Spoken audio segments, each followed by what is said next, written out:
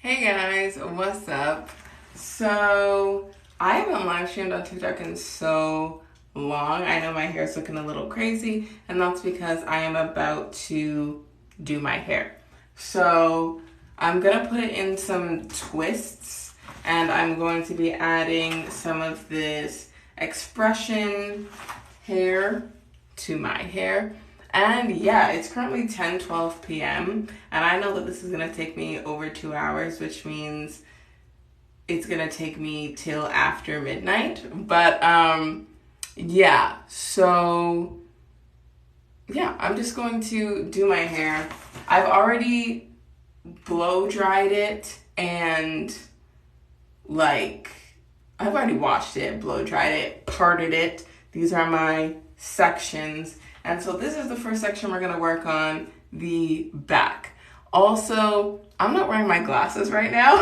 So if you see me getting really close to the camera, it's so that I can read the chat because I can't see. But yeah, so basically I'm just gonna take the hair and section it out. I have this rack here, which I saw a lot of like hair girlies using, and it's basically supposed to be for like thread and you like put the spools on it, but the hair girlies separate their hair and put it on the different pegs to like keep their work organized. So that's what I'm gonna do. So yeah, I used to I love your natural hair. Thank you. I used to like every time I would redo my hair, I would always do a TikTok live with me doing it. But then I just like stopped because I'd always do my hair at like 3 o'clock in the morning. But now I'm doing my hair early at 10 o'clock at night. Thank you for the follow. Is it Olivia Anglo? I hope I pronounced that correctly, but we have the same name. But yeah, so I literally, this comes with like 3 bundles and I'm just untying one.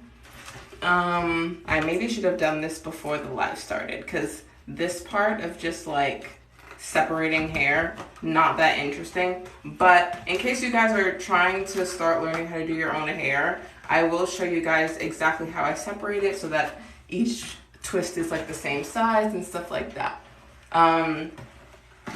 But I also like this hair because as you can see, it's like textured. So it's like very similar to the texture of my natural hair. And yeah, so it like blends really well.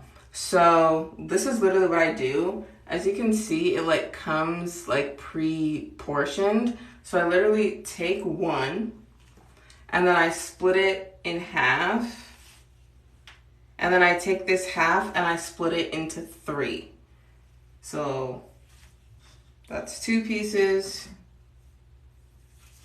Now that's 3 pieces. And then I'm literally just like, let me show you. I'm literally just hooking it. Can you see that? I'm literally just hooking it on my rack to keep it separate from everything else. So yeah, I'm literally just gonna do that a bunch of times till the rack is full. I put it on every other peg because I found that when you put it on every peg, then the hair gets tangled, and we don't have time for that. I love your hair. Thank you, Wesley. So yeah, we're literally just gonna chat for the next few hours while I do my hair because that's how long doing my hair takes. What just fell? Oh my gosh. My ring fell.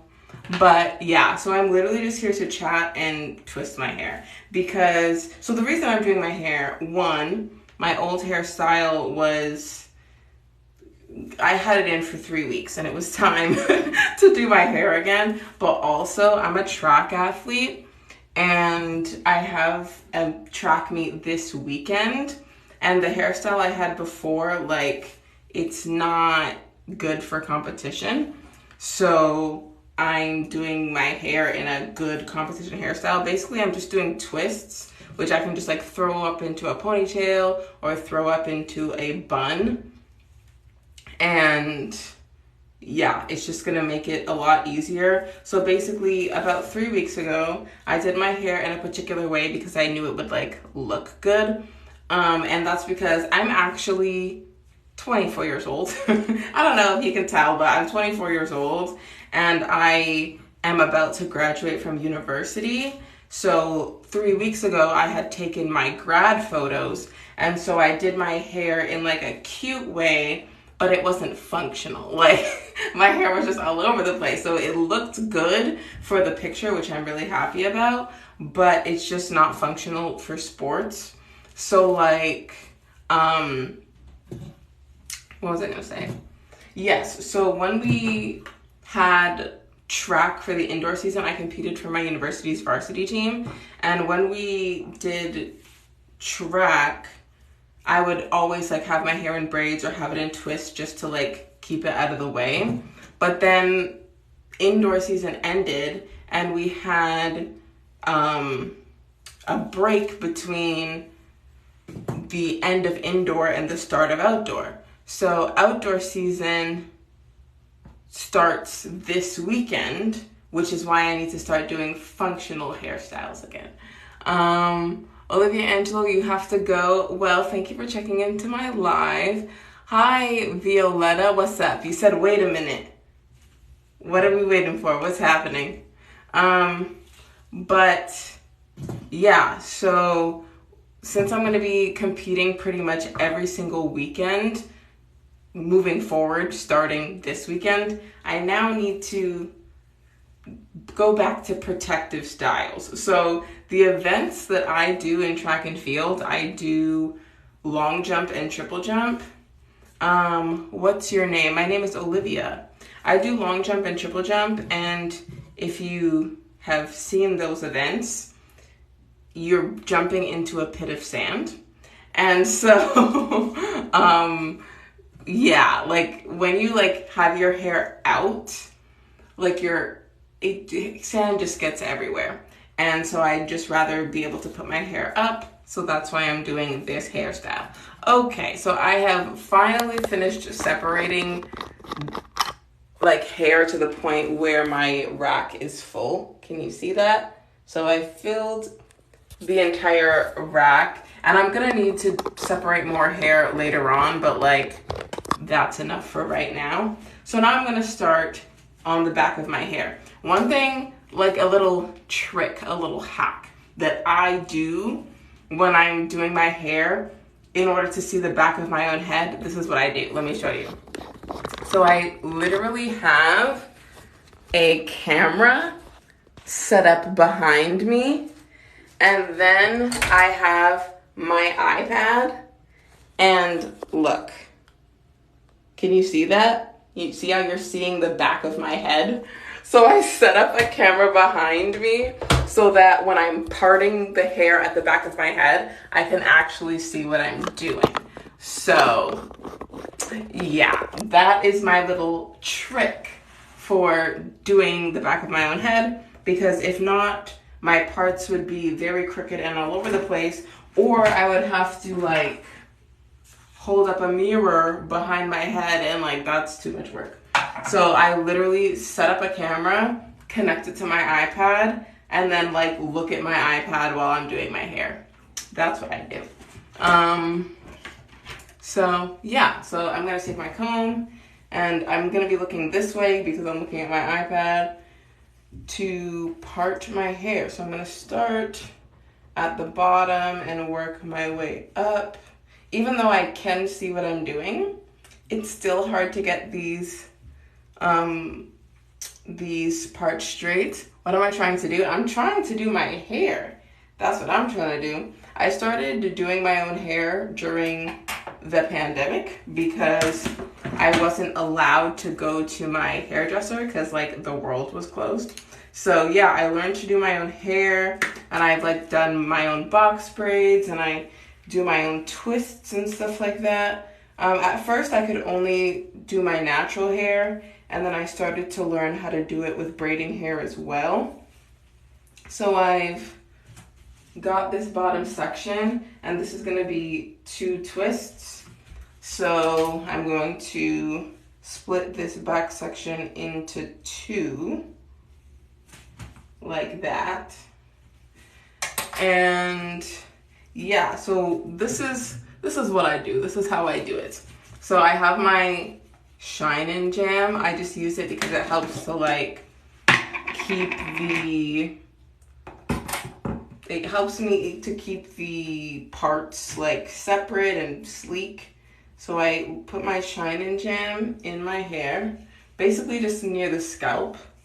And then I take my detangling brush or comb or whatever you want to call it, just to make sure there's no knots in my hair. Then I am doing twists, but I start with braids at the base because otherwise I don't know how to add the hair in. So this is what I do. It's going to be hard to see from the back, but basically I split it into three and I start braiding my natural hair. Then I pick up a piece of braiding hair and I add it in. Then I pick up a second piece and I add it in. And then I pick up one more piece and I add it in. Then I take this three and I split it so now it's two, and then I twist to the end. So that is how I do my twists. I braid at the base in order to attach the hair, because there is a way to attach the hair with just twisting, but I honestly and truly do not know how to do that. So I braid at the base and then I start twisting, and you honestly cannot tell that it's braided at the base. Like, trust me, you can't tell. Hey, user 406, thanks for the follow. So yeah, that's literally how I do my hair. Braid at the base, twist to the end. This hair is actually longer than what I wanted to do. This one is 16 inches and I only wanted the 12-inch hair, but the 12-inch hair was technically more expensive. So like, let me explain. So like the hair that I bought, the 16 inches, comes in 3 bundles. So let me twist to the end so that I can hold it up and show you. 1 second. Okay, so the hair that I bought is 16 inches, and this is 1 bundle. This is the second one. This is the third one, right? And it was $14.99 per pack, and I bought 2 packs for a total of 6 bundles. For the 12-inch hair, it was $10.99, but it only came with 2 bundles per pack, which means I would have had to buy 3 of those instead of 2. So then $11 times 3 is $33 versus $14 or $15 times 2 is $30. So 30 or 33, I chose to save myself $3 and buy the slightly longer hair. And yeah, so that is the first twist. And we're just gonna repeat that a bunch of times over my entire head. So yeah. So yeah, we can literally chat about whatever. We don't have to talk about my hair, but I thought that I would start the live by talking about what I'm doing and giving a short tutorial. But yeah, I'm literally just gonna be repeating the same steps over and over again. You put the gel, you comb it out, you braid, and then you twist. That's the entire process.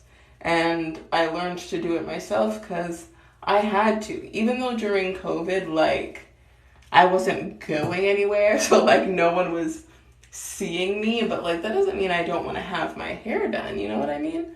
Like, even though other people weren't going to see my hair, I was going to see my hair. So I wanted it to look good. So I learned to do it myself. And yeah, like for the, like, even though obviously the world has opened back up,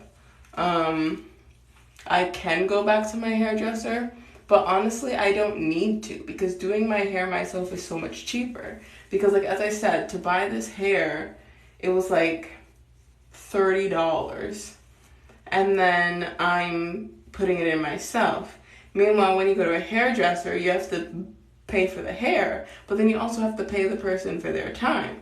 So it's like every time I get my hair done, it would cost me like, depending on what hairstyle I was doing, it would cost me between like $80 and like $200 depending on what I was doing. So now each time I do my hair, it costs me about $30 because I do it myself. I will say that it does take longer because I'm not a professional, and I definitely don't braid and twist as fast as my hairdresser did.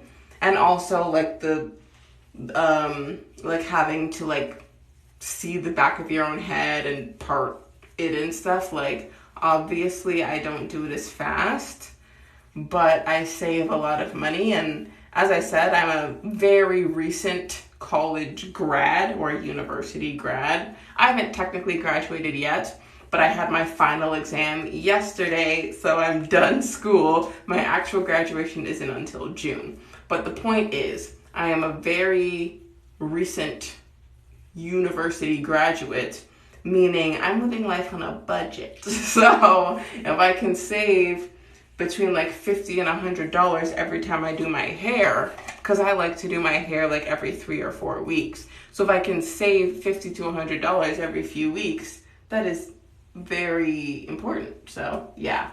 Okay, so I've done the bottom of this side, only 2 twists. Now we're moving on to the next row. So yeah, I'm gonna be here for the whole duration of time that it takes to do my hair, which doing twists at this length, maybe 2.5 hours. So that's how long I'm gonna be on. So yeah, I'm just trying to get this part straight. So yes, okay, let me talk about this weekend. So as I said, I have a track meet this weekend, which is why I'm doing my hair. And it was originally supposed to be in Michigan. Like, okay, background information. I live in Canada. I live in Toronto, Canada. And so like sometimes we'll cross the border into USA to compete, right? So also, thank you, Kayla, for constantly sending likes to the live. I see you. Yes, so I live in Canada, but we will cross over into USA for meets sometimes. And we were originally supposed to go to Michigan, but then the weather is not going to be good. Like, it's supposed to be like raining and like windy and all this stuff, right?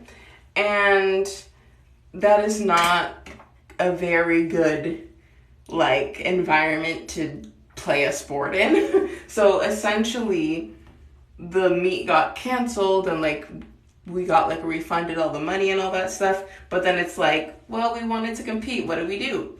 So then my coach went to looking for like other meets that were also happening this weekend. And he found a meet in New Jersey. So from Toronto, Michigan is maybe like a 4 to 5 hour drive. New Jersey is like 7 to 8 hours. So now we're gonna be in the car, like we're driving, we're not flying. So now we're gonna be in the car for like twice as long as we had originally anticipated. So it's like we were gonna leave at noon to get to Michigan, but now that we're going to New Jersey, we are leaving at 9 a.m. And I'm probably not gonna finish my hair till after midnight. And I also haven't packed because it's like we're gonna be staying in a hotel overnight. So we're leaving Friday and we're gonna get there like Friday evening. We're gonna sleep in a hotel Friday night, compete Saturday morning / afternoon, and then drive back Saturday evening, meaning we'll get back to Toronto like Saturday night / early Sunday morning, right? So I'm gonna be staying overnight. So I obviously need to like pack like pajamas, toothbrush, toothpaste, obviously pack my uniform, pack my shoes, all that stuff. I have packing to do. I haven't even started. And I'm also like, oh my gosh, I'm gonna do my hair. So yeah, as you can see, my time management skills, not the best, but everything will get done. And also, I'm not the one driving tomorrow. So, I just saw something show up talking about TikTok universe. I'm not exactly sure what that means. I haven't gone live in TikTok in probably over a year, so I'd be seeing banners go across the screen and I don't know what they mean. But, ooh, what was I gonna say? I lost my train of thought. Yes, I'm not the one driving tomorrow. My coach is driving. So it's like, even if I arrive, like we're basically all gonna meet up at school and then drive from there, right? So it's like, even if I arrive at school super tired, it doesn't really matter because I'm not the one driving, so I can just sleep in the back seat. So yeah. Bella Blue, thanks for the follow. So yeah, I'm gonna be staying up so late. And like also, okay, fun fact. I recently bought a brand new car. Hi Mel, what's up? I know I just said 2 seconds ago, like, oh, I'm on a college student budget, blah, blah, blah. Listen, I just bought a brand new car. And what are you doing? I'm doing my hair. I have a track meet this weekend, so I'm just like fixing the hair. Yeah, so I just bought a brand new car, and back when I had my old car, congrats on the car. Thank you. This isn't my first car. This is my third car. I used to have like a 2009 car, and then it just like died on me. Then I had a 2008 car, and I've had that one for 3 years, and it's just not the greatest. So now I bought a new one. What kind of car? I bought a 2023 Kia Forte.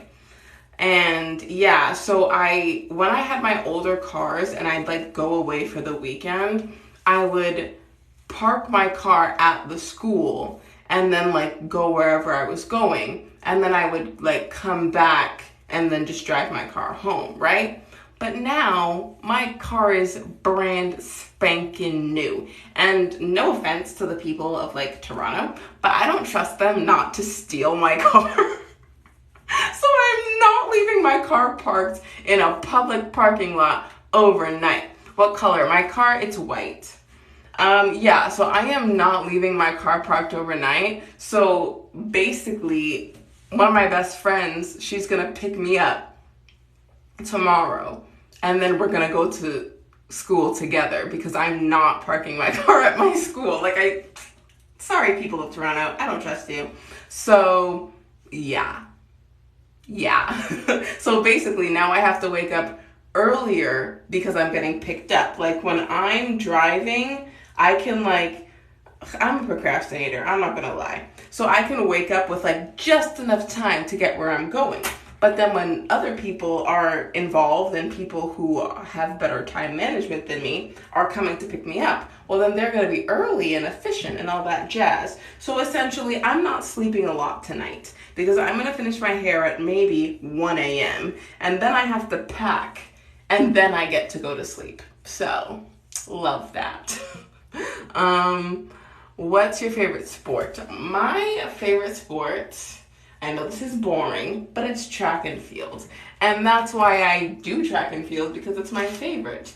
If you had asked me a few years ago, I probably would have said volleyball. Like I never played in like a league, but like I used to play in elementary school. And like it was just really fun because like there were no stakes. Like it was just like, oh, I'm on my school team, let's have a good time. But like in terms of track, like as I said, I recently graduated university and I'm actually like trying to make the national team. Like I'm trying to make Team Canada and I'm trying to go to the next Olympics. So like while track is fun, it's also like potentially gonna be my job.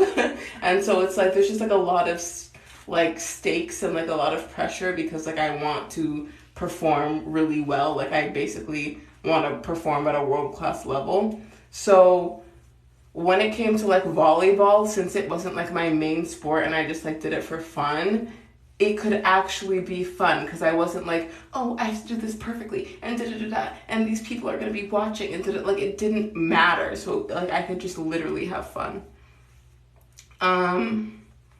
You do track, Mal, and you also play basketball. That's cool. I haven't played basketball in a very long time. Once again, it wasn't like something I did outside of school, but like I was on my school's basketball team and I played basketball up until grade 11. When I was in grade 12, the teacher who was supposed to be our basketball coach, he no longer worked at the school, so we just didn't have a teacher to be the coach, so we didn't have a team when I was in grade 12. But yeah, I played basketball from grades 4 to 11. So I played for about 7 years, and then I didn't grow. Like, I'm only 5'6", and so, I don't know.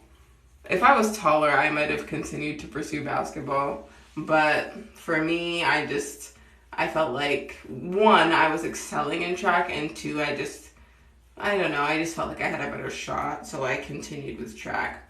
But yeah, when I've been running track since I was 6. I've been running track since for 18 years. Yeah. And when I first started, I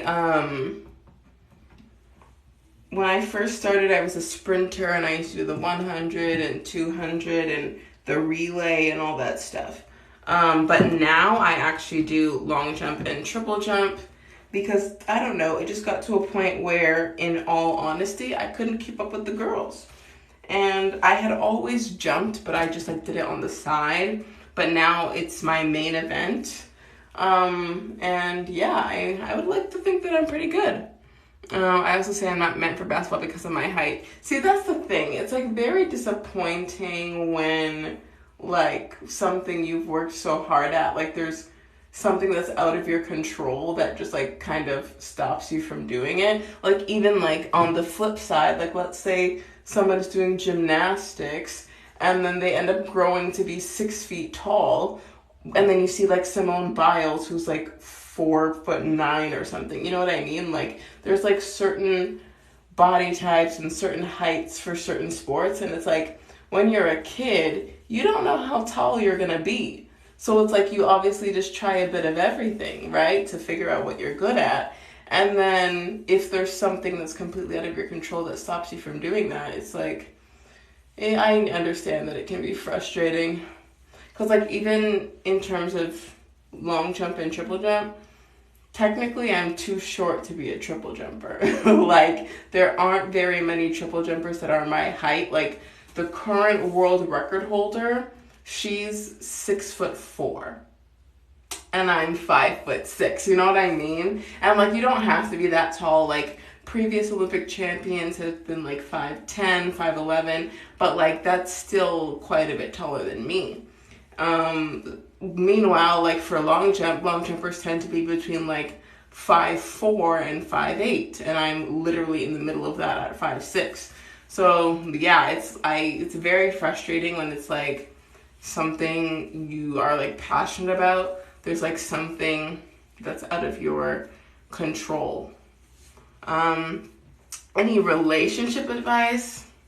Let me say something. I am not the one to give relationship advice because I have never been in a relationship. And yes, I'm 24 years old, 24-year single streak.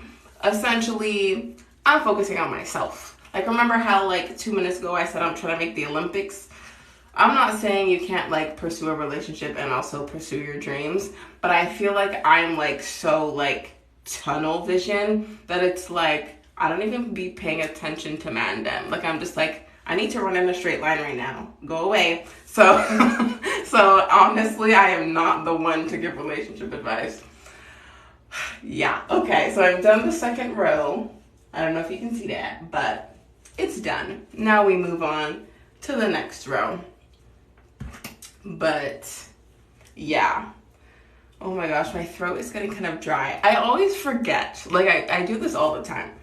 When you're live streaming, like, you're obviously talking the whole time because, like, you're on camera. You know what I mean? So it's like, I always forget to, like, bring water to drink. Give me literally 2 seconds because I have a water bottle in my bedroom. I will literally be back in 2 seconds.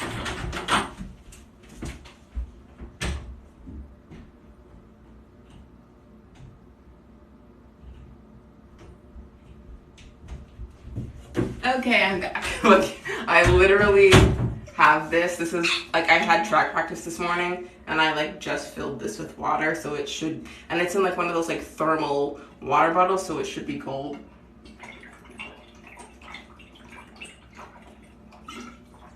Good. Yeah, okay. I told my mom I didn't want to get married and that I just wanted to focus on my studies. Honestly, not everyone wants to get married, and, like, that's valid. And even if it's, like, you could either never ever want to get married, or maybe you just don't want to get married right now. And, like, that's fine. Like, okay, quick story. So, I'm the youngest of 3. I have 2 older brothers. And my oldest brother, he's married. And, like, he got married at 25, which means he got engaged the year before when he was 24. I'm currently 24. I am not in a relationship, which means I obviously won't be getting engaged anytime soon, right? So it's like, but at the time when he was 24, I was 18. So I was like, oh yeah, that makes sense. Of course he's getting married at 24. Then when he actually got married, he was 25, I was 19. And I'm like, yeah, by the time I'm 25, I'll probably be married.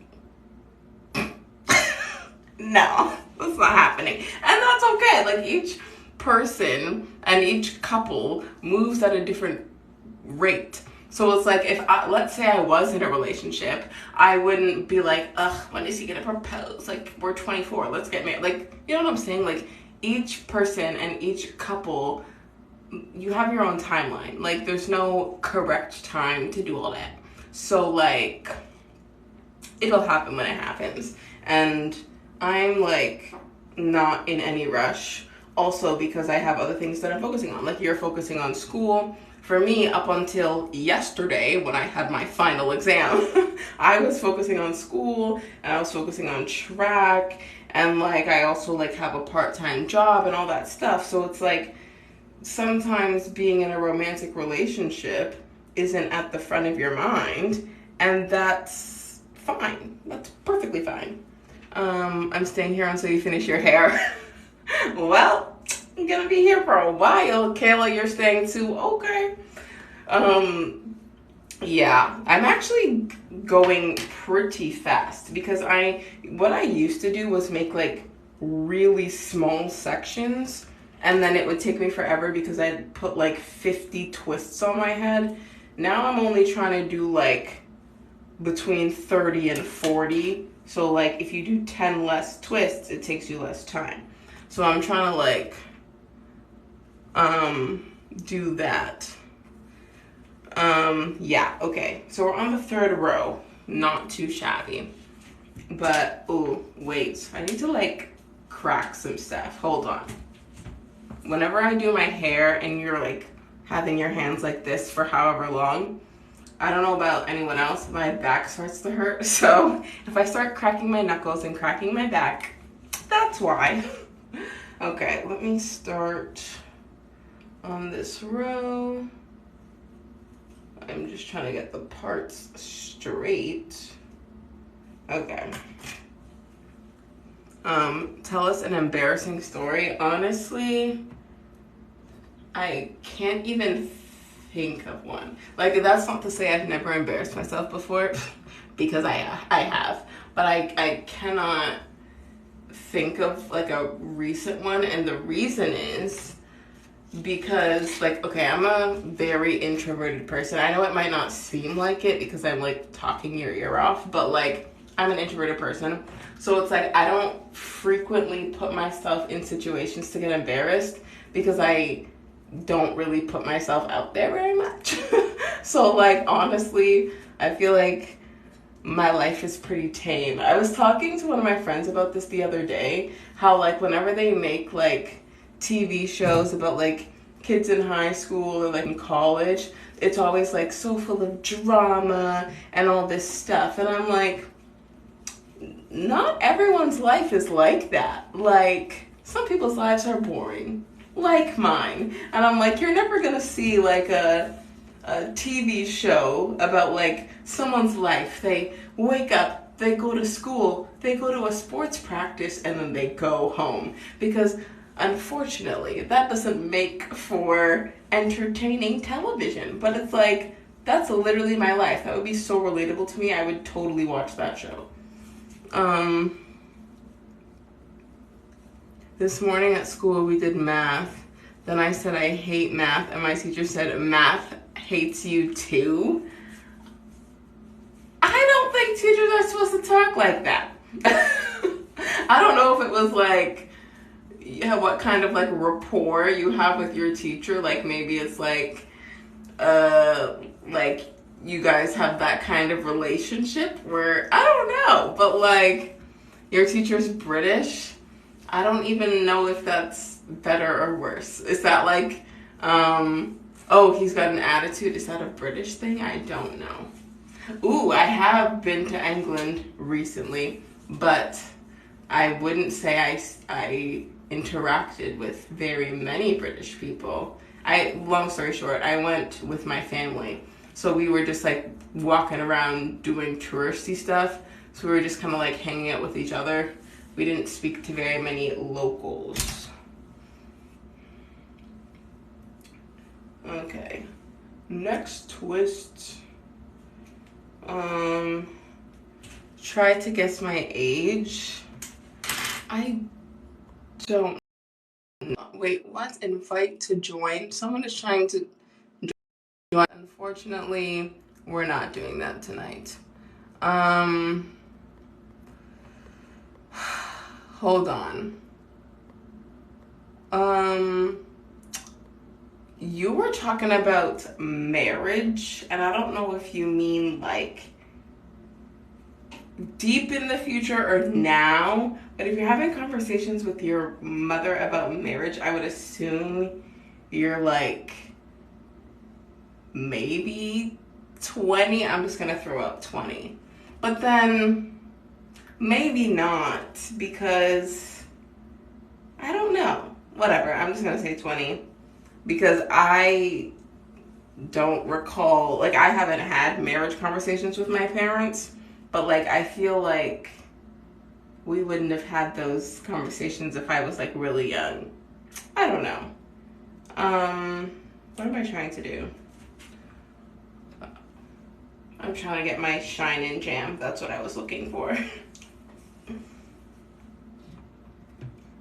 But I also like can't see your profile picture, so I don't know. You're right, I am 20. Yeah, okay. That makes sense. I had to do some like deducing, like, we were talking about this, so maybe that.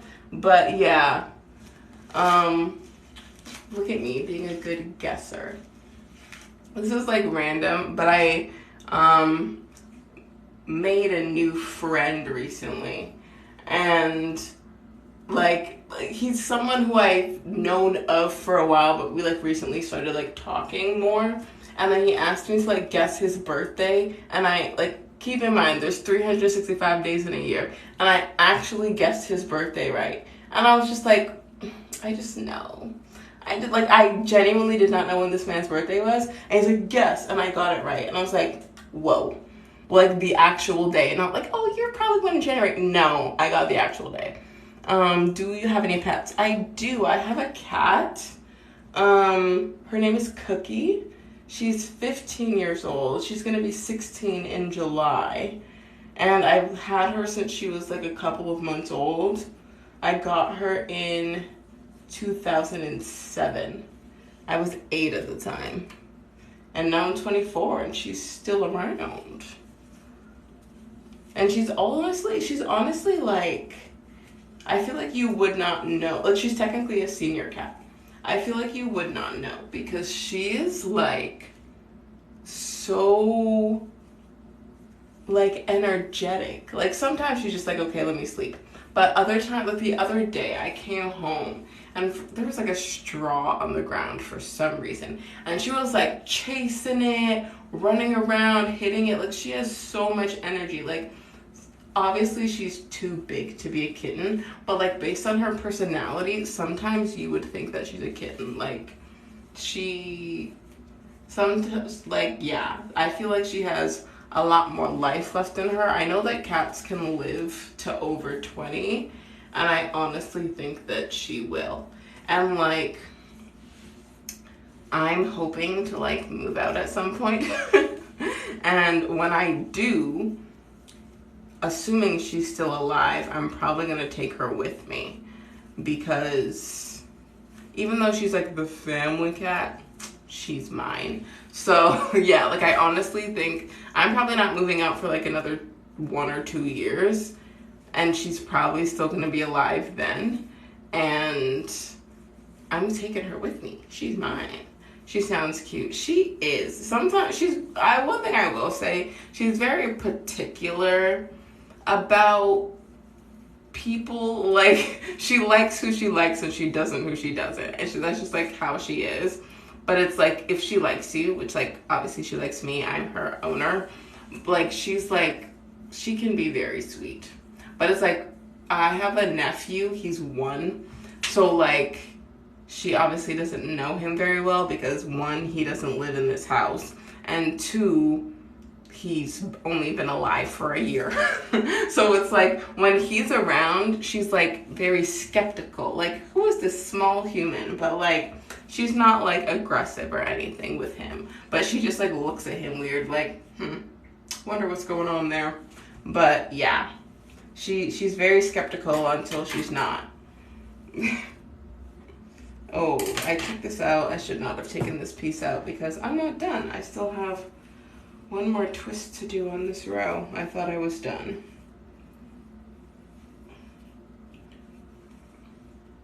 I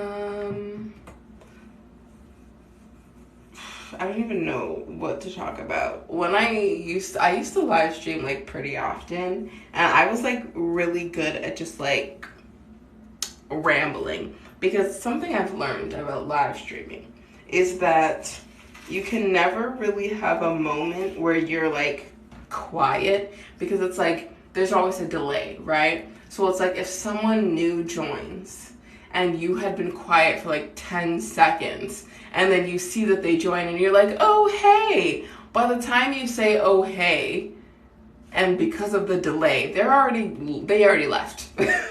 So it's like you literally have to be talking the whole entire time. That way when someone joins in, they realize that you're like actually like, I don't know, being entertaining. And then they'll stay, and then they'll actually, 10 seconds later, when the delay finally catches up, they're finally gonna hear you say hi to them. You know what I mean? So it's like, I try not to like just say nothing for too long. When I just started this live, there was like, I don't know, 25 people, which was very shocking to me because I like, okay, can I just be honest? My TikTok is kind of dying. So like, if you look at my profile, I have like almost 70,000 followers, but that's from like 3 years ago, because like during 2020 when like everyone was at home and like school was online and blah blah blah, so like I obviously had a lot more time on my hands. So I was making a TikTok every single day. And then like the world opened back up and school started back and blah blah blah. So then I like couldn't post every day anymore. So like now when I post a TikTok, like people don't really see it. And like when I went live, I was like back when I was like getting a lot of followers, I would do a live and I'd have maybe like 40 to like 50 people, which was like a good amount of people. So then when I start this one and I have like half of that, like I have like 20 to 25 people, I was like, oh, like what's up? And then like they all dipped. Like, but you know what? It's a process. And like now that I'm finished school, I can actually get back on TikTok. But sorry, I need to take a drink.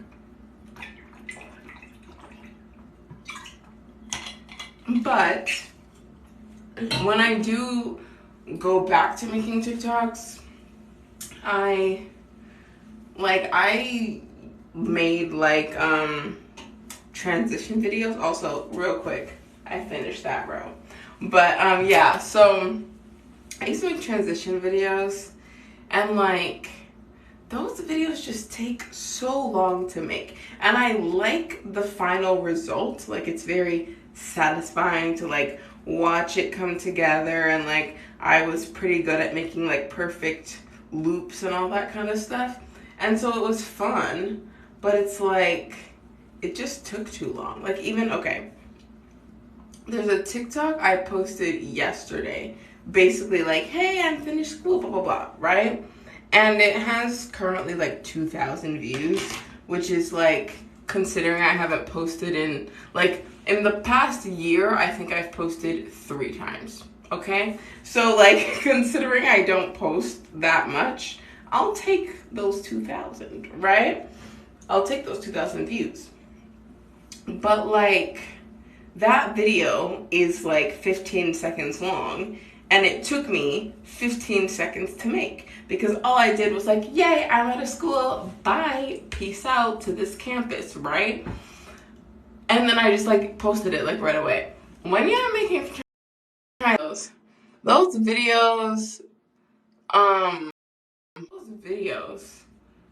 are once again like 15 seconds long, and they can take up to 3 hours to make.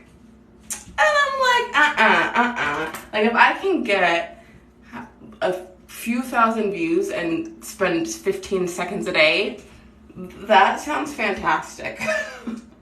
Like, I don't know what type of content I make. One thing I'm considering doing, and I don't know if you guys would be interested, but like, I've talked about track a lot. I'm considering like posting videos from my track meets, because I always do that on Instagram. I always post it. Ooh, look. Can you see that? My watch is telling me that it's 11 p.m. I always, like, I just have an alarm for 11 p.m. just to let me know there's only 1 hour left of the day. I don't know. Anyways, on my Instagram, whenever I finish a track meet, I always post a video of like my best jump of the day, and then I put it on my story, but then I also add it to my story highlights so that like people can watch it later. And I was just thinking, maybe I should also post those to TikTok, just like post my track journey, because as I said, I'm trying to make the Olympics.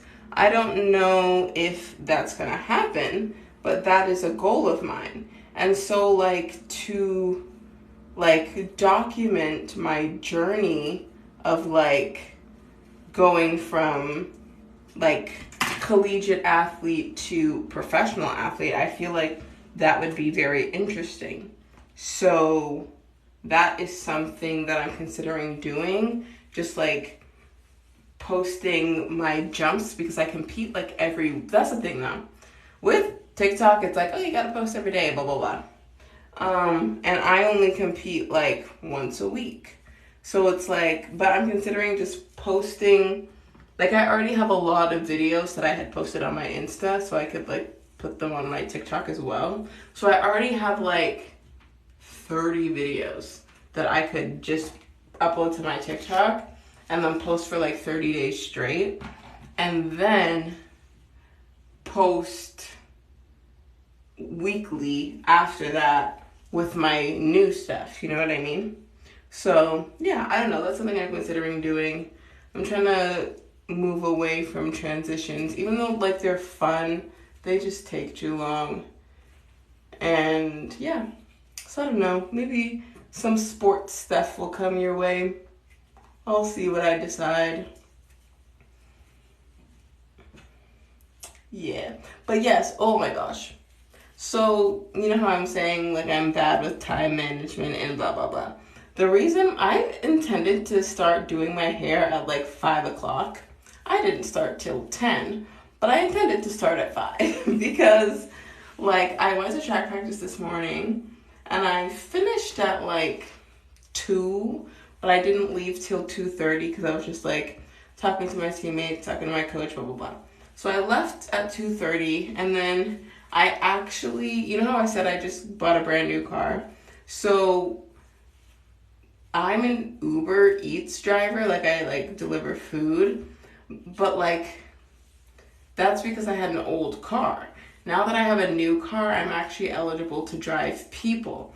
But in order to do that, you need to like get like a safety certification test or whatever done on your car, even though my car is brand new, so obviously it's safe. Like I literally got it 10 days ago. Like I bought this car, well, I bought it in March. I picked it up on April 10th, okay? Like, and it's April 20th right now. So I bought it exactly 10 days ago. So obviously the car is safe.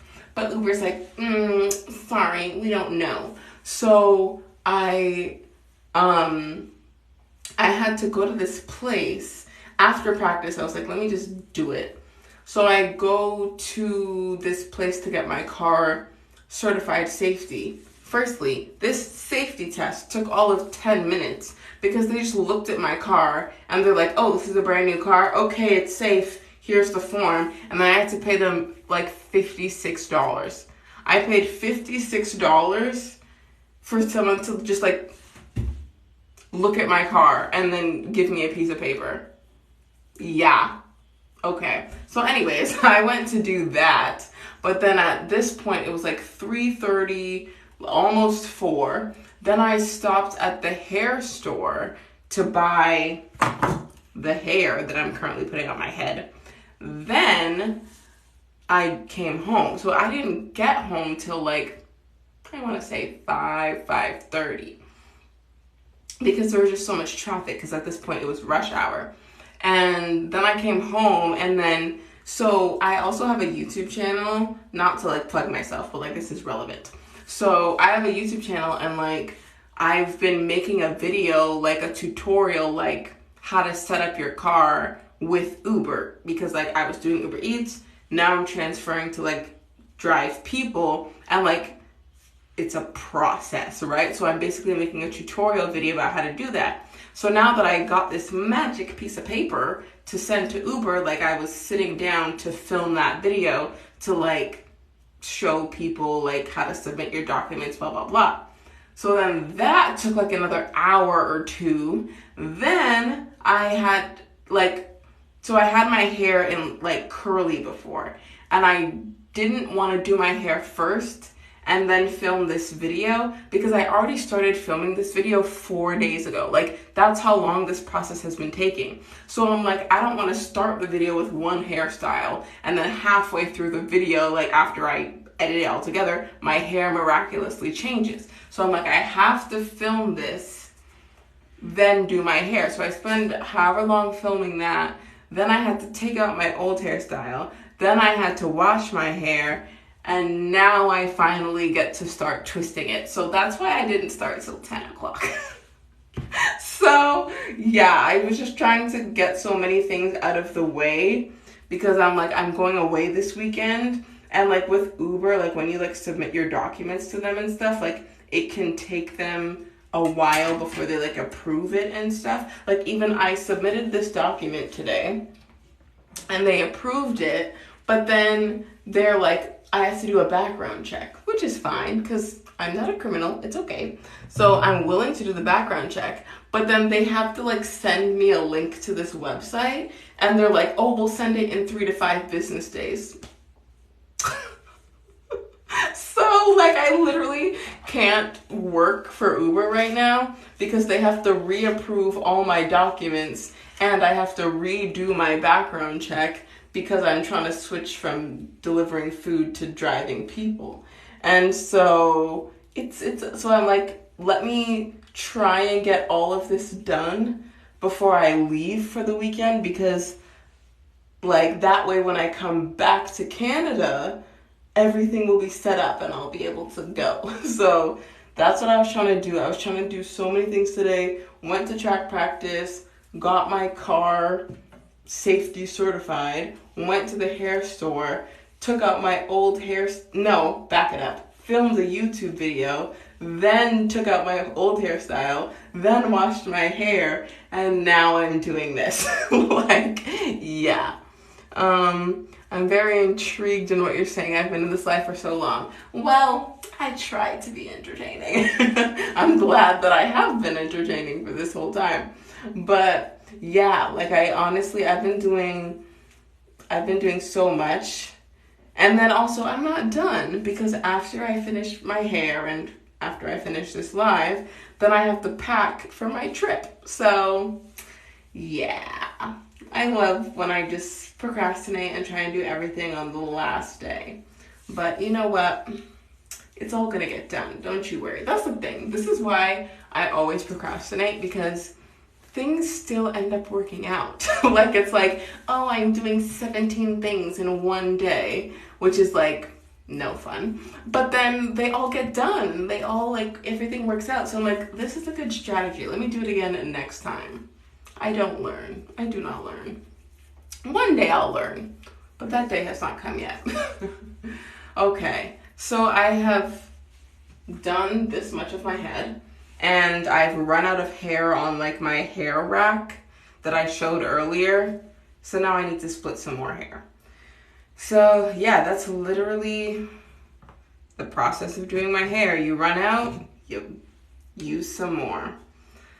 And this is like the back sections, the right section and the left section, they're gonna take the longest, because like the back sections are bigger, the front sections are like really small. I don't know if you can see. So like I might end up doing like, I'm just gonna guess, I might end up doing like 18 braids each on the back, but then I might only do 12 on each side in the front. So the front takes less time. So let's say the whole back of my head takes like an hour and a half. The front isn't gonna take an hour and a half, because there's less hair at the front because of the way I parted it. So yeah, working. I'm trying to do this really fast because once again, I have to pack, and I do want to get at least some sleep before my friend comes to pick me up. So yeah. Also today, this is so bad. The only thing I've eaten today is a chocolate bar. That's the thing. When I'm like rushing and like trying to get 1,000,004 things done, I like forget to eat, which is not good. Don't follow me. Don't do what I do.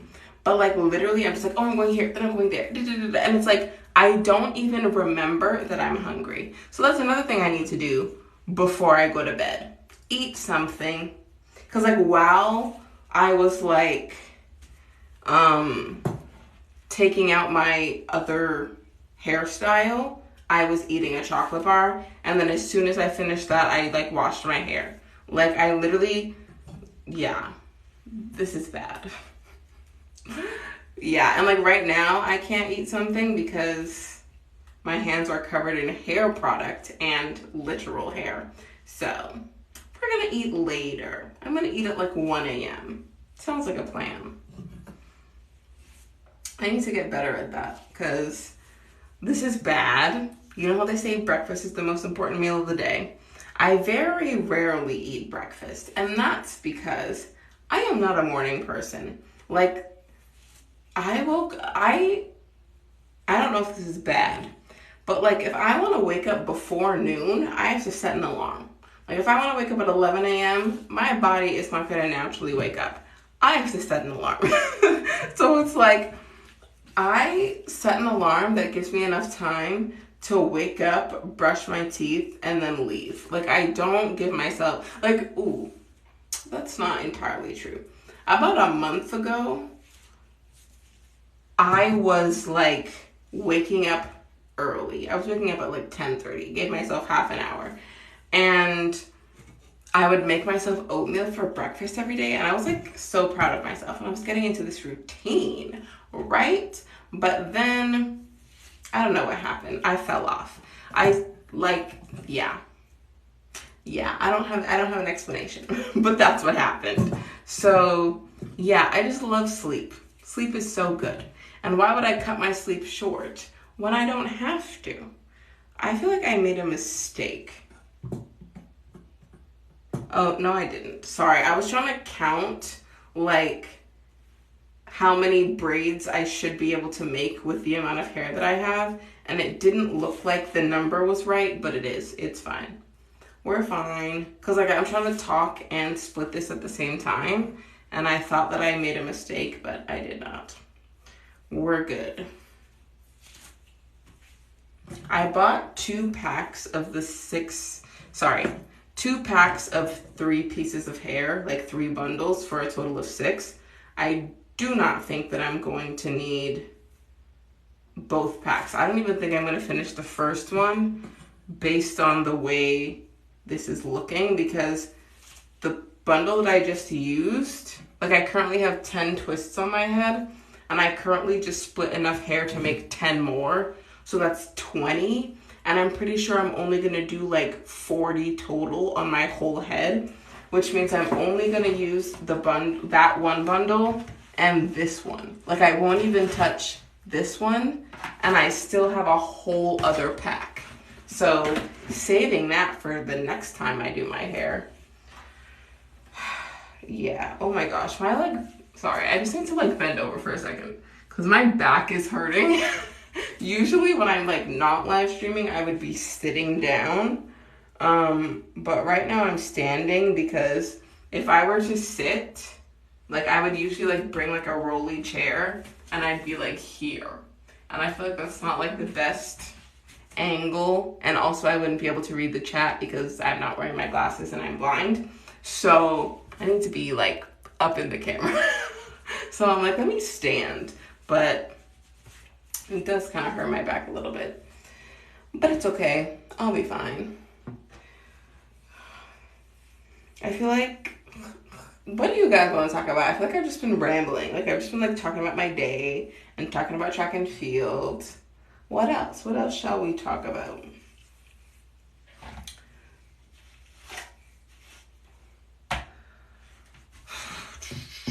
In the meantime, I'm trying to think of something else because I don't just want to like stand here silently.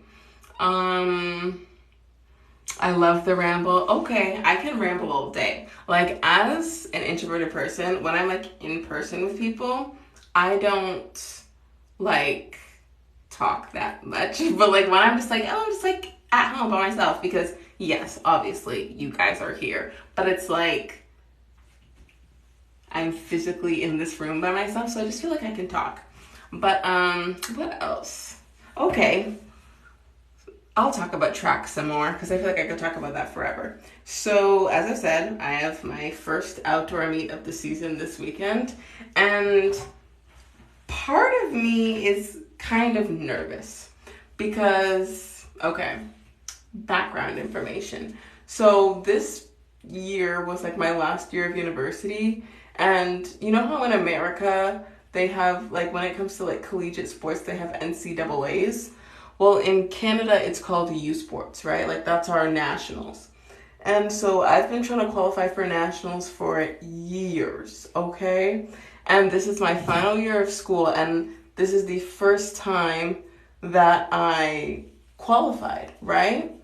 And like basically at the end of the season, I was the 11th best triple jumper in Canada, and I was tied for 10th best long jumper in Canada. Like I was doing so well this season.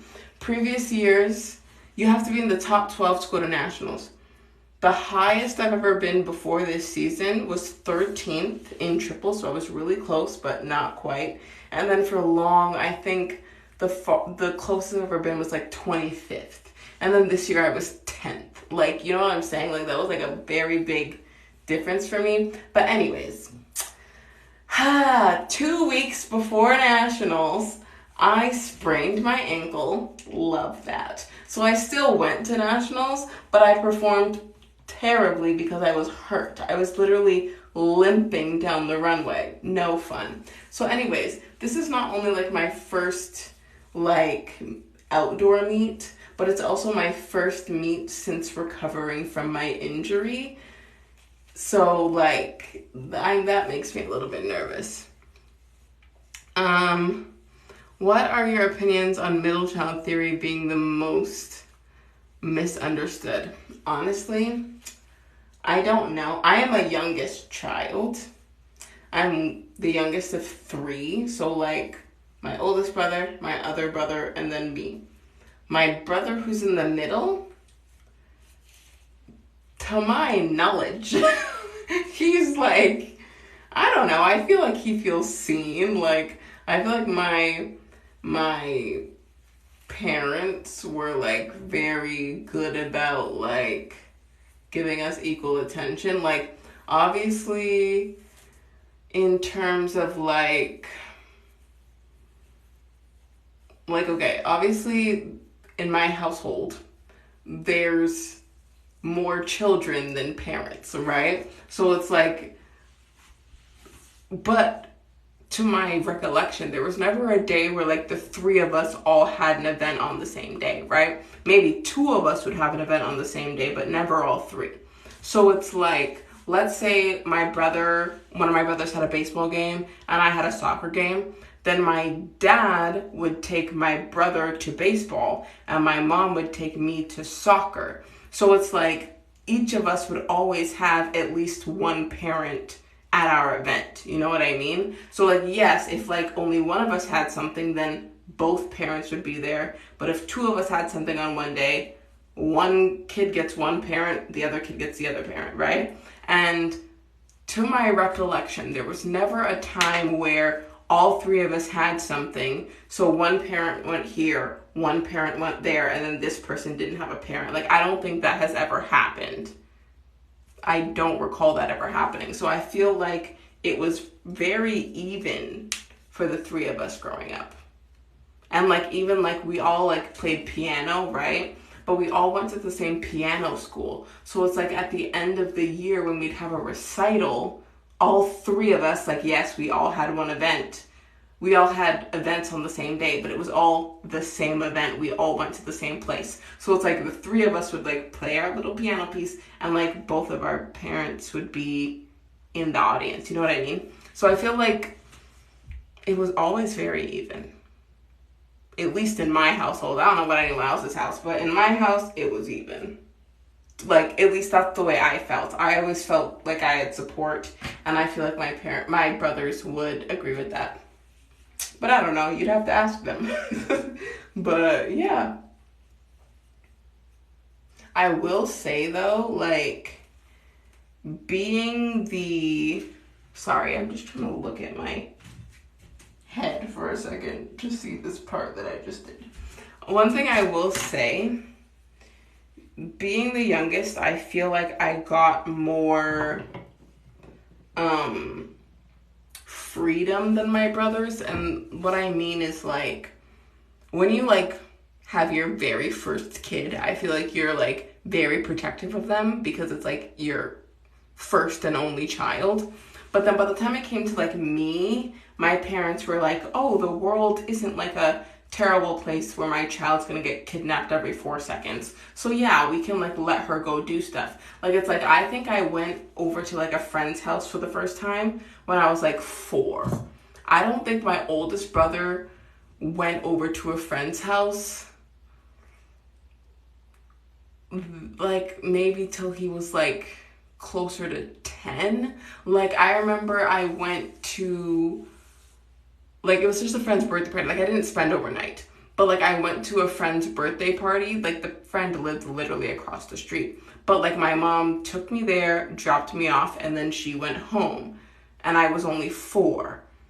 My mom would not have done that with my oldest brother when he was 4 because she's like, she'd be like, oh my gosh, is this person's parents, like, are they gonna like take care of my son? But by the time it was me, it's not like she cared about me less, but it's just like she's been a parent longer and she knows that I'm gonna be okay even if I'm out of her sight. Like, it's not like I need to be watching her at all times. Like, she had it figured out. She had the mom thing figured out by the time I was born, right? So it's like, I don't know. I feel like I got to do things earlier than my brothers did because by that point, my parents were like just more experienced parents. And they're like, it's fine. Take my child. They'll be okay. Give them back to me later. Like, they were just cooler with it. So, yeah. So I feel like that's the only difference. My parents were just like less paranoid by the time I was born. But everything else, I think, was the same. Yeah. I'm trying to figure out, whenever I get to like the top of my head, trying to figure out how to part it is like difficult. So I'm like, do I do it like this? Because it's like you get to a point where you can't part straight across anymore and you have to kind of like part diagonally, and I just don't know when to start doing that. So I'm trying to figure this out. What is the age difference between you and your siblings? My oldest brother, okay, he's gonna say he's 6 years older than me. It's 5.5. And then my other brother, he's gonna say he's 4 years older than me. It's 3.5. Because their birthday, look at my birthday's in January, right? And their birthdays are in June and July. So like, when I was born, okay, my oldest brother's born in 93. My other brother was born in 95, and then I'm born in 99. So if you just do the math like that, it's like, oh, they're 6 years older than me and 4 years older than me. But it's like, in January of 99, when I was born, when I came out the womb, they were 3 and 5. They were gonna turn 4 and 6 later on that year, but they were 3 and 5 when I came out the womb. So 3.5, 5.5, but if you ask them, they're gonna say 4 and 6. And that's not accurate because my birthday comes before theirs. Like, for example, right this second, my birthday was in January. I'm 24, and my brothers are currently 27 and 29. So if we do quick math, that's 3 and 5. But by the end of this year, they will be 28 and 30. But right now, the age gap is 3 and 5. You see what I'm saying? Math. I can do math. So yes, 3.5 and 5.5 if you ask me. But they will give you a different answer. Because they just want to be like, yeah, I'm so much older than you. Incorrect. So yeah, that's the age gap. Sorry, it is very hot in this bathroom. I don't know why. Like, the other rooms in my house are like regular temperature, and then this room just wants to be like stupid hot. But like, this is where I do my hair because there's a giant mirror right here. So I just need a minute. And also, I'm probably gonna, did you hear that pop? That was my elbow. You're gonna hear a lot of pops in this video, in this live stream. I'm really trying to crack my back right now, and it won't. But I'm trying really hard. Okay, let me finish my hair. I'm almost done this section. I have like this row and then maybe like 2 more twists. And then I'm done this section. And then the next section will be easier in terms of like, I want both sides of my head to be symmetrical. So I'll know exactly where to put the parts on this side of my head because I want to put them on the exact same spot that they were here. So I don't have to eyeball it anymore. I literally just get to copy what I did on this side onto that side. So the left side should be technically, it should take less time technically. Because the part that like takes the longest, at least for me, is parting my hair. Like literally this one time, last May, my best friends and I, we went on a girls trip and we went to Jamaica, right? And because I'm a procrastinator, I waited till like basically the day we were supposed to leave. Our flight was at like, I don't even know, maybe 8 a.m., which means we had to get to the airport by 5. I started doing my hair at 2 a.m. And it takes more than 3 hours. I was braiding my hair. It takes more than 3 hours to braid my hair. So it's like I have 3 hours till like my friend is gonna pick me up to go to the airport, and I'm gonna start my hair right now. So what I did was I literally didn't part the back. I just grabbed hair and braided it. Then when I got to the front, aka the part everybody's gonna see, then I started to part it properly, right? And I did my hair in like 2.5 hours. Like twisting, I can do in 2.5 hours. Braiding, you cannot. I can't braid, and like they were long, and I'm out here braiding, and it took me 2.5 hours. So what I realized is the extra, like usually braiding my hair takes 5 hours. I cut that in half. So I realized that I spend 2.5 hours parting my hair. That's what I learned. So like, yeah, once I get better at parting, I'm gonna be so fast. I'm gonna be so good at this. But like right now, it's slow and steady wins the race. That's what we're doing. But one of these days, I'll be able to do it fast. Like this was back when I was like just starting to like do my own hair, and my mom had asked me to do hers, and I think it took me like 4 hours.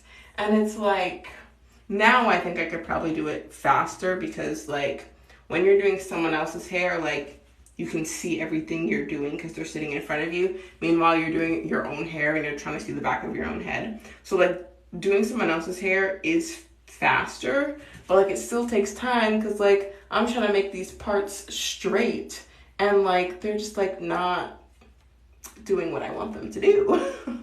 So yeah, I will get faster. I feel like I've been slowly getting faster, but I would prefer to like do it slower, but have it like really neat so that it will last longer. Cause like when I like did my hair for Jamaica, it was fine for Jamaica. Like it looked fine. But like by the time I came back, we only stayed for a week. By the time I came back, since I didn't part it properly, it was so messy at the back that I had to like take it out and redo it. But it's like this, since I'm like parting it properly, this is gonna last like 3 to 4 weeks. And it's gonna look like good and like not messy for 3 to 4 weeks. So I just prefer to like do it properly, even though it takes a long time. Because it just lasts longer, and like it's worth your time at that point, you know what I mean? So yeah.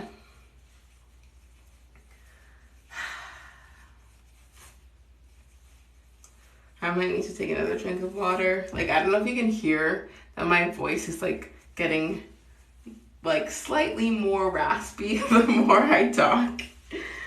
But yeah, like when I used to live stream regularly, like I feel like your vocal cords, I don't know if this is accurate, but it's like a muscle, right? So it's like the more you use it, the stronger it gets, and like the like, I don't know, you can talk for longer because your vocal cords are just accustomed to like vibrating that often. I don't usually talk for like this long consecutively. So right now my voice is like, oh my gosh, giving out. But it's okay. We're gonna get through this. I don't know how long I've been live for. Maybe just over maybe like an hour and a half. I think I started at 10. Maybe 10, and it's currently 11:30. What did you study in school? I was a film major and a music minor, which was actually, I actually switched into that program. So, one sec. When I just started university, I was a business major specializing in accounting. I was almost an accountant. yeah, not the career for me. Trust. So anyways, I was in school for accounting, did not like it. Honestly, I wasn't very good at it either. So I switched to basically a version of computer science. It wasn't computer, like my school had computer science and they had digital media. I was in digital media, but I just tell people computer science because that's basically what it was. Like I was coding, right? Anyways, so I switched into that and didn't like that. Like my oldest brother, he's a computer programmer, and like, I don't know, he made it sound interesting, and like it's something he's interested in and something that he loves. That that wasn't for me. And the thing that slightly frustrates me is that when I was 18 and like in my final year of high school, Kay, thank you for the rose. When I was 18 and in my final year of high school, and like I was applying to universities and stuff, I wanted to apply for film. Like that was my first choice. But then me being, like I was an adult, but like I was 18, I was a child. So me being a child, I'm like, oh, I want people to like take me seriously and I can't go into the arts, blah, blah, blah. And so that's why I chose accounting, right? And then I chose computer science. And then when I was 21, I've made my way back to film. And I'm like, I knew I wanted to do this 3 years ago. And then it took me switching majors twice to come back to the thing I already knew I was interested in. And I wasted a lot of money because I spent like 2.5 years studying two things that I was not at all interested in just because I wanted people to take me seriously, whatever the heck that means. And so then I switched to the arts, which is what I always wanted to do. Like I'm interested in film. Like I've had a YouTube channel since I was 17, and like when you're doing YouTube, like you learn about like film because you have to know about lighting and you need to know about audio and you need to know about like frame rates and resolution and like all this stuff. Like you need to basically be a jack of all trades because you're like a one person show. Like you don't have like the big YouTubers, like maybe they have like producers and editors and blah blah blah. But when you're not someone who's like big, you do everything yourself. Like I film my videos myself, I edit them myself, blah blah blah, right? So it's like you need to know all of this. And I was genuinely interested in all of it. And I had been doing it for a year at that point, from 17 to 18, and I was like, oh, I'm interested, I want to study it. And then I was like, oh no, but people aren't going to take me seriously. Yeah. So anyways, Kay, thank you for another rose. I appreciate it. Yeah, so basically I knew what I wanted to do at 18, and I kind of talked myself out of it. Also, like my school guidance counselor and like teachers kind of talked me out of it. Like basically the arts isn't like a viable career or whatever. So I basically got talked out of it and then found my way back to it 3 years later. So that's what I ended up doing. That's what I'm going to graduate with. Film major, music minor. I've been doing music my whole life. I started playing the piano when I was 6, started playing the flute when I was 12. For my music minor, I actually auditioned with the flute because as much as I love piano, it's harder. Like the flute is easier because you're playing one note at a time. With the piano, you're playing like 6 notes at a time. And it's like you're reading in 2 different clefs. You're reading in treble clef in your right hand, bass clef in your left hand. Like, I love the piano, but like the flute is easier. So I was like, I'm auditioning with the flute. Hi, Nelly. What's up? How are you? So, yeah, like I found my way back to music, found my way back to film, and it was actually very interesting, which I knew it was going to be because I already knew that I liked it. Do you have kids? No, I do not. I know there are 24-year-olds in this world who have children. I am not one of them. No, I am not going to have children for a while. Like, oh my gosh. So, as I said, I have a nephew, and like he's 1, right? And I was telling my brother, who is my nephew's father, I was like, my nephew is gonna have a sibling before he gets a cousin, because I'm like, I'm not having kids anytime soon. So I'm like, I don't know who he's gonna hang out with, but it's not gonna be my kids because my kids aren't gonna exist for a while. So yeah. Nelly, you said you're not good. I'm sorry to hear that. I hope things turn around. But yeah, so I don't even remember what I was talking about before. Oh, I was talking about school and film and blah, blah. Yes, I did film, and like, can I be honest? Film is very interesting to me. I don't know exactly what I want to do with my degree, but like, I'm glad that I had it because it was interesting to, like, the classes I took, and like, it was a lot of like film analysis. Like, you watch movies, you analyze them. Like, I had my final exam yesterday for one of my classes, and like part of the exam was like, we watched a snippet of a movie and then we basically had to do like a sequence analysis. So it was like a lot of that.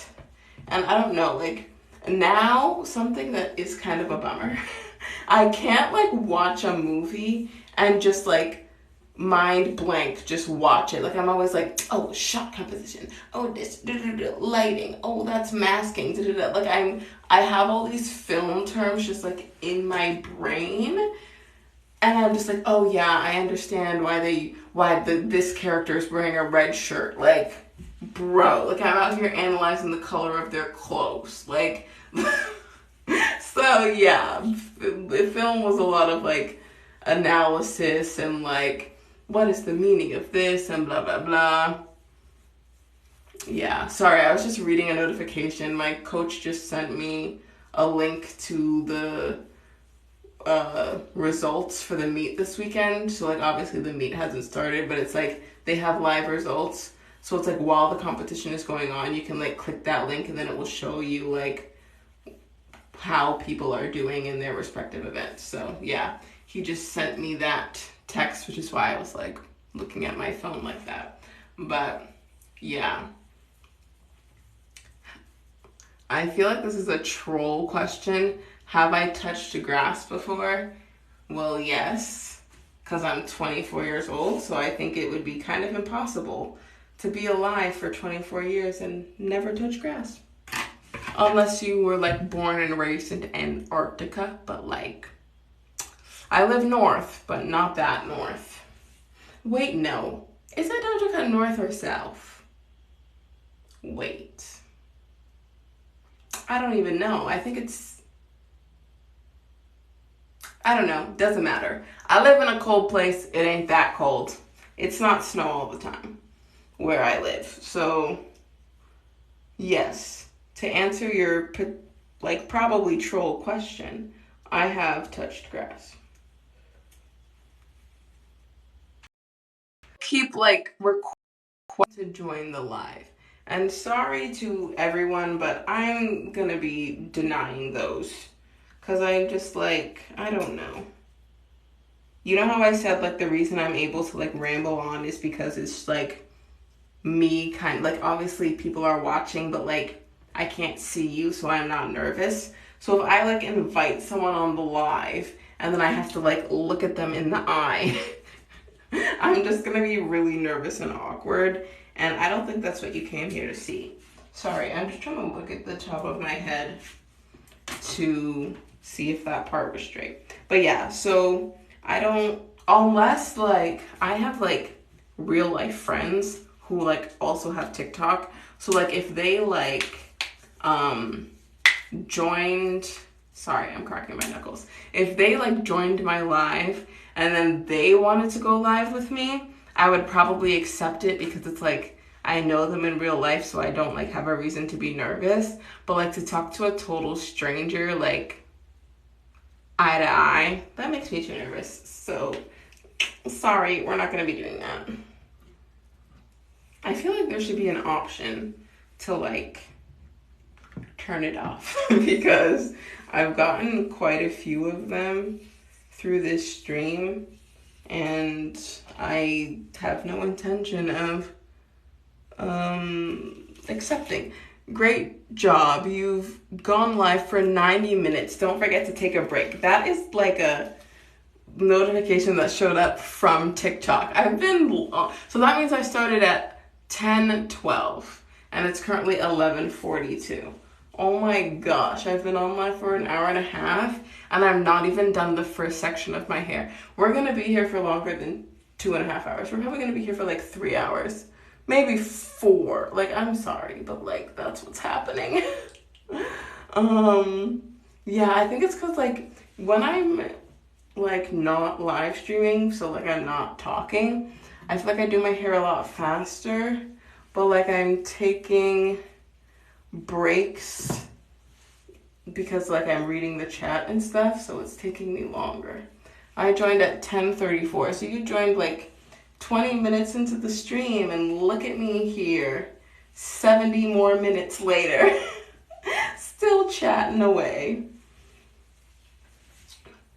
But yeah, oh, this is kind of random, but I'll watch like TikToks of like people doing their hair and like, but like it won't be a live, it'll be like a edited TikTok and they'll be like, oh, 3 days later finishing the other part, and I'm like, hey Mary, thanks for the follow.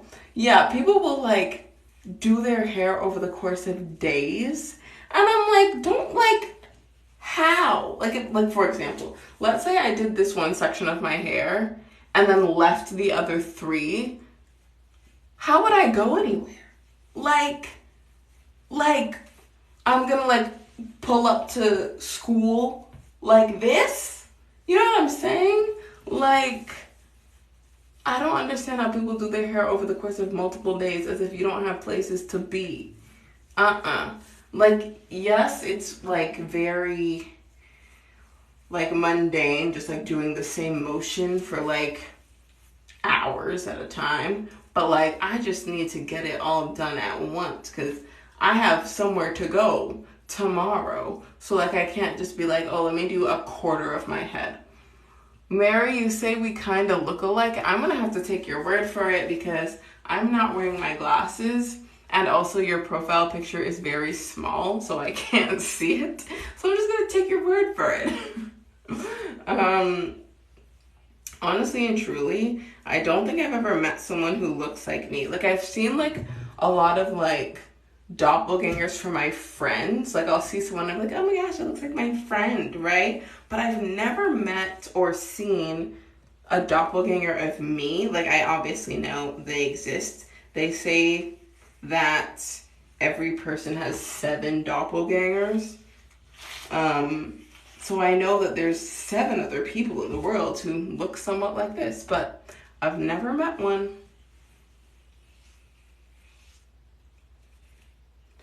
Okay, this is my last twist of this row.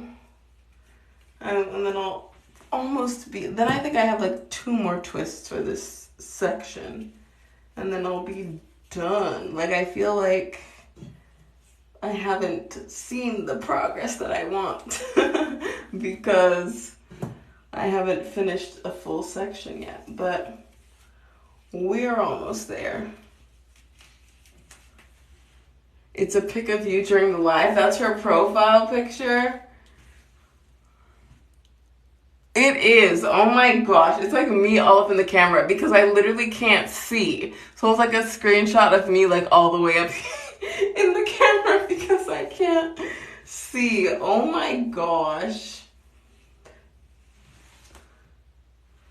Oh, okay. Oh my gosh. Literally 2 seconds ago, you know how I just said that if like one of my friends that I know in real life like came on the live, literally my friend Maddie just joined the live. Hey Maddie, what's up? I'm doing my hair because like I'm leaving tomorrow to go to the track meet, and the hair that I had earlier this week that you saw is not conducive to long jump.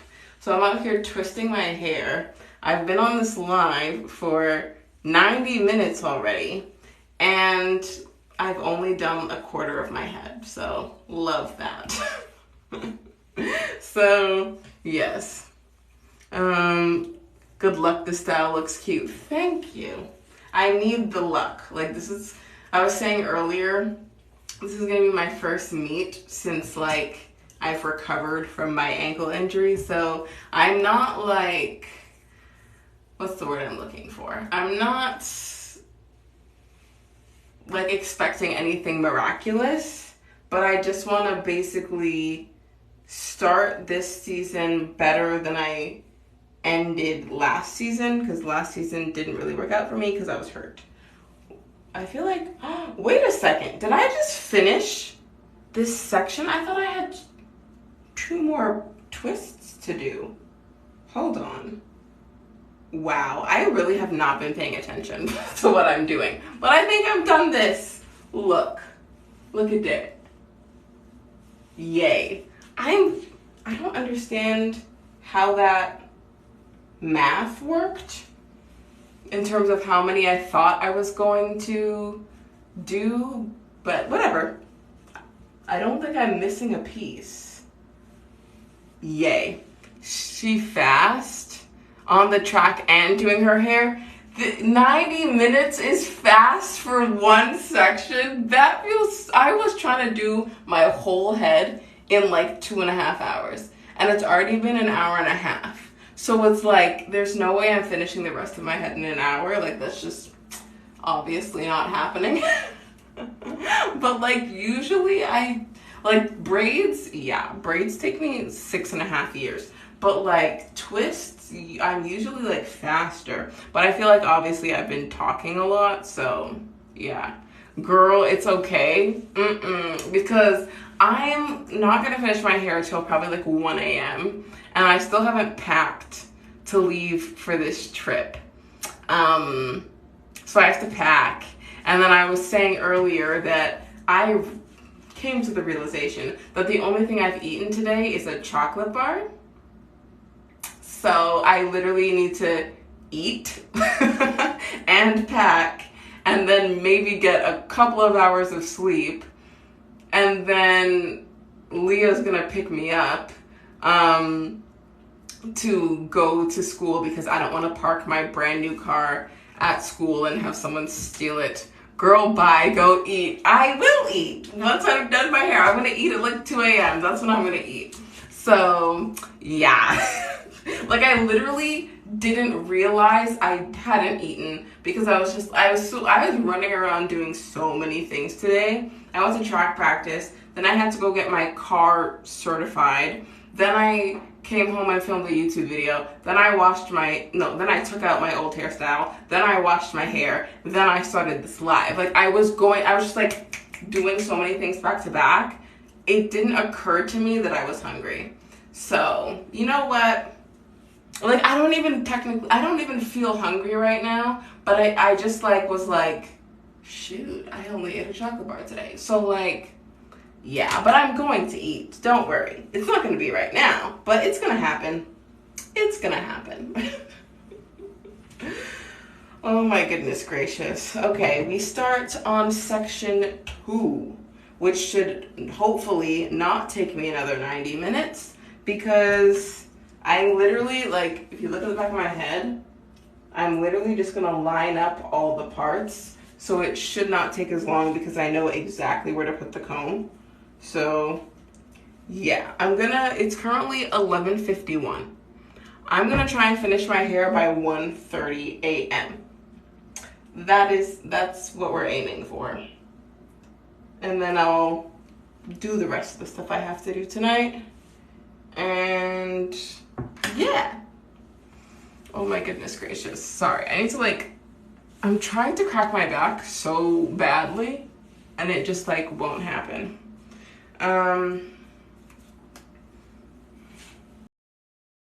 Someone else trying to join the decline. Sorry, decline. Okay. Starting the left back of my hair.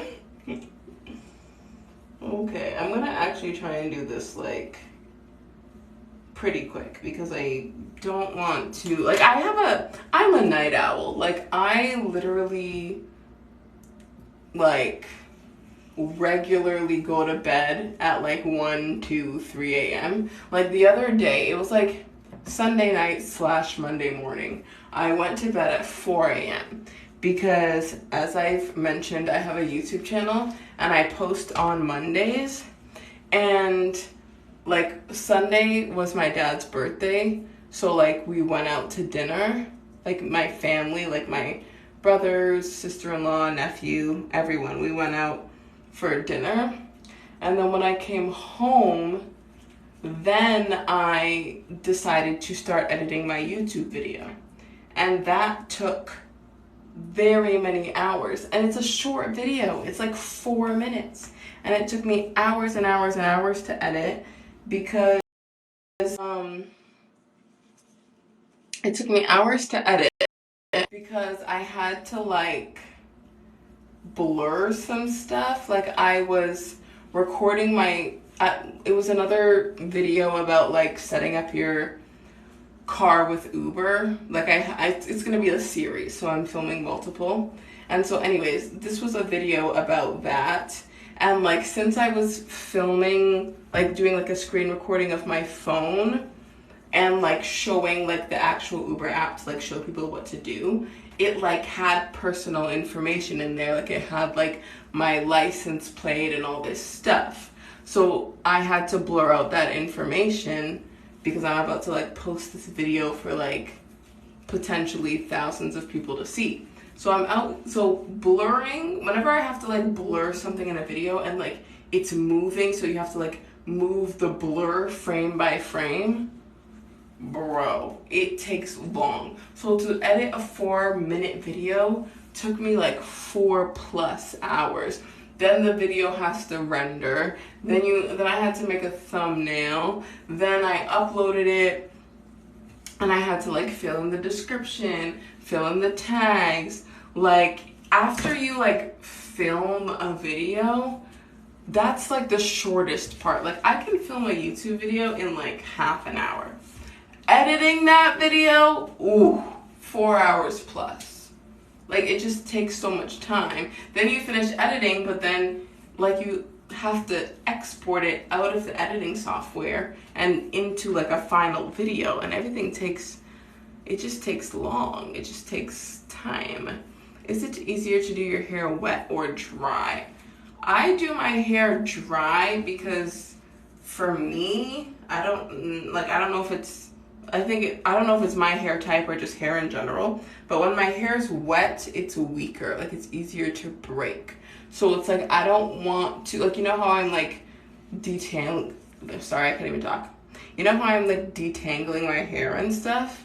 Like if I were to take this and like run it through my hair when it was wet, a lot of my hair would break off. But when I do it when it's dry, like obviously hair is gonna come out, but not as much. So I always blow dry my hair before I braid it, because I know I'm gonna like have to comb it a lot, just because you don't want knots in your hair when you're braiding. And like I don't want to comb, and then I'm just like making myself bald. So yeah. Also, when your hair's dry, it's longer because shrinkage is a thing, which is basically, I feel like this applies to like black people's hair. When it's wet, it's like very like shrunken down, so it's called shrinkage. and it's like, I don't know, it's not as elongated. Like for me, when I'm doing like single braids or single twists, it's fine, whatever length it is. But like if I'm doing like cornrows, since once again, I'm not a professional, it's very hard for me to grab the hair when it's really short. Like one of my older brothers, he doesn't wear his hair long anymore, but he used to. And at one point he asked me to braid his hair, and it wasn't like long, but it was like, I guess long for a guy. So like he's like, oh, can you like braid my hair for me? I was like, I can try, but like usually I braid my own hair, which is like my hair's like down to my shoulder, so like I have like a lot of hair to like work with, right? And his was maybe like a small afro puff. So for me, it was just so hard to grip the hair because it wasn't long enough. And so it's like when the hair's stretched, it's easier to work with. So yeah, I always do my hair dry. One, it keeps more of my hair on my head, and two, it's easier to work with. Ooh, this is my back. I'm only 24, but sometimes I feel like an old lady. Like I'm always like, oh my back, and it's like, if I'm only 24 and I'm like, oh my back, I'm not looking forward to like when I should actually be worrying about my back. Hold on.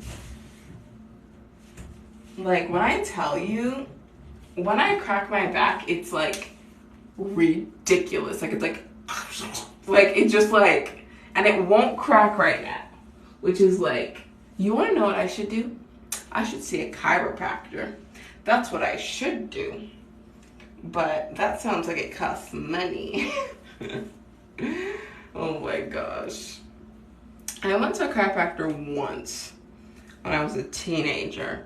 And like, because I crack my back all the time, like it can only crack so much. Like if I cracked it at 10 o'clock, you can't crack it again at 10:05. You know what I mean? So anyways, I went to him to like do adjustments on my back. But I had already cracked my back before I got there because like it's just like a comfort thing. Like my back feels stiff, so I crack it. So it's like I had cracked it like 10 minutes before I went to this appointment. So he's doing all his things, My back didn't crack once because I already cracked it myself. So I'm like, if your job is to crack my back and I can already crack my own back for free, what am I coming here for? So yeah. But I'm not gonna say like chiropractors and stuff like that, it doesn't work, because I can't speak about like chiropractors, but like physio, that stuff works. And I know that because like, okay, you know how I said I got injured at the end of my track season? I was also recovering from an injury at the beginning of the season. So I had like, my ankles are basically made of glass, okay? I sprain my ankles like 2 to 3 times a year. It's ridiculous. So anyways, in September, I was recovering from an ankle injury from June. Like this ankle just would not heal. And so I started going to physio in October. And by November, I was able to run. Like I couldn't jump. I did like, okay, we had a track meet in November and I competed, but I did like the 60 meter. I didn't do long jump or triple jump because I didn't feel up to it. Then by January, like at this point, I'm going to physio like 1 to 2 times a week. By January, I was able to long jump and triple jump, because triple jump is way harder on your ankles. I was able to long jump and triple jump, and like I did pretty well. Then throughout the whole season, I kept PBing, which is like a PB is a personal best. So I kept jumping farther and farther than I ever had. I got 2 PBs in long jump and 2 PBs in triple jump. I PB'd 4 times between January and March. I PB'd 4 times in 2 months. like, that doesn't happen. But, like, I just felt, like, so healthy. Like, that's the healthiest my ankles have ever felt when I was in physio. And then I still ended up spraining my ankle by the end of the season. But, like, this past season has been the best season of my life. Which is why when I say, like, I'm trying to go pro, trying to make Team Canada, blah, blah, blah, like, I'm literally on track to do it. Like, yes, I've had to take a break because of my ankle, but I'm jumping better than I was at the end of last season. So that encourages me. So if I can keep my ankles healthy, then I should be able to meet all my goals. Also, this is like a high goal. So, like, you know how you have like short-term goals, medium goals, long-term goals? Okay. My short-term goal, or like my attainable goal, is to make Team Canada by the end of this summer. That is like my baseline goal. My all-time goal for this year, and if I don't achieve it, it's fine, but this would be amazing. This year is the Pan American Games, and it's in Chile, and it's in late October into November. And if I competed at the Pan American Games, I would be competing for Canada. And I would be representing Canada. And that is a goal of mine. And if I don't achieve it, I will, sorry, I need to sit. Hold on. I'm going to turn this and literally just take a seat right here because my back is killing me. I'm sorry. But yeah, I'd love to make the Pan American Games, and that would set me up for so many other things. But at the bare minimum, I want to make the national team, because to my knowledge, the national team standard is lower than the Pan American Games standard. So if I could just make Team Canada, be a professional athlete, get paid to run,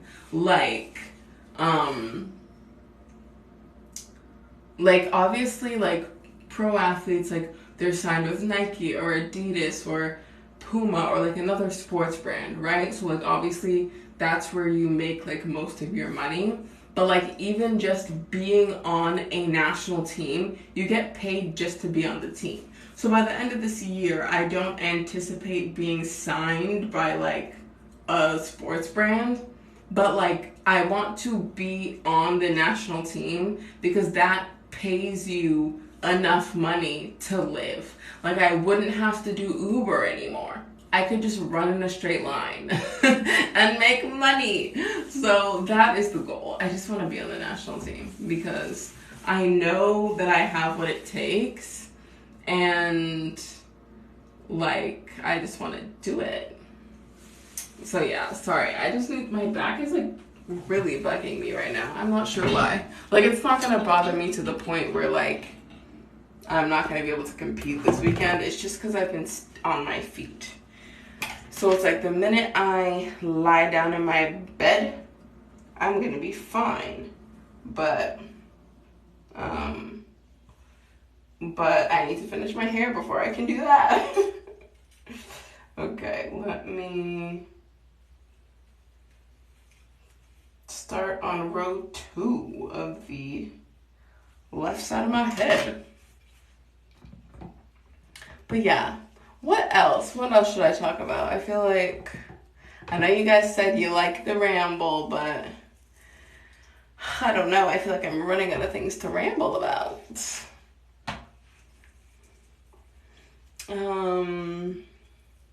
Let me think.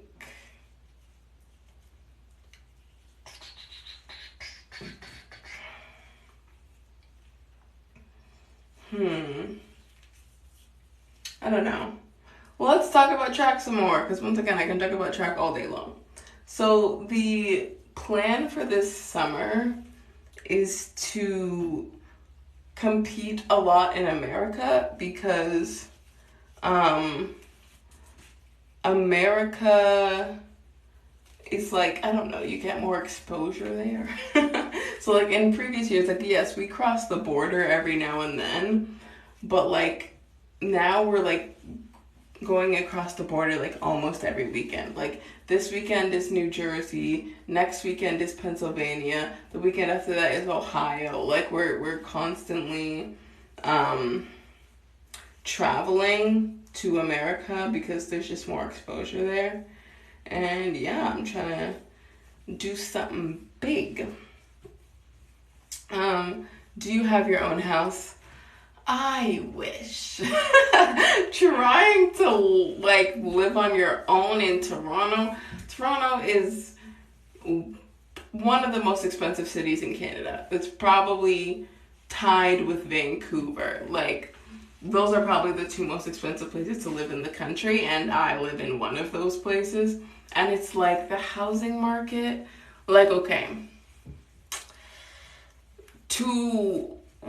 I wouldn't necessarily want to buy property right away. Like, I'm not against like renting an apartment, but it's like to get a condo, like in like a good, like safe neighborhood, is gonna cost you like over $2,000 a month. Let's say $2,500. So that's just your rent.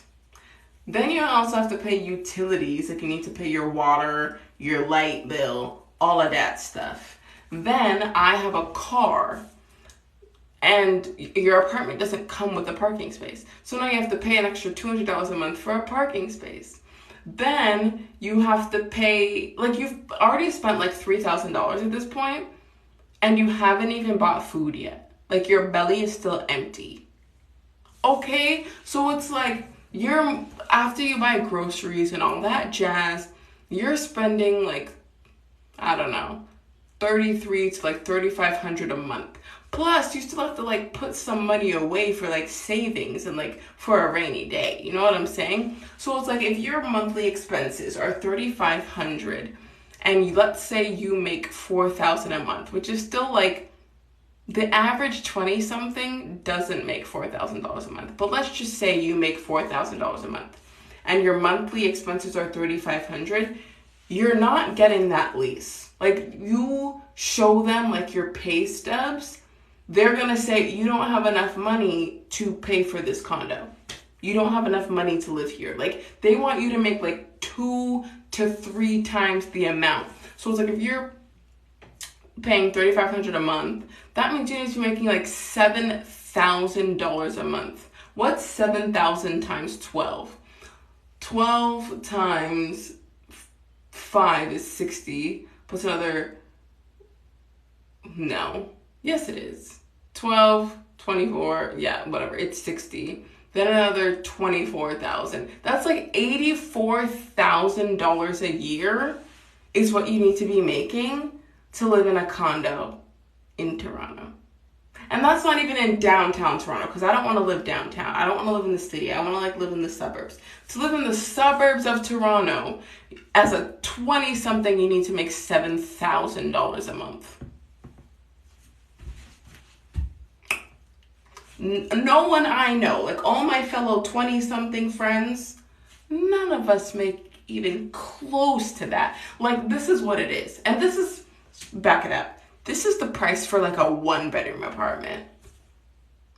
So it's like, if I were to take me and my besties, it would need to be like 3 of us to afford one condo, to afford a 1-bedroom condo. And it's like if you can't have 3 people living in a 1-bedroom condo.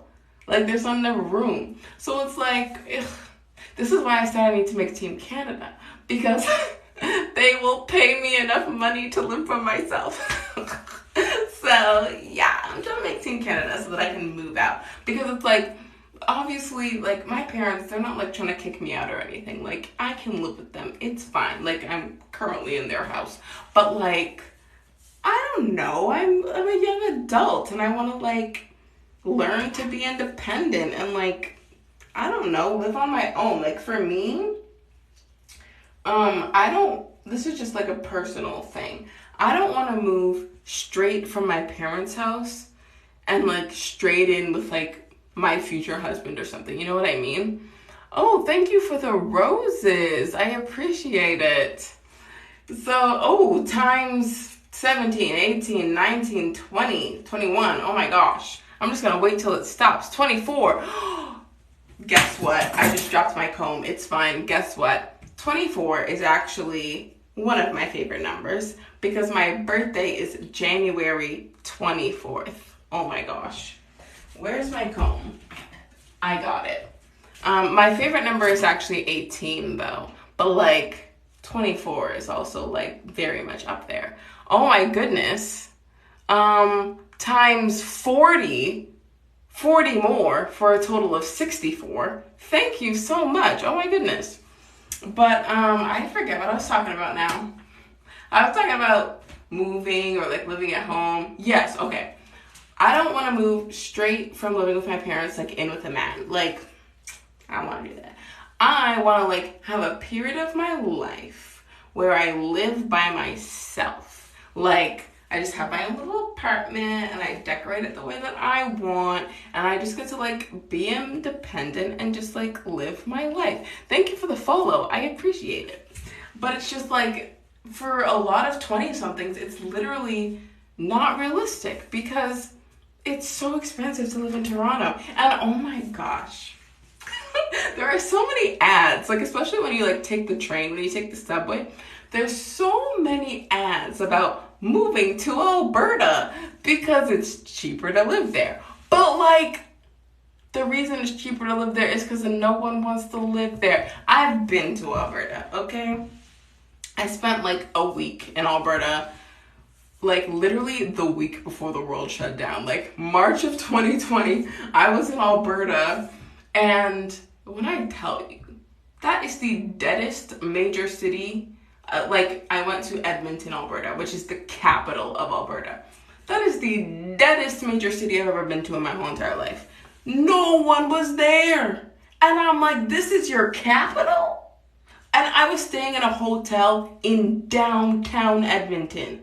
You look left, nobody. You look right, nobody. There were no people. And I was like, this is the capital? Like, I could never live there. Like I don't, what's the word I'm looking for? As I said, I don't want to live in downtown Toronto. Like, city life isn't really for me. Kayla, you were born in Alberta. Do you still live there?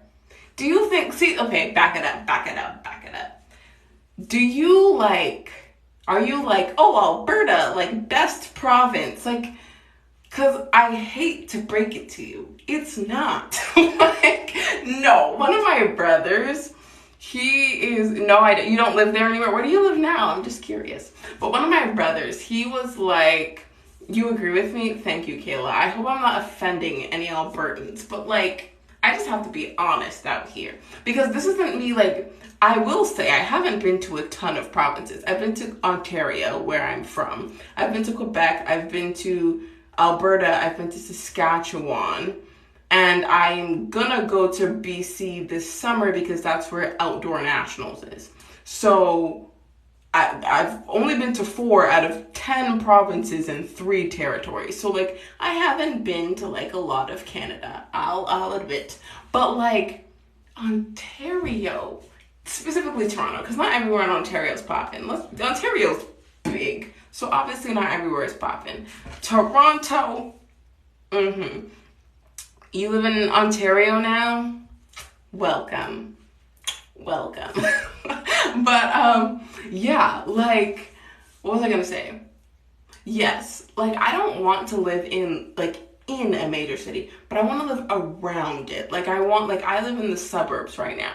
I live like a half-hour drive from Toronto. So if my friends are like, hey, let's go into the city, like, I can be there in half an hour. You know what I mean? So I don't want, like, oh, I'm in my apartment and then, like, I hear sirens and honking horns and, all the loudness and hustle and bustle of a city. Like, I don't want that. But I want to be in proximity to it. So, like, when I want to go out with the girls, like, it's right there. You know what I mean? But it's like, if your major city is boring, I don't want to live there. Like, no, that's not fun.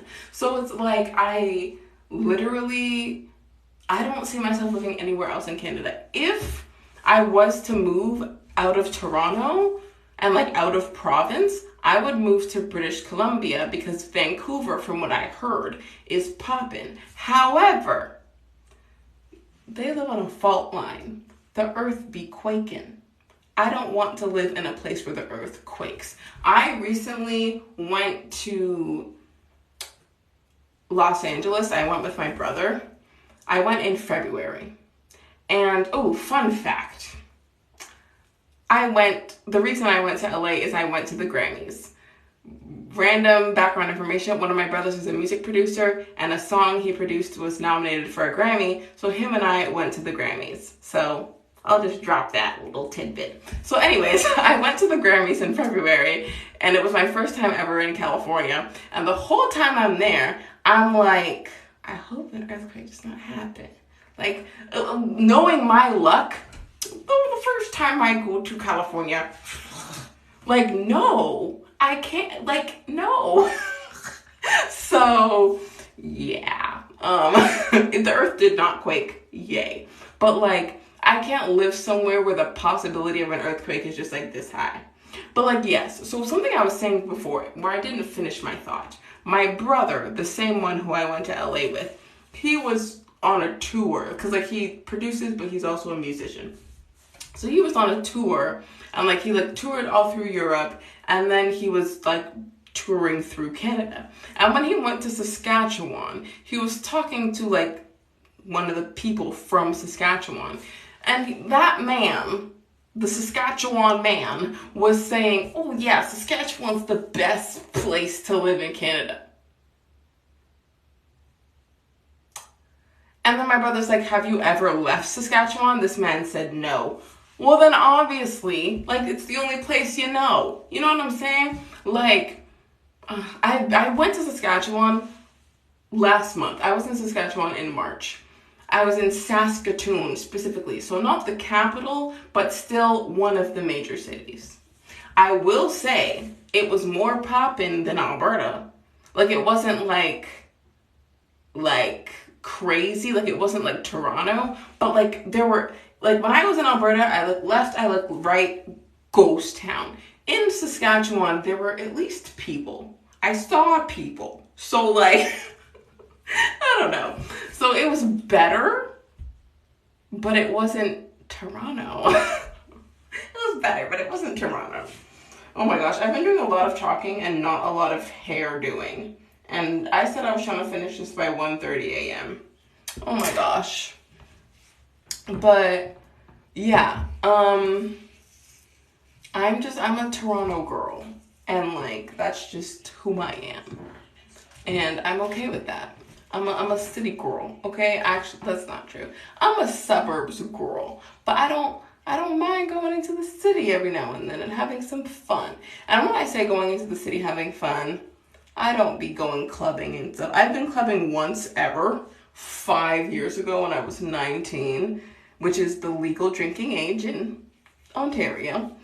And, I don't know, I just didn't really like it. I'm not really a clubbing person. When I say go into the city, I mean like me and my friends, like maybe we go to a concert, or like maybe we try out this new restaurant, like, you know what I mean? Because it's like the suburbs don't really change. It's like the same day in, day out. But it's like if you want to try new food or listen to new music or like, you know, like that's when you go into the city.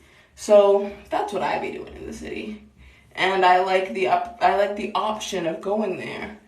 So I would never live more than an hour outside of Toronto. Like I wouldn't do that. Cuz like I don't know. I want to live in proximity to the city, but not in it, if that makes sense. Not inside of it, but around it. Yeah. Oh my goodness. This bathroom is so warm. Oh my gosh. And I'm running out of water, and like I might have to run downstairs and refill my water bottle because 'tis hot. I don't know if you can see, but I'm sweating. It's hot.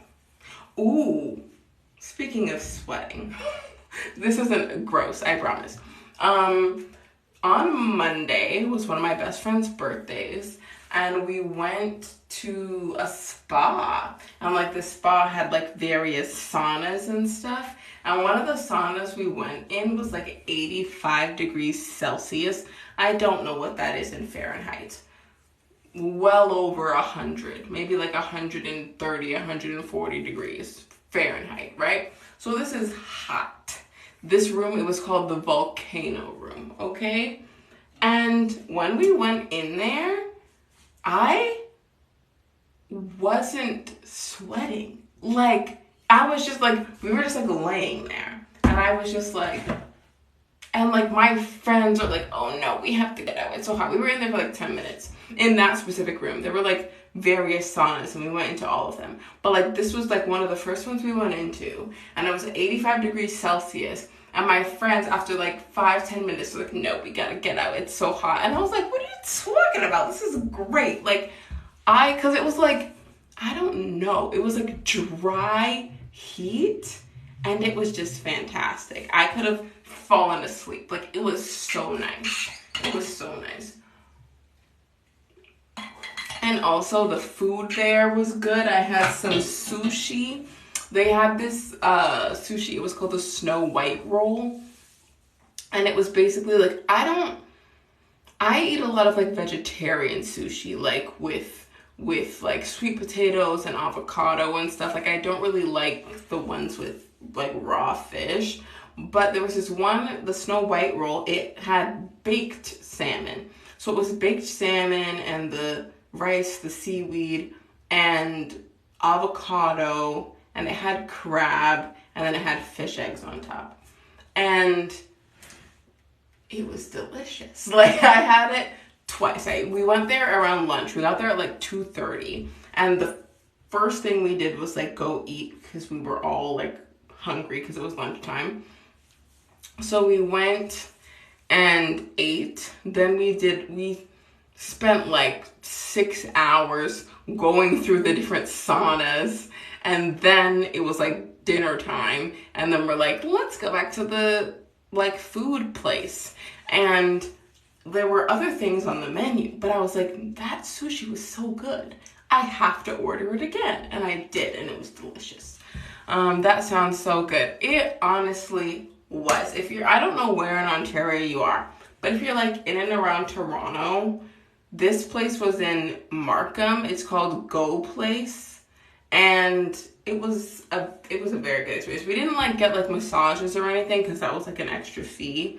But we got like, so it's like there's like a flat rate, and with that rate you get access to all the saunas, and then like the food obviously costs extra, and then like if you want to like do a massage, you have to like book that in advance, and that's also an extra fee. But anyways, going there and going in the saunas was amazing.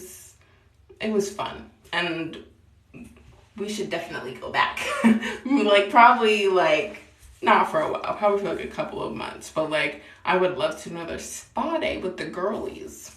But yeah, the sushi, 10 out of 10. Like, I'm not like a big sushi girl. As I said, I only really eat the vegetable ones, but when it's prepared properly, I can eat raw fish. Like the salmon obviously wasn't raw, it was baked, but like the crab, I think that was raw, but like it tasted good. So like when sushi is prepared properly, it's good. When people don't prepare it properly, I just get the vegetable ones because you can't really mess up vegetables. So yeah. Oh my goodness. Sorry, my back is killing me. Okay, I'm gonna step out for like 2 minutes, maybe not even 2 minutes. I'm just gonna run downstairs and fill up my water bottle. So I will be right back. If anyone new joins the live, let them know that I'm coming right back. I just left to get some water. BRB.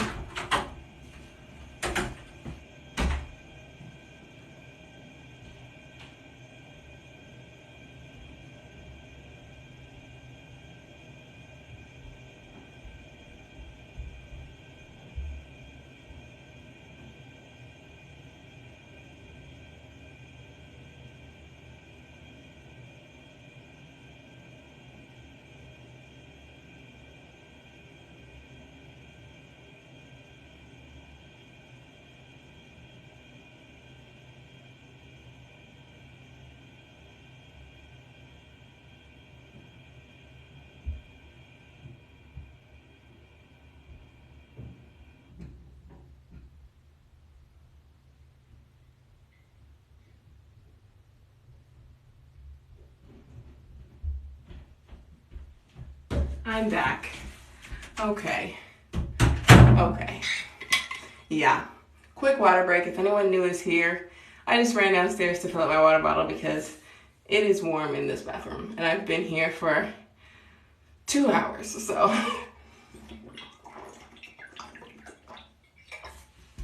Okay.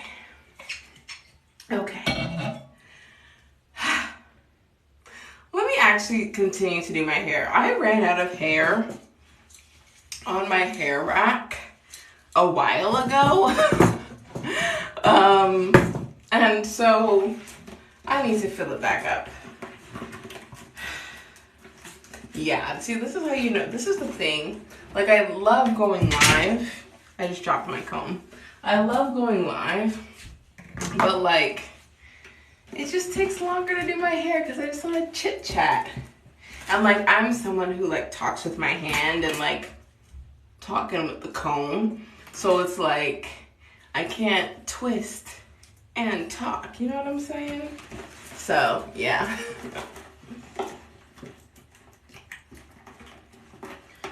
Okay. I'm just unwrapping the next bundle of hair. And here we go. Okay.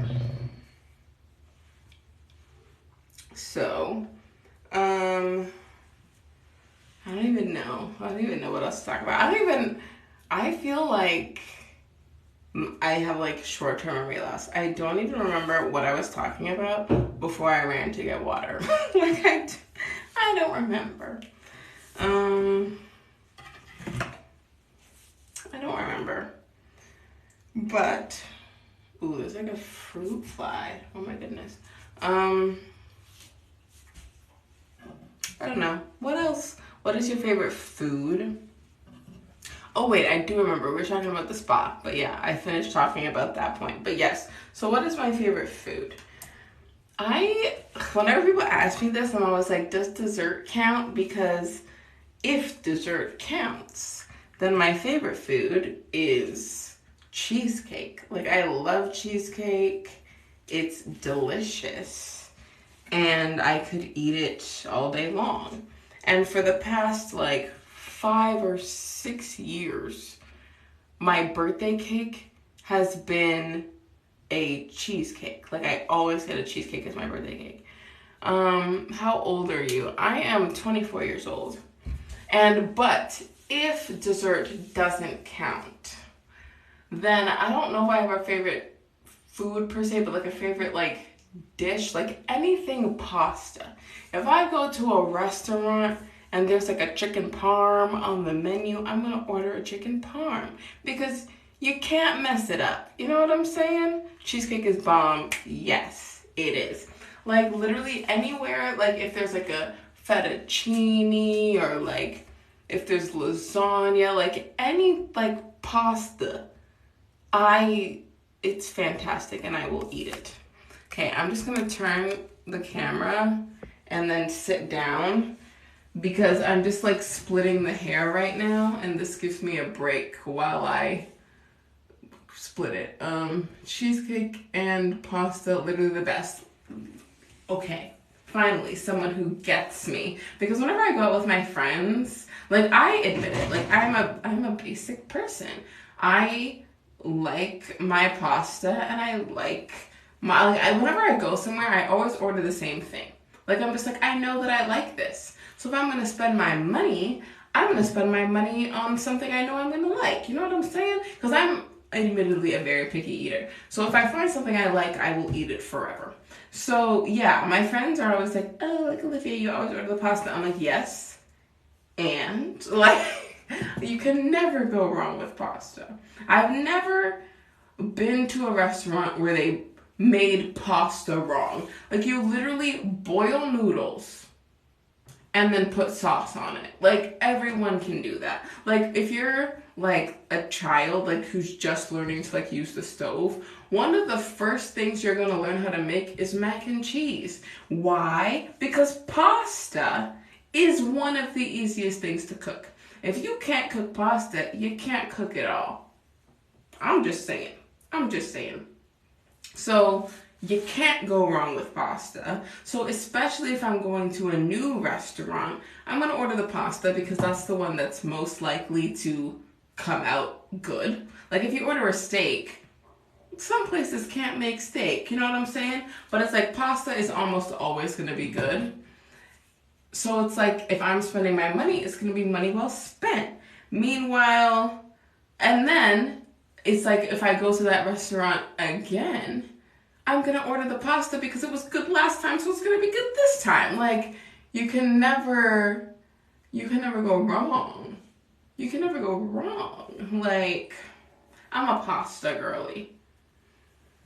Like, even when we were driving to the spa, my friend was looking at the menu beforehand, trying to find something that I would like because I'm a picky eater. And I'm like, oh, I'll just like order the pasta because I just assume every restaurant has pasta. And she's like, Olivia, this is like a Japanese place. If they're not gonna, like, there's no Italian food. Like, you're not getting pasta. And I was like, like, I just assume everywhere has pasta. And that's not true. But everywhere should have pasta. Yeah. Like, if I go to, like, Moxie's, I'm ordering the chicken rigatoni. Or I'm getting the chicken, I think it's a fettuccine. If I'm going to Jack Astor's, I'm getting the, like, bow tie pasta. If I'm going to, where else exists? If I'm going to Pickle Barrel, I'm getting the chicken parm. Like, you can never go wrong. If I go to Boston Pizza, I'm getting the lasagna. Like, or I might get the ravioli. But the lasagna is good. But I think they don't have it on the menu at many locations. The lasagna at Boston Pizza, like, I got it once, like a year and a half ago. And then I went, they have like a pasta Tuesday, so like all pasta is like $14 or something instead of like $28. And every time I go to look on their website, they never have lasagna. Ooh, thank you for the rose. They never have the lasagna. But then when I went to Saskatchewan last month and I went to Boston Pizza, they had it there. But then there's like 2 Boston Pizzas like close to where I live, and neither of them ever have the lasagna. And I'm like, so is this, I don't know if it's a Toronto thing or if it's an Ontario thing, but I went to Saskatchewan and they had it. So I will give that to Saskatchewan. They had lasagna. And they don't have it here for some reason. At least not at Boston Pizza. I live in Saskatchewan and they do. I love it. Yeah, see, they have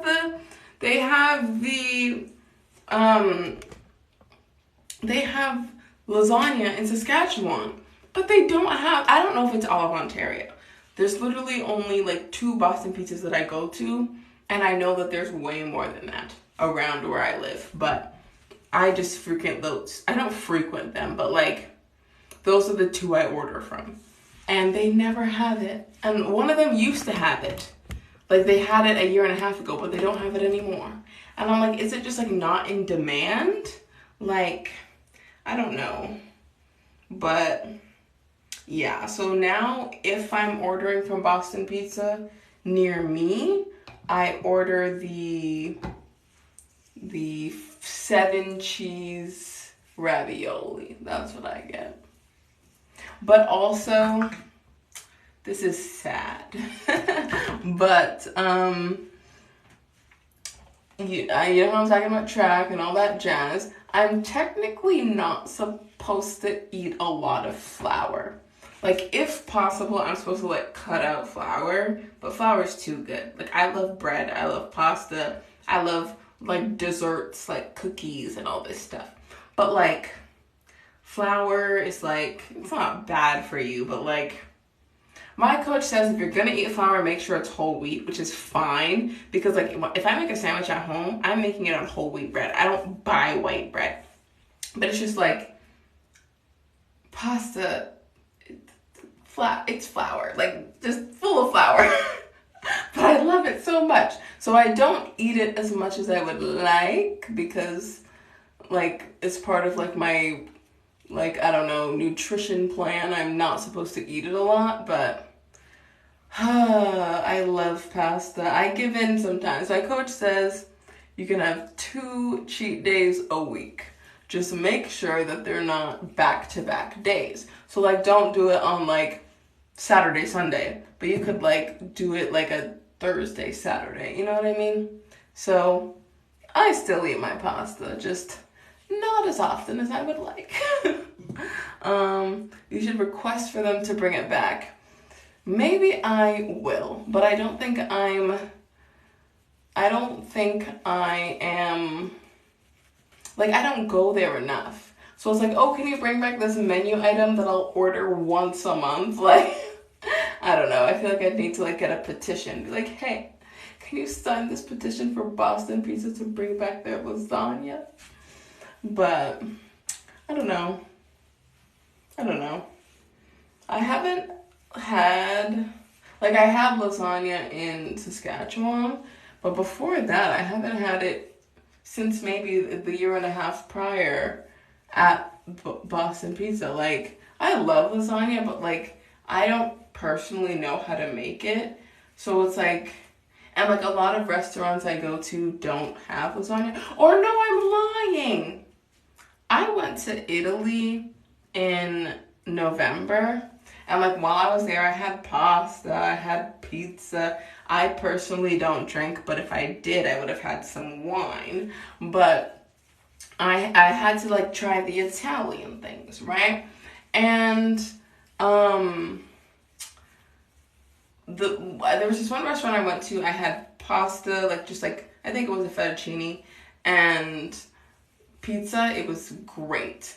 Then the next day, I went to somewhere else. It was, like, this restaurant just outside the Leaning Tower of Pisa, and I ordered lasagna, and it didn't taste good. I was so disappointed.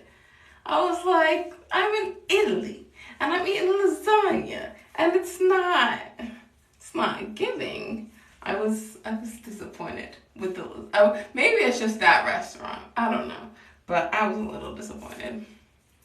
So yeah, I have had lasagna recently, but I forgot because it was really a forgettable meal. Like, I went all the way to Italy, not specifically for lasagna, but I was there, and the lasagna didn't do it for me.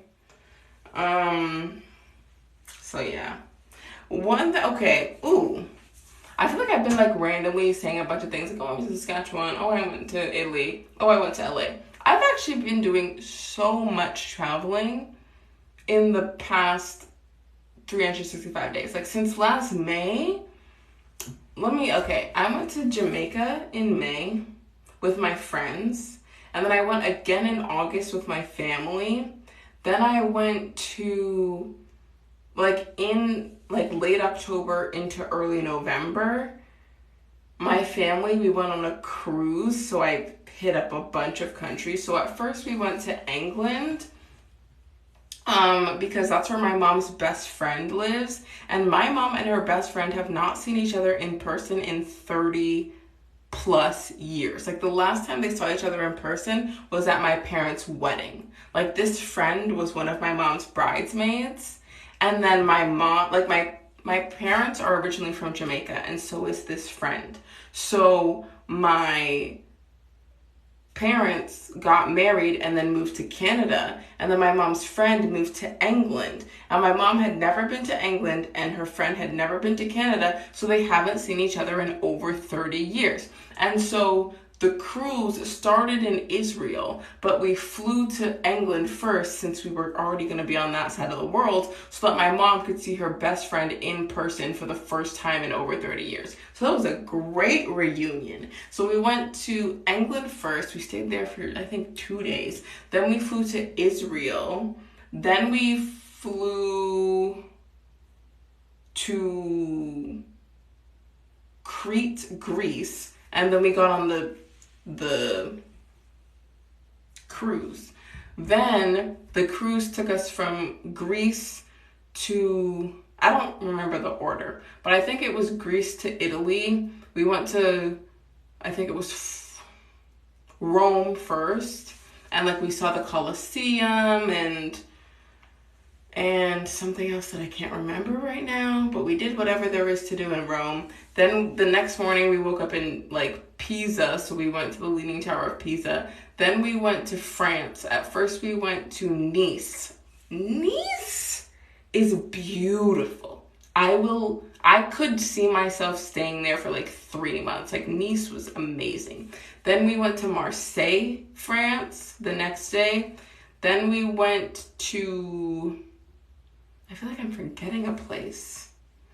But then we went to Barcelona, Spain, and then we flew back to Canada. Then in February, I went to California with my brother, and then in March, I went to Saskatchewan. Then this weekend, I'm going to New Jersey. Next weekend, I'm going to Pennsylvania. The weekend after that, I'm going to Ohio. And then sometime this summer, like in late July, I'm going to British Columbia. And like also throughout the track season, I've been to Michigan twice already, once or twice. And like, listen, in the past 365 days, I've been on planes, I've been in cars for 5+ hours. Like, I've been traveling. And this is like, I don't want it to be like, yes, like when me and my family went to France, like, it's not even like that. Like, this is the, like, essentially, all the traveling I've ever done has been this year. So I'm not like, oh, I'm so well traveled, I have my second home in Nice. Like, no, I've been there once for a day, because a cruise is like, you go here, you get off, you see some stuff, you get back on the boat, and you sail somewhere else. So it's like, yes, I've been to all these places, but I've literally been to all these places for like 1 day. You know what I'm saying? So it's like, I'm glad that I got to go there, but I'm not like, oh yeah, like I just regularly go to Nice. Like, I don't want it to come off like that. But I've been traveling a lot. That's the point that I'm trying to make. And it's fun, but it's also like, it can be kind of exhausting. And also, I took a plane by myself for the first time. I've been on planes a lot, but like when I went to California with my brother, him and I flew to California together, but then I only stayed for the weekend. I literally stayed for the Grammys and then flew right back home because it was in February in the middle of the school year, so I had to come back. So I flew there, stayed for 3 days, and then flew back. But my brother was going to stay in California for a little bit longer. So when I flew back, that was my first time ever taking a plane alone, and I didn't get lost in the airport. So pat on the back for me. I went traveling by myself, and I reached my final destination. So yay for me. Okay.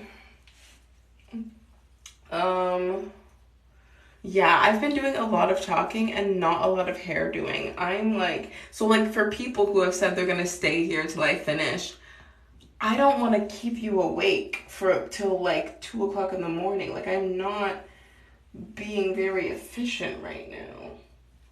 Oh my goodness. Let me actually do my hair. Oh my gosh. Sorry, I'm just looking at the iPad to make sure that the part is straight.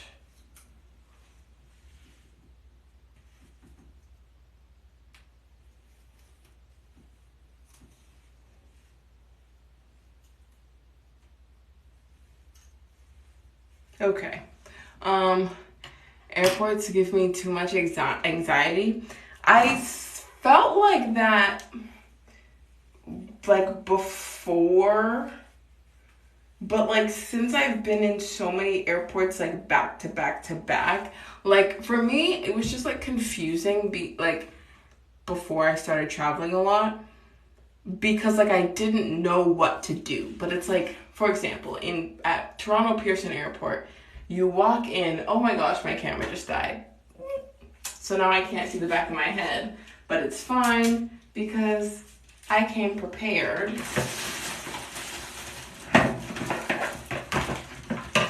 And I have another battery. But yeah, so yes, Toronto Pearson Airport, it's like you walk in and if you don't need to check a bag, then you walk straight to your gate. You walk straight to security. Then when you get through security, you walk straight to your gate. If you have to check a bag, you either go up to the people at the desk, or they have this like section where it's like you can check your bag yourself, like the little kiosks, right? Sorry, I'm just gonna set up the camera again. And so it's like basically you either check a bag. This is the order. You check your bag, you go through security, you go to your gate. For me, it was just like, I don't know what to do. Do I go through security, then check my bag? And it's like, the order is you check your bag, you go through security, you go to your gate. And if you only have a carry-on, then you just go straight to security and then to your gate. Like, as long as, for me, it was just confusing because I'm like, I don't know what to do first. And so now it's like, that is the order at every airport. Some airports, like I think it was in Israel, there are 2 securities. So that's when it gets confusing. When you have all your bags, like even your checked bags, you go through security, then you check your bag, then you go through security again, then you go to your gate. So like but like when it's like you travel out of the same airport every time, like let's say you're constantly traveling out of Pearson in Toronto, like you begin to know how that airport works. And then like for example, when I was flying home from LA, like I flew, sorry if I just froze. My phone is telling me it's at 20%, so let me plug it in. I flew in from LAX and like, sorry, I need to like adjust the phone so that I can plug it in. Yeah, so I flew in from LAX, and usually when you're going through security, if you have a laptop or an iPad or a game console or whatever in your bag, you have to take it out and put it by itself in a bin. But at LAX, they're like, just put the whole bag through the machine. I'm like, don't I have to take out my laptop? They're like, no, just put the bag through. So I don't know if that's an everyday occurrence thing, but like that happened, which is different than every other airport I've ever been to. Every other airport, you take out your laptop and you put it in its own bin. But at this one, I didn't have to. So like pretty much the people there will tell you what's needed. Take out your laptop, take it out. If they say just leave everything in, leave everything in. Like they'll tell you what to do. So that's kind of how like it gets less nerve-wracking. One, from experiencing it so many times, and two, the people there, like they want it to flow smoothly, so they give you like direction. Okay. My back won't crack. I keep doing this. And this is what I do when I crack my back, and it usually cracks. And now I'm like doing it and it's not. I'm like, what's going on here? What's going on? I need more water. Oh my goodness. I've been speaking for like 2.5 hours.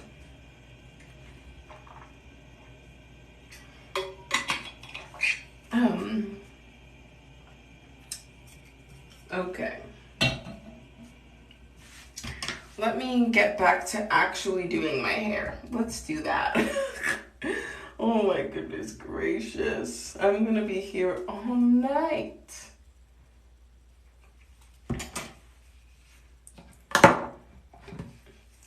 But yeah, I don't know what else to talk about. I'm running out of talking points. Oh my goodness.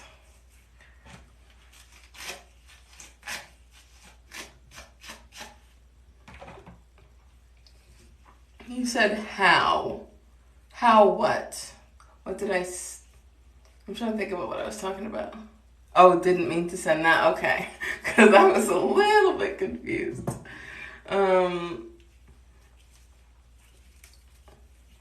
But this stream is up to 4K likes. That's crazy. Sorry if my like stream just like kind of froze again. So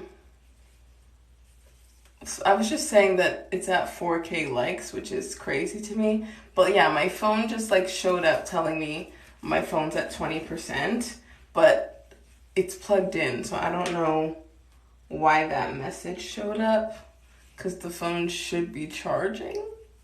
Maybe I should have kept it plugged in from the beginning. But it's like when I just started this stream, my phone was at 100%. So I don't like to keep my phone plugged in when it's already at 100. So it's like, but now it's at 19. Why is it going down?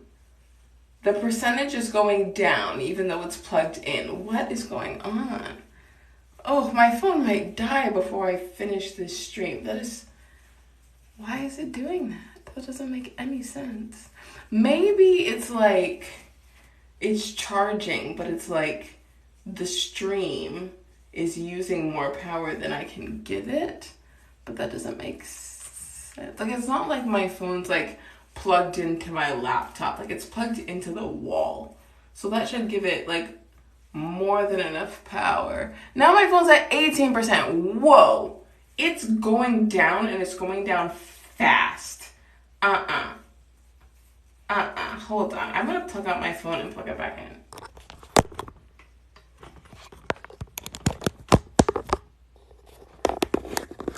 I don't know if that fixed it, but it's like, I don't know why the percentage is going down when it's plugged in. Because even before I plugged it in, obviously the percent was going down. But it wasn't going down this fast. My phone is dying faster while plugged in. What is my phone doing? I just bought a new car. I can't afford to buy a new phone. No. This phone needs to start charging right now. I don't know if I've done a live stream with this phone. I must have. Cause like this, I have the iPhone 12 Pro, and I got it in 2020 when it first came out. Like I pre-ordered it, and I think I've streamed since 2020. Like the phone I had before was an iPhone 8, and I know that I did quite a few streams with that phone, but I don't remember streaming with this one.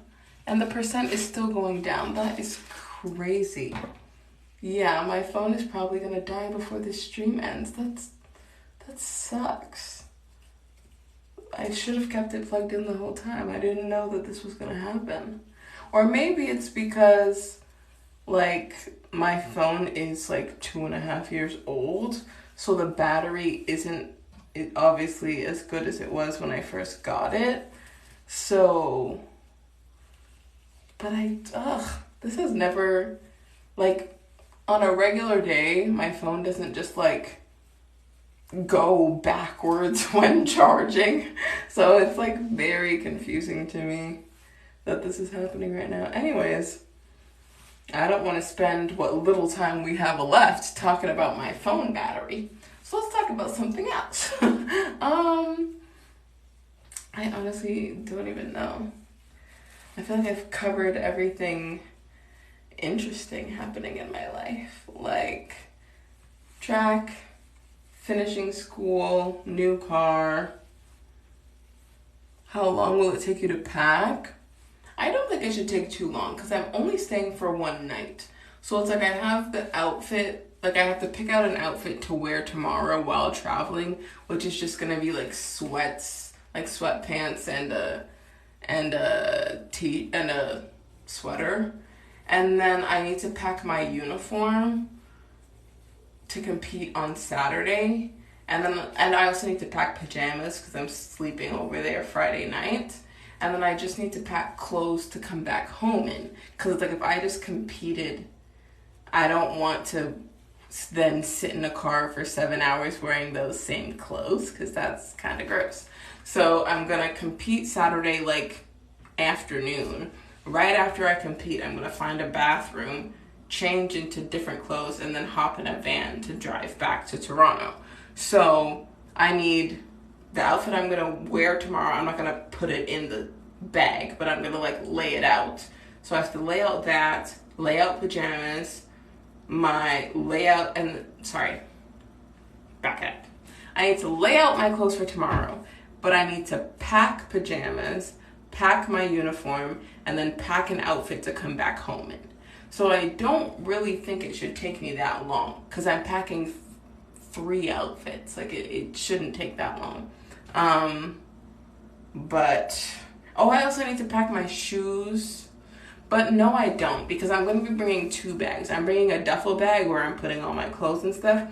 But then I have like a backpack that I carry to practice every single day that has my shoes in it. So I literally just have to pick up that bag because all my stuff, all my daily stuff, all my competition stuff is already in that bag. And then I just have to pack my travel bag. So it really shouldn't take that long. Like right after this stream is done, I'm not even gonna make a meal. I don't even know. I'm hungry. I might just make myself some eggs, even though it's 1 o'clock in the morning. I'm gonna make myself some eggs and then eat that. And then like I don't like to go to sleep right after I eat. So I might stay up for like 20 more minutes, watch like a YouTube video, and then go to sleep. So I'm not going to sleep till like 3 a.m. and my friend is picking me up at like 7:45 a.m. So I'm literally going to wake up at like 7:20 and then throw on my outfit that I'm already going to pack or like lay out from tonight and then hop in a car. Like I'm going to wake up with 25 minutes to spare. That's what I'm going to do. So yeah, that's the plan. Cause like with another thing, when I do braids, I have to like soak the ends in boiling water to like seal them so that the braids don't unravel because of the type of hair that is used. Like I don't use this hair when I'm braiding. So anyways, but for this hair, I don't have to do that. So I don't have to wait for water to boil and then dip my hair and then wait for it to dry. Like I don't have to do any of that. So like once I'm done braiding, like the hair's done. There's no like, and then I just have to like wear my bonnet tonight, which when I just do my hair, I wear my bonnet every night, like for the first like 3 weeks. And then once it starts to get messy, I just don't wear the bonnet because I'm just like, especially my house is really warm. Like my dad has the heat blasting. And so like a lot of heat escapes from your head and your feet, which is why like in the winter you wear thick socks and you wear a hat, because that's where a lot of the heat from your body escapes. So if my room is already hot and then I put a bonnet on my head, like, no, I'm burning. But like when the hair is fresh, I burn, because like if I'm gonna spend 4 hours doing my hair, you better believe that I'm gonna protect it overnight. But that's pretty much the only step I have to take to preserve this hairstyle. Wear a bonnet. Like I don't have to, I'm not like laying edges or anything. Like I'm not doing any of that. I'm twisting and then throwing a bonnet on my head. That's what I'm doing.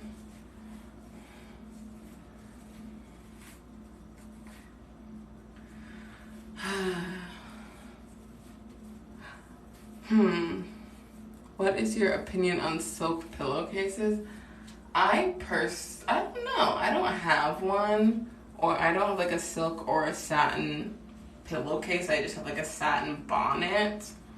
I don't know. I think if it works for you, it works for you. I might have to get one so that like when my house is hot and I don't want to wear a bonnet, I can still protect my hair. Because right now I just have a cotton pillow. That's just like a regular pillowcase. And like, it's like for the past week when I had my old hairstyle, I wasn't wearing the bonnet. I was like, no, it's fine. Like, I'm hot and my hair is already a mess, so. Because like the hairstyle I had before, like, this is not me trying to plug myself. It's just like if you want to see the hairstyle, you can watch my most recent TikTok. And so it's basically like curly at the back, but it's like slicked at the front. And I have like bantu knots. And like the curls, it's like, it's not my hair. It's like fake hair that comes pre-curled. And it's like after a while, it just gets frizzy and they get like knotted up with each other and blah blah blah, right? And then the front, like I hate doing slick hairstyles because it stays slick for like a day, and then it's like if you want it to look good, you have to re-slick it every day, and then you get product buildup, and like I'm not trying to do that, so I don't re-slick it every day because that's not good for my hair. And so I just let it like frizz out because that's what my hair does, and I just leave it, and then I'm like, well, it's already frizzy, so why wear a bonnet? Blair says gorge, thank you.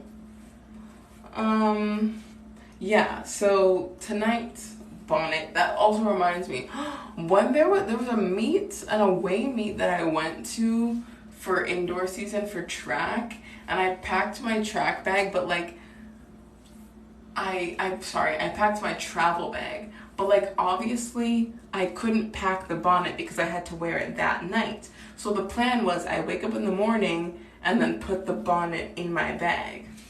I didn't do that. I left it at home, and then I didn't realize till like I had already left. Like I was already on my way to America.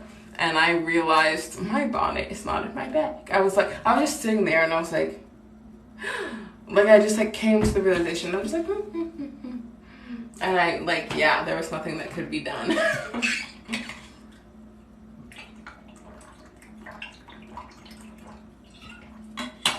Oh my goodness. Ooh. Okay. I finished 3 rows on the right side, and I think there's only like 5 or 6 rows that I did on the other side, which means I'm almost done. The left back and the front sections are so much easier. 1, because they're smaller, and 2, because they're at the front of my head and I can actually see what I'm doing. Yay, we're almost done the hard part. And also you're not holding your hand behind your head, which makes your back hurt. You're like holding it in front of you. So Yeah. Like usually, I think I said this already, but when I'm not streaming, I sit down like while I'm doing my hair, so like my back doesn't hurt, but like I don't want to sit because then I'd be here. And yeah, I feel like that wouldn't be the best angle. Oof. Okay. I always get quiet when I'm parting it because I'm really focusing.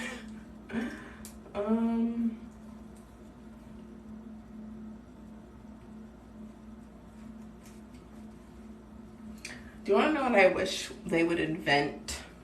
I wish they would invent, like, I don't know how this would work, but like, you just like put something on your head and it just like, you're like, oh, I want 40 braids, and it would like evenly part your hair. Like, I am okay with anyone stealing that idea if you can actually make it work. Like, I will pay a premium price for, like, you know how you, like, when you sit under a hair dryer, it's like this thing, right? If they made something where it's like you sit under it and it like perfectly parts your hair for you, and then you just have to do the braiding, like, I would pay all the money in the world for that. Like, because parting is the hardest part and it takes the longest. If you don't have to part your hair, I could finish my hair in an hour. If I just had to do this, I would finish in an hour. Like, bro, I need that. Someone invent that. You don't even have to pay me for the idea. I need an inventor, an engineer, whoever. Please invent something, like a cap that parts your hair for you. If your battery's still going down, no, it's actually stopped at 17. So the number isn't going up, but it's also not going down. So we're just like steady at 17. So if it stays like this, we're fine. We're golden.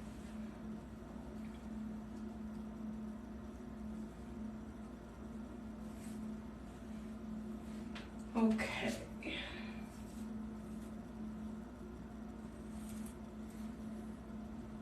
Sorry, I'm like really focusing on these parts.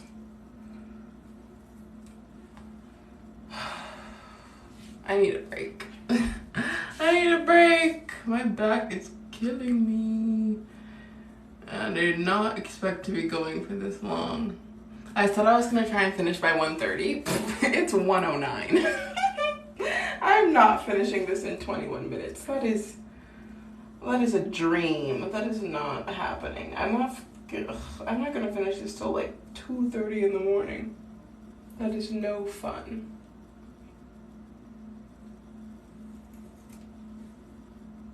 And I have this one piece of hair that is just in the wrong spot and won't move. My feet are kind of bugging me. Oh, we're up to 8 people. We were at the very beginning it was like 25 because I think people just got a notification that I was live. Then it went down to 2. Now we're up to 8. Hello, new people. How are you doing? This is another thing I've learned. Like, I don't know if anyone like watching this is like an aspiring social media person. I consider myself to be aspiring still. Like, I've been on TikTok for a while, I've been on YouTube for a while, but like I'm not like big on any of these platforms. But anyways, one thing I've learned about streaming, the longer you stream, the more people are gonna find you. So it's like, if you stream for like an hour, like, and oh, there's 0 people, let me leave. Like, no, keep streaming to 0 people for like 3 hours, and then just like do what I do and ramble, and then eventually people will find you. Like, the first time I ever started live streaming was in 2018, 2017, like when my school went on strike, which I think I mentioned earlier. And like, no one knew who I was. I was on YouNow, And I was streaming every single day because I was bored and didn't have anything to do because my school was on strike. And like, I don't know if did I talk about this already? I don't know. But yeah, at first there were 0 people, and I streamed to 0 people every single day for like 20 days. And then finally, like yes, people would come in, but they'd also like leave, right? So it's like, but I finally got like my first like consistent viewer after like 20 days. And then it's like, I'd talk to that one person for the next 10 days. And then I talked to 2 people, 3 people. And then I got to the point where at one point I'd have like 100 people watching. You know what I'm saying? And then that kind of fell off because school started back and I had to focus on school. But yeah, it's really just like, everyone starts at 0. And it's like, if you don't give people a chance to find you, then they're never gonna find you. So if if you're competing, because you're competing against everyone who's currently live streaming. So if you're trying to get an audience and you're only giving people an hour or like 30 minutes and you're like, oh no, sorry, I'm going maybe tomorrow. You need to get, like, if you stream, like, I know it seems like disheartening, but if you stream for like 3 hours every single day for 20 days, that's 60 hours of footage. Someone is going to stumble upon you in those 60 hours. Trust me. And if you're like, if you have like a talent, or if you are really funny, or you're really engaging, like, people are going to come back. So yeah, you can't be afraid to talk to no one, or you can't be afraid to talk to a small group of people, because those are still people and they could be doing anything else and they're choosing to watch you, and that's important. So yeah, I like streaming because it's a way to like connect with people. Like, firstly, it's a way to connect quickly, like right as you write something, I'm gonna see it. Meanwhile, it's like if I post a TikTok and then you comment on it, I might not see that comment till hours later because like, oh, I'm busy, whatever, right? But like when it's this, it's like right as you say it, I'll see it. Congrats on finishing your undergrad. Thank you, Faith. I appreciate it. I am like, when I tell you, yesterday, or I guess it's technically 2 days ago because it's the 21st now because it's 1 a.m. But the minute I finished that exam, like it was like a handwritten exam, like I'm writing like an essay with a pen. The minute I wrote the last word, I was like, I'm done. Like, I was just like, like sigh of relief. Like, I never have to do this ever again. Cause like I did my undergrad, and like some people, like their next plan is to like do a master's, then do a PhD, blah, blah, blah. I am not doing that. Like, I'm not doing a master's. Okay, let me put it this way. Some people, like, you need to do a master's. Like, I have friends who did their undergrad in kinesiology, and then they want to be like physiotherapists, and it's like you have to do a master's in physio. Like, you cannot be a physiotherapist without doing a master's, right? And so it's like, for them, they're going to continue schooling because their future career requires it. I'm a film major. I didn't even need a bachelor's in film. Like, you can be a filmmaker without a degree. You know what I'm saying? So it's like, I just did it to do it. But it's like, I don't need more education. So why am I going to spend the money and my time? Like, I ain't doing that. Hey, Faith, thanks for the follow.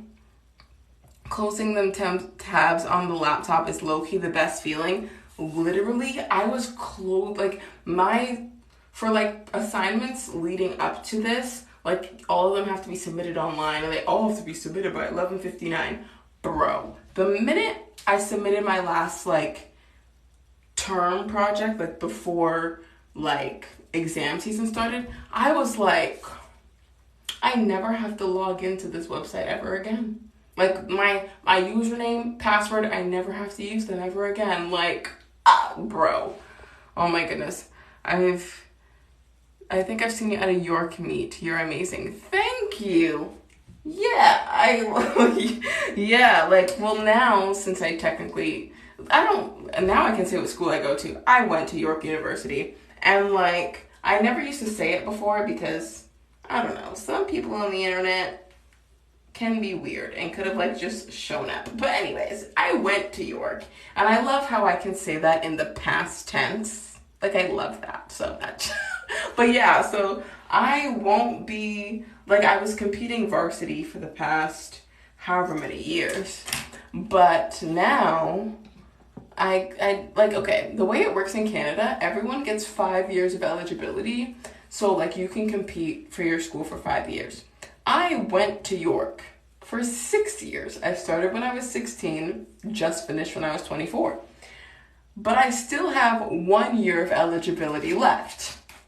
How, you may ask? Fun fact, in my first year of university, I didn't make the varsity team.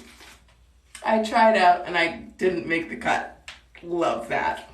But anyways, then in my 4th year, there was no team because of COVID. So then I've only used 4 out of my 5 years. So if hypothetically I was gonna do a master's, I still have a year of eligibility left. So I still could, like any university I go to in Canada, I still can compete for them. But as I said, I'm done, I'm finished. No master's degree for me.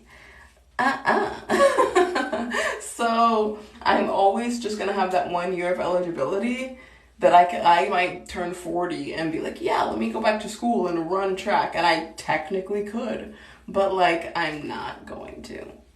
It's fine. I want to move on to bigger and better things. I want to move on from varsity and go pro. So yeah, who needs 1 more year of competing for my school when I can compete for Team Canada? You know what I'm saying? So yeah, I'm moving up. Because like, this is actually the plan. So like, I just graduated, but I'm not going into the workforce and I'm not going back to school. What I'm doing is I am taking a year off to focus solely on track. So like, I live at home with my parents, so like I don't have like rent or a mortgage or anything. And like, I'm still gonna work, like I'm an Uber driver, and that's like, I can do it whenever I want. So I pretty much only do it on the weekends. So it's like during the week, I'm literally going to wake up, go to track practice, come home. And then I don't have the stresses of, oh, I have to go to class. Oh, I have to do this assignment. Like, I'm just gonna be able to have a free, clear head for the first time in years. Because it's like, can I just say this? You start school when you're 4 years old. Kindergarten. You start kindergarten at 4. I'm 24.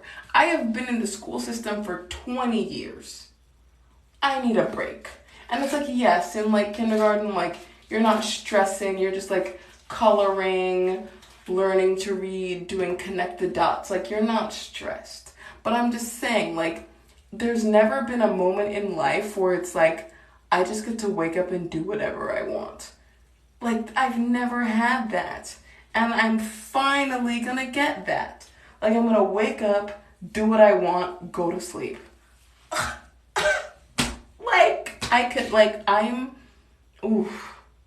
cannot wait. And then especially if I make Team Canada by the end of this summer, which is the goal, if I make Team Canada by the end of this summer, then I'm gonna get paid to do track. So like, basically this year off is to, like, if I don't make Team Canada this summer, if I focus on only track for a year, I most definitely think that I will make Team Canada in the next year. But like, the goal is to do it this month, or not this month, by the end of like August. And it's like, then I won't be taking a year off. I will be doing my job, which is track and field. Yeah, that's what I'm trying to do. And I know it's like, this is the thing, like, and I don't know, I want to like encourage anybody out there. All the things that I'm interested in are like unorthodox or like not unconventional. Like, I don't want, like, yes, I got my degree, but I'm not planning to like go sit in a cubicle and work a 9 to 5. Like, I want to like do well on social media. I want to do well with my YouTube channel. I want to be a professional track athlete. Like, even recently I started like doing some acting. I've been in a short film, I did a commercial, and it's like nothing big, but like that's something, like I like film and like the behind the scenes and behind the camera stuff, but then I was like, well, what if I want to do some in front of camera stuff, right? And it's like everything I'm interested in, social media, acting, sports, like none of that is like go to school, get a degree, work till you're 65. Like, that is not anything that I'm interested in. And it's like, but those things could work out for me. And it's like, I'm never going to know if I never give it a full shot. So yes, I'm going to, it's like, if I can take 20 years of my life to dedicate to education, why is it so unreasonable for me to want to take 1 year and spend it on something I'm actually interested in? Like, I don't think that's unreasonable. So yeah, but like, this is, okay, you know how I said my like biggest goal would be to qualify for Pan Am Games by the end of this year? The ultimate goal is to go to the Olympics next year. I haven't even gone pro yet, and I'm out here like, yeah, Olympics. But it's just like, you have to set goals, because if you don't know what you're striving for, how do you know if you're going in the right direction? You know what I'm saying? So like, I'm trying to go from, collegiate athlete who's like one of the best in the country, but like out in the grand scheme of the world, like I think probably a couple months ago, I was ranked like 380th for, not even, I'm lying, it was like 700 and something in the world, which is like, to be in the top 1,000 in the whole entire world, that's still pretty good. I'm gonna pat myself on the back, but I'm trying to be like top 50. I'm trying to be like top 20. I'm trying to be top 8. Like, I'm trying to make an Olympic final, which is top 8. Like, I'm trying to be one of the best ever. Am I gonna do that by next year? Who knows? But if I don't aim for it, then the answer is no. If I actively try, the answer is maybe. If I don't try at all, the answer is no. So I might as well try. You know what I'm saying? Like, not everyone wants to go the conventional route, and that's okay. That is A-okay. Because there's like people, like even earlier in the stream, I mentioned my brother is a music producer. That's not a conventional stream. Like, he started making beats in our living room when he was like 10. And now he's 27. And he is a 5-time Grammy nominated producer. You know what I'm saying? Like, that's 17 years of work. And like, for me, I've been running track for 18 years. And it's like, I haven't gotten there yet. But that doesn't mean I'm never going to get there. Like, you have to put in the work to get what you want. And like, you're always, especially if you're going the unconventional route, you're always going to have people trying to tear you down and whatever. Like, when I wanted to go to school for film, and I had guidance counselors telling me not to do that, and teachers telling me not to do that, and to pick something realistic and blah, blah, blah. And that's why I initially went to school for accounting. And it's like, who cares if a job can pay you a bunch of money if you're going to be miserable? Like, ugh. I don't want to be an accountant. Like, there's some people who are accountants and they love it. And I love that for you. That's not for me. And like, I don't know. I've gotten to the point in my life where I'm just like, I'm gonna do whatever I want, like within reason, like not anything illegal, but like I'm gonna do anything I want, anything that doesn't hurt other people, and just like live my life. Like I've always like done the right thing and done what other people think I should do, and it's like, what about what I want? You know what I'm saying? So I don't know how I got here. I don't know how I started talking about this, but yeah, like I just want to do me, and I want to be a professional track athlete. That's what I want to do.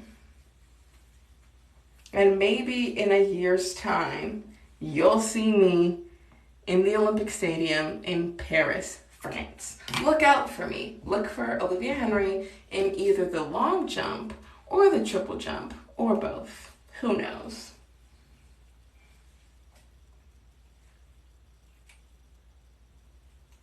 But yeah, I feel like what else do you want to talk about? Because I don't know. How do I top that? How do I top what I just said?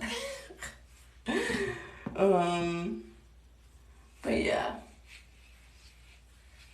I feel like as long as you have a plan, anything can work out.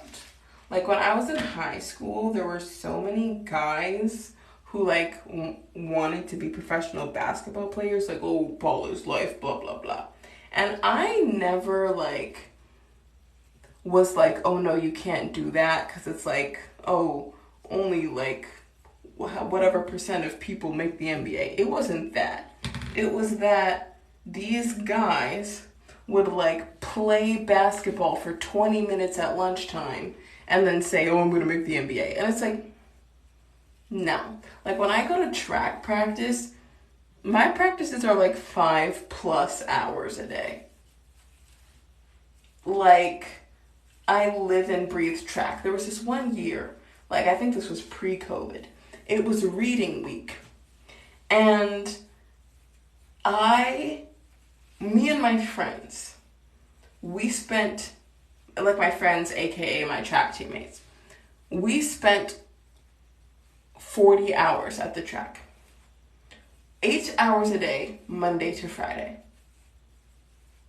And we're trying to get paid to do track, but we aren't.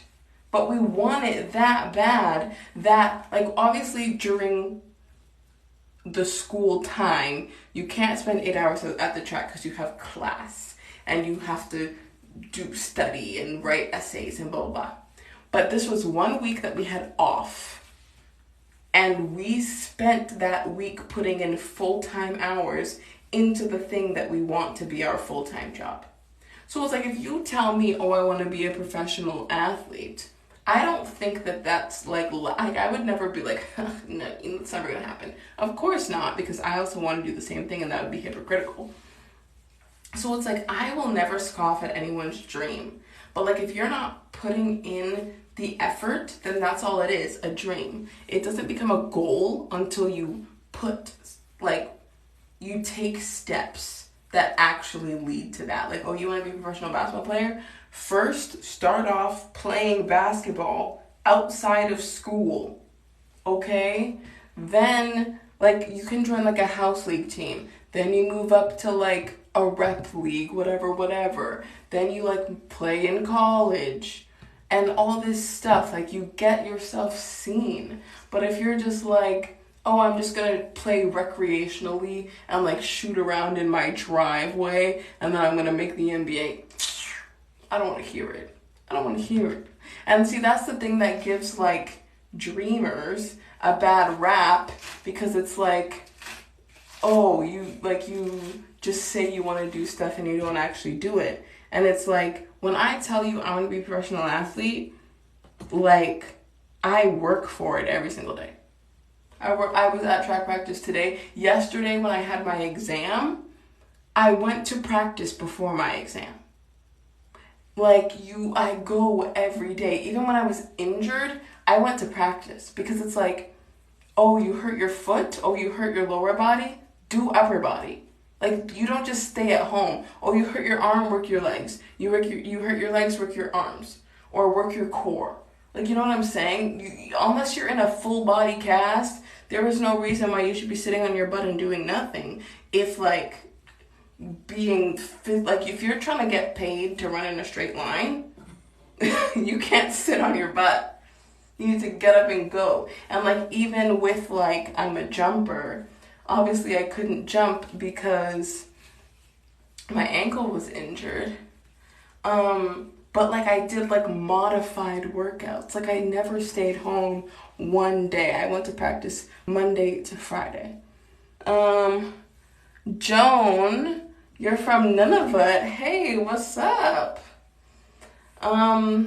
Yeah, so it's literally, like, you just have to put, like, how you put 20 years of your life into school. Put 20 years of your life into a sport, or 20 years of your life into your dream, like whatever that is. If you want to be an actor, you want to be an athlete, you want to be a social media personality, like you put years into other things, so like obviously they work out, and then you want to put like 6 months into a YouTube channel and you're like, why aren't I famous? Like, you know what I'm saying? Like, you have to put the same amount of time and the same amount of effort.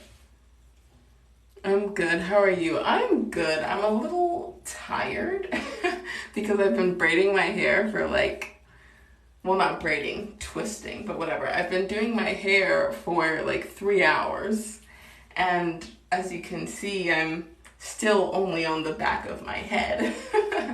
And I have to leave to go to, I'm from Ontario, Toronto to be specific, and I have to leave to go to New Jersey in the morning, which is why I'm doing my hair, because I'm going on a little trip. I'm a track athlete, and I'm going to compete in a track meet, so I'm like, oh, let me do my hair, and it's taking longer than I had anticipated, but we're gonna get it done. We're gonna get it done. Okay, this section is kind of thick, but I'm only doing 2 twists. Like, I'm just, not in the mood to do, I could do 3. I'm not going to. And also, I ran out of hair on my rack again, so I'm going to sit. I'm going to sit while I split my hair some more. Also, I'm thirsty.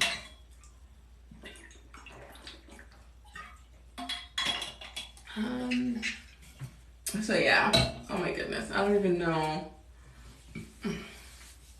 what to say. My throat is like, oh my gosh, stop talking. But no, I am going to talk until I finish my hair. Oh my goodness. One of these days, like, I typically only stream when I'm doing my hair because it like gives you guys something to like watch when I'm not like running my mouth.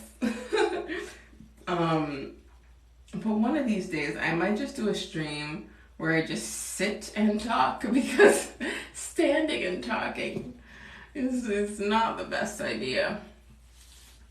But yeah, I don't know when. Like, as I said, I have more free time now because I'm out of school, but like I'm still doing track every day. So I'm not gonna like set a time and then I like don't hold like up to it and I don't show up. But I'm gonna try and start streaming more often, and not necessarily only when I'm doing my hair, but just like in general, and just chit chat with you guys. Cause I feel like, I just have a feeling that this summer is gonna be really good. Like, before I got injured, as I said, this was like the best season of my life, and I kept setting personal bests.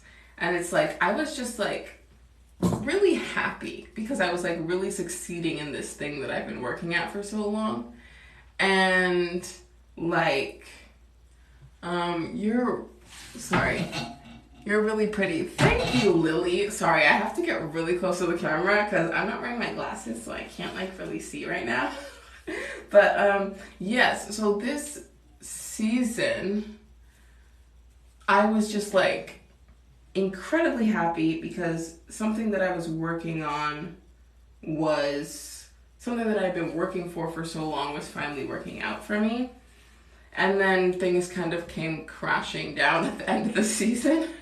But like, I'm starting to feel better, and I'm actually, I don't know if I mentioned this, but I do long and triple jump, but I'm not going to be triple jumping for a while, probably not till late May, because like my ankle feels good enough to long jump, but it does not feel good enough to triple jump.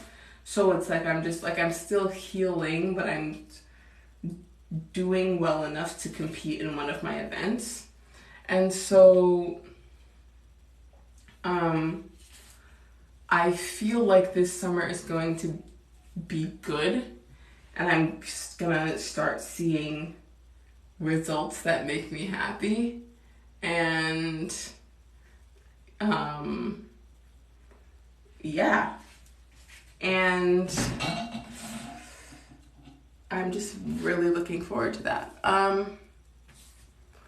I understand that I never wear my glasses. I usually wear my glasses. I just don't wear them when I'm doing my hair, because then it's like it hooks right here and then it's like in my way. But like one of my best friends, this girl, she's blinder than me, and she never wears her glasses. She just walks around and lives life blind. And I'm like, girl, put on your glasses. What is your personal best in long jump? My personal best is 5.76 meters. And to make Team Canada, I just need to jump 6 meters. So I just need 24 centimeters. That's it. Just like this much. I just need to jump this much farther. And then I'm on the national team. That's it. So I'm like, when I say I'm close, I'm close. So like, I just need to, like, you can't just like jump it once, because like it could be like a fluke. Like if you're consistently jumping over 6 meters, you're on, like, you're gonna get a call and you're gonna be on that team. And like, you're also gonna get like funding. Like you're gonna start getting paid to compete. You're gonna get paid to train. You're gonna get, like, it's gonna be. And the thing is, like, I know some of the people on Team Canada. Like, we're not like besties, but like I know them because my university is one of the training hubs for Team Canada. So like, and also a few of the people I went to university with. So it's like at one point we were varsity teammates, and then they graduated and now they're on Team Canada, right? So it's like, the point is, I know it's possible because I've literally seen it happen. Like my teammates, they're like, we're just like kikiing at the track, and then the next minute they're getting paid to do track. So it's like, I literally seen it happen to people I know. And it's like, why can't that be me? It could be me. So yeah. My PB, 576, I'm only 24 centimeters away. And then for triple, my PB is 11.84 meters, which puts me like, I would need to be jumping like 13 or like 13 mid, like 13.5 meters to make the national team for triple jump. And I think I'm closer with long jump. I do think I'm going to be able to jump 13 meters in triple at some point. Like, I'm not worried about that. But I, like, my goals for this summer, like when I'm talking about making the national team and making Pan American Games, I'm mainly talking about long jump, even though up until recently, like, you asked me like, oh, what do you do? I'm like, I'm a triple jumper. Like, that is I'm triple jumper, I triple jump. I've always long jumped. I've long jumped longer than I triple jumped. I started long jumping when I was 6, and I started triple jumping when I was 13. So I have 7 more years of experience in long jump, but I would always just be like, I'm a triple jumper because I've always been better at it and I've always been more consistent at it. But then this year, out of nowhere, like I'm just long jumping very well. Like I went from being like 32nd in the country to being 10th. Like, and I was just like when I went and made it to nationals this year, my goal was to make nationals. My goal was always to make nationals for triple. I was like, I'm going for triple jump, I'm going for triple jump, I'm going for triple. Then I ended up being ranked higher in long jump. I was 11th best in the country for triple and 10th best in the country for long. Like, it completely did a switch. Like, in my head, I was a triple jumper. The minute I jumped 576, I'm like, Olivia, you're a long jumper. Like, it just clicked. And like, I genuinely, like, I'm at the point where I'm consistently jumping like high 5s. I just need to jump 6 a couple of times and then the money rolls in. Like, the thing, if I know this correctly, with Team Canada, there's like different tiers. So like if you watch track, you know who Andre DeGrasse is. He's like the best sprinter in Canada right now. He's like here in Team Canada. And when I just make the team, I might be here. But the point is, I'm on the team and I'm making money. So like, obviously the higher tier you are, you make more money. But it's like, even the lowest tier is enough to like live my life. So it's like, yes, there's different levels of being on the national team, but just to be on the national team, like, bro, that is the goal. Okay, let me do this. I've finished splitting the hair. I finished splitting the hair like probably 5 minutes ago, but I just needed to rest, so I was sitting down. Lily, you got first in triple jump last year. Congratulations. I remember the first time I triple jumped when I was 13. Okay. I just need to, if there's any young athletes out there, especially young triple jumpers, I need to tell you this. When you triple jump, in like elementary school, they're going to teach you hop, skip, jump. Incorrect. It's hop, step, jump. And I know that doesn't sound like that big of a difference, but I promise you it is. Because I'm not going to be able to explain this. I would need to literally show you. And I'm on the 2nd level of my house, so I'm not going to be jumping up and down and rattling my whole entire house. But like, when you do you were taught hop, step, jump, okay, good. I'm glad that you were taught that. Because I was taught hop, skip, jump, and it's basically like your second phase is so small and you can't jump far like that. But when you like complete your cycle in your first phase, like, I don't know if sounds harder. The skip is technically easier, but you can't jump as far. It's like a intro to triple jump, but this is the thing. I don't think you should dumb things down for children. Like, oh, it's too hard, so let me dumb it down. No. Because you want to know what happens? Learning something correctly the first time is so much easier than having to unlearn the wrong way. So it's like, I was doing hop, skip, jump from I was 13 until I started university at 18. from grade 7 up until university, I was doing hop, skip, jump. And then I got to university and my coach is like, what are you doing? I'm like, I'm triple jumping. He's like, no, you're not. And it's like, it was so bad. And then I had to unlearn this foolishness. And the minute I unlearned it, like, okay, I kept jumping like 10, like my first time I ever triple jumped, I jumped like 10.05. Then I was jumping like high 9s, then 10.4, 10.5. I couldn't break 10.5. Every meet, I jumped 10.5.2, 10.5.4, 10.5.3. Like I just kept jumping in the 10.5s. Then I finally figured out how to triple jump properly. I jumped 10.8. Then I jumped 11.1.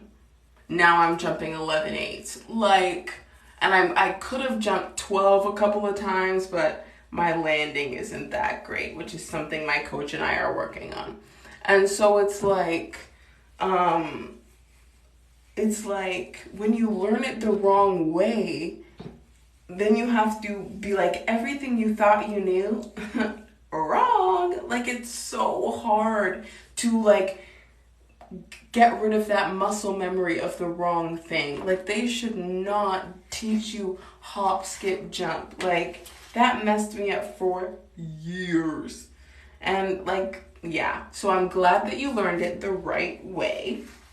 I did not get that luxury. But yeah, once you, cause like even in long jump, there's so many things that I didn't know. Like, I didn't know that there were things no one had ever mentioned. Like, I'm like, oh, I know it all. No. I don't know it all. And it's like, well, there's so, like, it's so technical. And I'm learning every day. I was taught hop, skip, jump. Kayla, I'm so sorry that you were taught hop, skip, jump. I'm so sorry, because that is the boat I was in. Like, they're just like, yeah, let's make it easier for the kids. And it's like, yeah, but then, because the thing is, they don't expect anyone to, like, pursue it. They're like, oh, this is easier, less risk of injury, less chance of injury, so let's just teach them this way, and then they'll go to, like, track and field day and have a good time. And it's like, that's nice and all, but what if, let's say you teach 100 kids hop, skip, jump, and only one of them ever decides to pursue track, and the other 99 were just, like, there for fun? You messed up that one person. And it's like, why would you do that? Like, you can't just, like, I think you should set everyone up for success, not just to have fun. Like, I get it, they're children. Obviously, they should have fun when they're out there playing a sport. But it's like, set them up to win. Don't just set them up to go to the track meet. Right now I'm in grade 8 and I'm doing long jump and triple jump this year. My goal is first in both. Well, I wish you luck, Lily. I hope you get first in both. It was more confusing to skip, to be honest. My teacher got people in trouble for stepping. See, this is the thing, because it's like, I guess stepping is more dangerous. Like, I'm not gonna lie. You know how I keep saying I keep injuring myself or getting injured, like I keep spraining my ankles?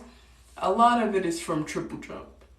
Triple jump is very difficult on your knees and ankles. For me personally, and I'm so happy about this, my knees are fine. Like, you know how I've been like cracking my knuckles the whole night? My elbows crack, my backs crack, my hips crack, my ankles crack, my toes crack, my neck cracks. Everything cracks except for my knees. My knees are my only good joints. So I'm very happy that triple jump has not ruined my knees. But, like, it hurts the ankles and it's a lot of impact. But it's like, it comes with the territory, and if you can't take it, then you can't take it. But it's like, let people at least try.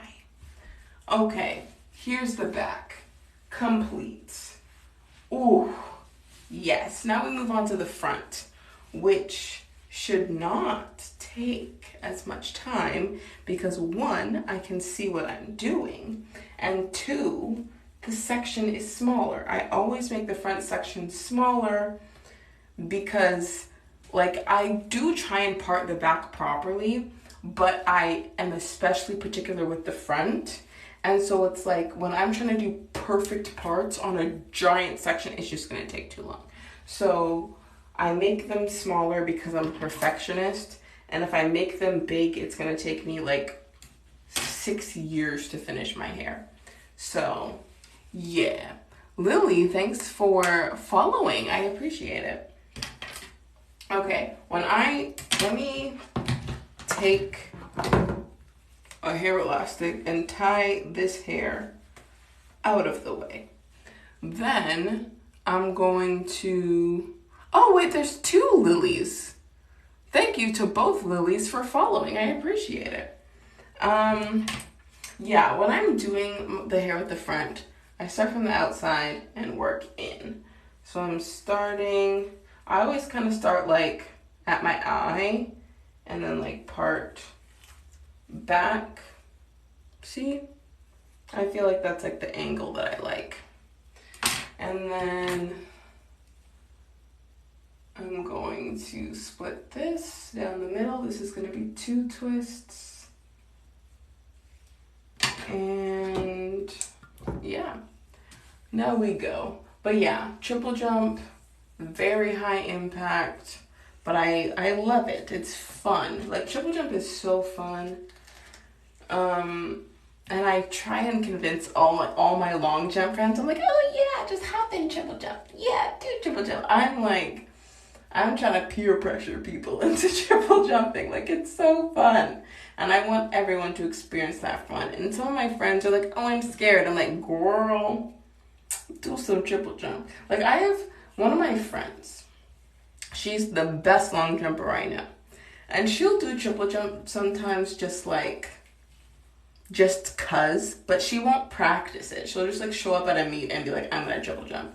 At one point, I was a triple jumper, and she was just a long jumper who just decided to try it one day, and she beat me in a track meet. She beat me, and I was like I wasn't mad or anything. I'm like, girl, see, this is why you need to triple jump.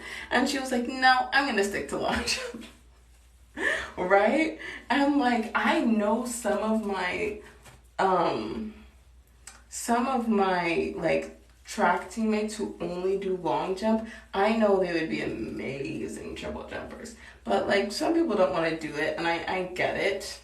It can, like, considering the amount of injuries I have, I understand, but like it's so fun that honestly and truly I feel like it's worth it. Like I do think that me taking a break from triple will be beneficial because then like I feel like if I could hyper focus on long jump, it's gonna get me even closer to 6 meters. And then make the national team, blah, blah, blah. And so 1, it's going to make me less injury prone. And 2, if I'm hyper focused on one thing, I'm more likely to succeed. So yeah, that's the goal. Yeah. Because the thing is, you know how I said you can't just like jump it once because like they might think it's a fluke, so you have to jump 6 meters like more than once. This is the thing about me. I am like a muscle memory person. Like the minute I feel something, I can replicate it over and over and over again. And I've proven it to myself. Like the first time I ever like long jumped, like, okay, I started track at 6, like competing for a club, and then I quit when I was 7, and then I restarted when I was 13. At the time, as a 13-year-old, like a distance to jump to like kind of guarantee you were going to make every final was to jump 4 meters. And at the time I was jumping like 350, 370, 380, and I just couldn't break the 4 meter barrier. Then I finally jumped 4 meters. I jumped like 401. And from that point forward, I never jumped less than 4. I jumped 4 at every single track meet moving forward. Then I get older and I'm in high school and university, and the like standard is 5 meters. And I was at like 450, 460, 470, and I just couldn't break 5. And like that's why, like, to make my university's varsity track team, you have to jump 5 meters. And my first year I couldn't do it, so I got cut from the team. And then my second year, at the very first meet, I jumped 5'10" or 5'11". I don't remember what it was, but it was 5'10" or 5'11". So it wasn't like 501. Like, it was like a good, solid 5 meter jump. And I've never jumped below 5 since then. Ever. And like, so now I know the moment I jump 6 meters, I am going to be a consistent 6 meter jumper. Like, I know it. I've proven it to myself. Once I know, like, oh, this is what a 6 meter jump feels like. Oh, that's what I have to do to jump 6 meters. I can replicate it over and over and over again. So I just need to do it. And maybe I'll do it this weekend, maybe not, but we'll see. That's really cool. Yeah, it's honestly, it's just a muscle memory thing. Like, some people are like visual learners, some people are like auditory learners. For me, it's like, I need to physically do something. And once I physically do it, I'm like, I can do this forever. Like, my body can just do it. And I'm just like, oh, that's what I have to do? Bet. And then I just do it. And I'm like, do you do any other track events? I used to sprint. I used to be a 100, 200 meter specialist. I just jump now. I've always wanted to try high jump because I feel like I got hops. But considering how prone to injury I am, I'm just like, I'm not gonna chance it. Like, I'm not gonna like, oh, I'm in the middle of the best season of my life, let me try a new event. Like, it just, I'm just trying to focus on long and triple right now. But yeah, I've definitely wanted to try other events and it just never really worked out. But yeah, like, well, I used to be the thing about sprinting is that everybody and their mama wants to be a sprinter. Also random, I do these two and then I go across the front and then I do like the front view. That's kind of how I style my hair. But yeah, so it's like everyone wants to be a sprinter, and it's like when I got to high school, it's like especially in grade 9, so like everyone's young, everyone's just trying things to figure out what they like and what they're good at, right? It's like there would, like, let's say grade 12 girls 100, there might be like 40 people. Grade 9 girls 100 would be like 150 people, and there's only 8 lanes, so only 8 people can go at a time. Like, there was like so many heats, and it just took forever because everybody and their mama wants to be a sprinter. Everybody and their mama wants to be in the spotlight. And it's like, that just wasn't for me. Not that I don't like recognition for what I do, but it's just like, there's too much competition there. And like, the first time I ever sprained my ankle was when I was like, literally, I will never forget this. It was January 18th, 2015. And the reason I won't forget is because this was 6 days before my 16th birthday. Because my birthday is January 24th. So this was 6 days before that. And I sprained my ankle for the very first time ever in my life in gym class. And like, and I had to like sit out of track for a year. Like, that's how bad of a sprain it was. And like, Sorry, I'm trying to figure out if I want to do 3 here or 2. But yeah, and by the time I came back to track, everyone was so far ahead of me because you had 100 girls who were competing and training for the 100 in the past year that I've been sitting out because I was hurt. I know that like half an hour ago I said when you're hurt, don't just sit on your butt. And that's because I wasn't trying to go pro at the time. So I just sat on my butt and waited for my ankle to heal. So anyways, in that year, I fell so far behind everyone. So I was like, I'm jumping now because it's too hard to catch up when you're competing against, it's not even like, 100 people in the world. You're competing against 100 people in just your city. Times that by every single city in the whole entire world. Like there's too many people who want to be sprinters. I'm really bad at high jump and I don't know why, but I do 200 and 400. Yeah, that's the thing. Like something my coach says, and another reason why I won't try high jump because I don't want to get hurt. But he's like, horizontal jumping mechanics and vertical jumping mechanics are different. So he's like, and like one can like kind of mess you up for the other. So it's like, oh, you're jumping really well in long jump. Then you try high jump. And then you end up like accidentally doing your high jump technique like in long jump. And then it just like kind of skews stuff. Like if you're a horizontal jumper, you should probably stick to horizontal jumps, according to my coach. And if you're a vertical jumper, stick to vertical jumps.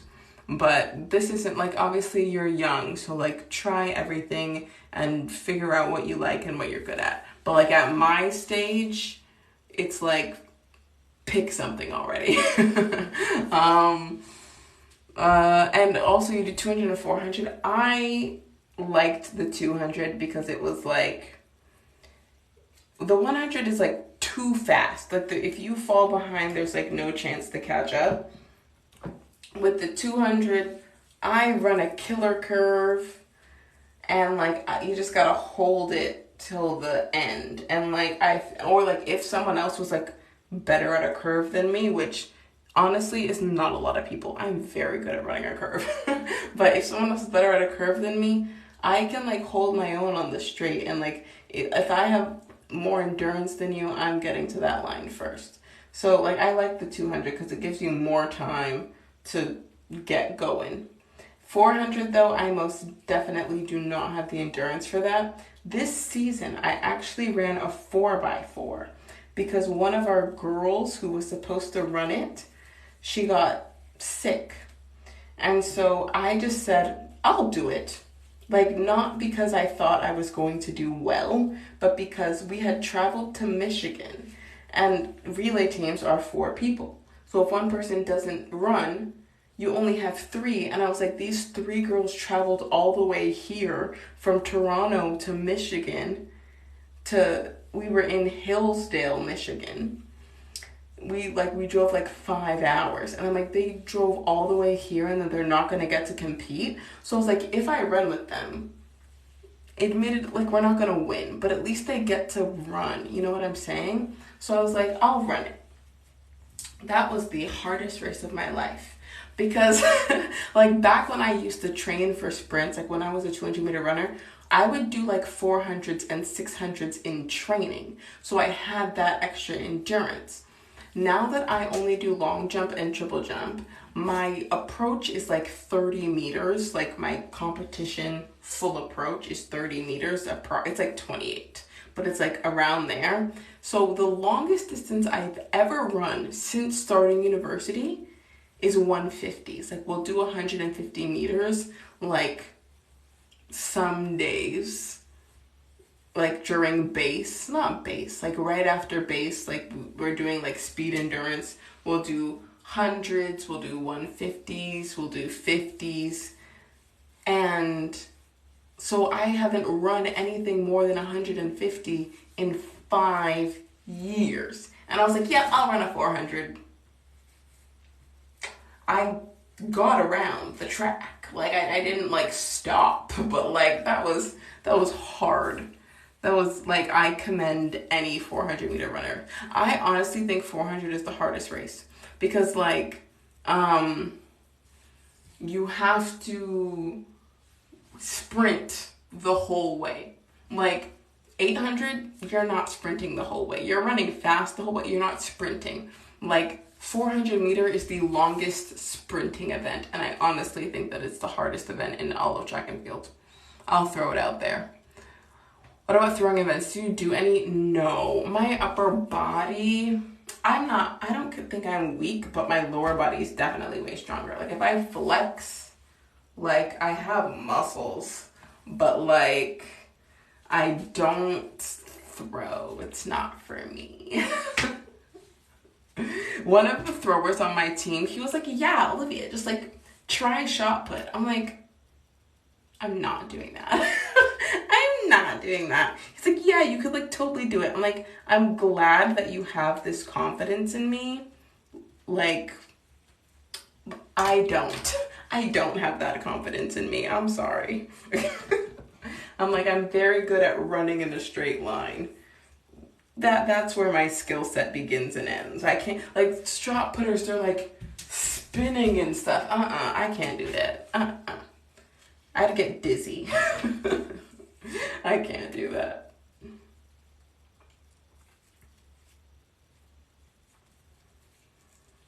But yeah, there's a lot of events in track. Like I think pole vault looks like so cool, but it's like you're going upside down and twirling in the air and balancing on a stick. Like, sounds dangerous. Like, I think I could, like, if I trained for it, I don't think I'd, like, be the best, but I think I could do a little something, something. But also, I'm terrified of heights, so I'm not trying to go, like, 4+ meters in the air. You did shot put, tug of war, and 100 meters in grade 8. Wow, was this like a sports day at school? I remember when I was in grade, I think 7, like was the first year we ever had like a sports day.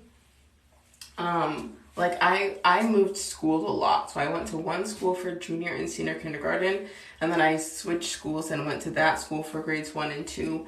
And then I switched schools again and went to this school for grades 3 to 8. And from grade 3, 4, 5, 6, we didn't have a sports day. Randomly in grade 7, we had a sports day.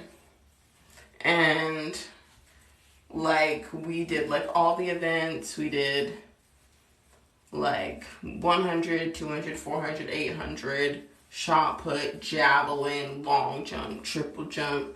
And I was winning all of these events. And then it got to the 800 and my legs just gave out. Like I was literally, my legs, you know when you get muscle cramps?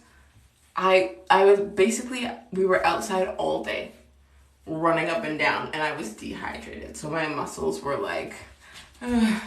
And I literally couldn't finish. I did one lap and I was like, I literally like, my legs felt like jello. Like my legs were not moving. I literally just like sat down. I'm like, I can't move.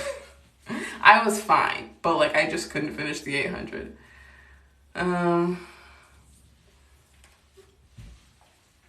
Yeah. Oh my gosh, sorry. My back is like killing me. Lily, you like javelin? I was never really good at javelin. I could never really get the hang of it. But I think it's really cool. Oh, do you want to know what happened today? Today, you know how I said my university is one of the hubs for Team Canada? So there's this guy, he's Trinidadian, but he is the Olympic champion for javelin. He was working out at my university today. Like at the track that I was working out at, he was there. My teammates all rushed over and got a picture with him. I did not. But I was literally like 20 meters away from an Olympic champion today in javelin. So yeah,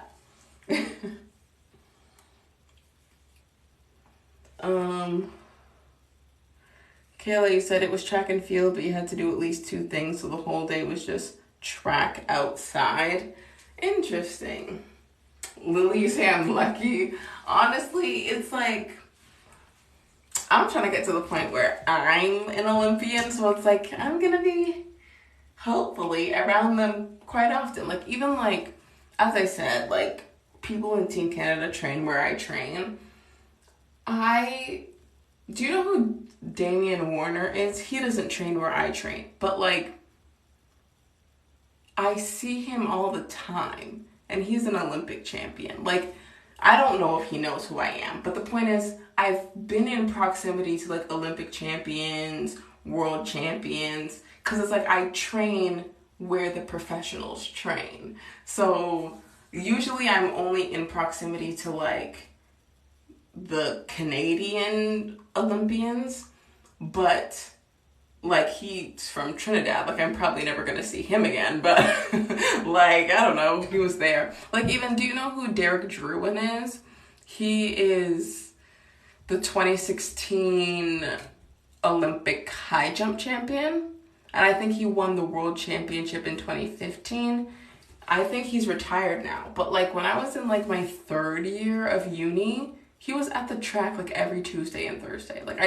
And he would like watch me long jump and triple jump. Like, I don't know. For me, it's just like, I see, like, I'm not like, oh my gosh, you're Derek Drouin. Like, no, it was just like, oh, hey. And then I go do my workout, because it's like, they're just people. Like, they're very talented people, but they're just people. Like, even like right now, we're just having a little chit chat. If next year I go to the Olympics and hypothetically I win, like, I'm still just me. I'm still the same girl who's standing in her bathroom with her hair half done. You know what I'm saying? Like, you don't become a different person when you win an Olympics. Like, you know what I'm saying? Like, I am most definitely like not a fangirl. Like, even when I went to, Lily, I don't know if you were here for this, but I was saying earlier that my brother is a music producer, and in February, him and I went to the Grammys because a song he produced was nominated. And like, I was in the same room. I wasn't close to Beyonce, but I was in the same room as Beyonce. And like Adele and J-Lo and like Jay-Z and Lizzo, and like I was at the Grammys, right? So it's like, I've been around like mainstream celebrities, but I'm not like, oh my gosh, like that's just not like who I am. Like, I'm not a fangirl. Like, all of these people are incredibly talented people, but like, they're just people. Like, they're skin and bones, they bleed red like the rest of us. Like, I'm really not a fangirl. Like, I don't know, it's just not in my bones. Like, I can really, like, for example, in track, like, my favorite triple jumper is Christian Taylor. He is the 2nd best triple jumper in recorded history. And like, I don't know, he's just like, I don't know, I just really like watching him triple jump. Like, he's really smooth and he has like a really good technique.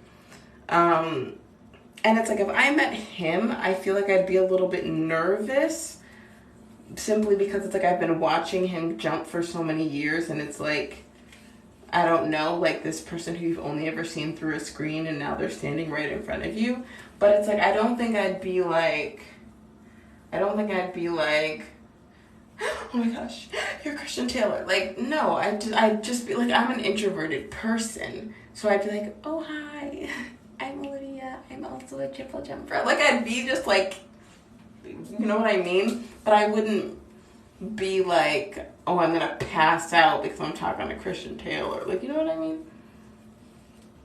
That's actually so cool. But honestly, I agree with that. They're just people. Yeah, like, because that's another. I also feel like it's like a breath of fresh air when like you like. I feel like celebrities are so accustomed to people just like falling all over them, and I feel like when you don't, it's like they prefer that. Like, no one wants someone screaming in their face. You know what I'm saying? So it's like, I don't know.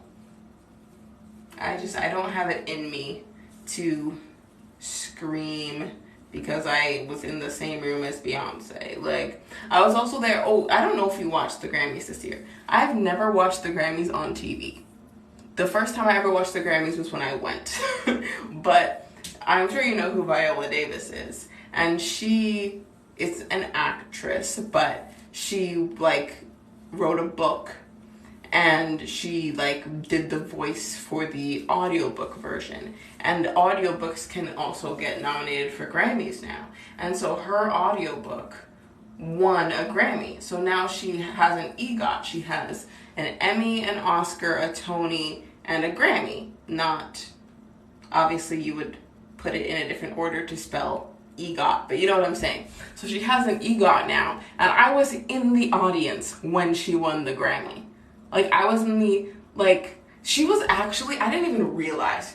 I was sitting here, she was like 2 rows ahead of me and like to the right. And then when they announced that she won and she stood up, I didn't realize I was sitting that close to her. But like, yeah, I was there when Viola Davis became an EGOT winner. Yeah. And also at this Grammys, this was like a very like important Grammys, I guess, and I happened to be there. Beyonce became the person with the most ever Grammys, and I was there to witness that too. So like it was more about the experience, not about like the people per se, because like they did this performance and it was like the history of hip hop, and they had like Queen Latifah and they had Ice-T, and it was just like, and honestly, in all honesty, that's what I was trying to say. That was actually my favorite performance.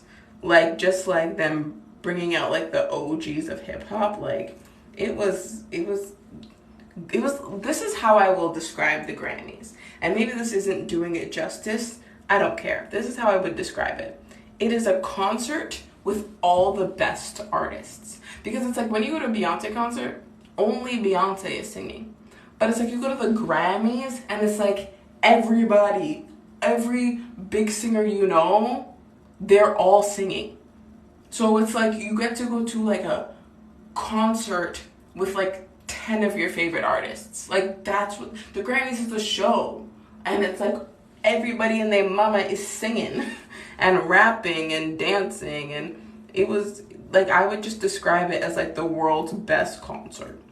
That's how I would describe the Grammys.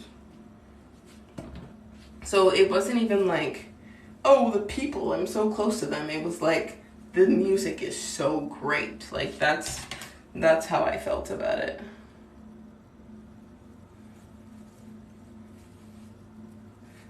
Okay, I'm trying to really focus on doing my hair because it is 2:19.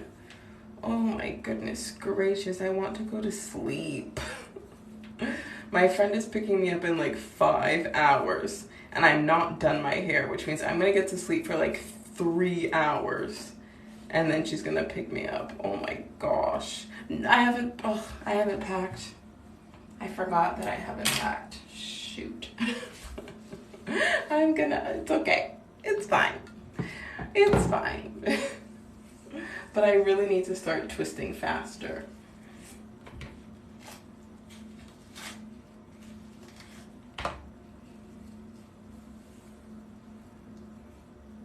Speaking of sleep, I'm going to sleep. Well, Lily, thanks for chatting with me for a little bit. I know it's late. And yes, you're gonna get a lot more sleep than me. It was really fun chatting. Yes, it was. I'm gonna try and live stream more often. I don't know when, but yeah, I'm gonna, like, now that I'm done school, I'm gonna have more free time and I'm gonna try and spend some of it on TikTok.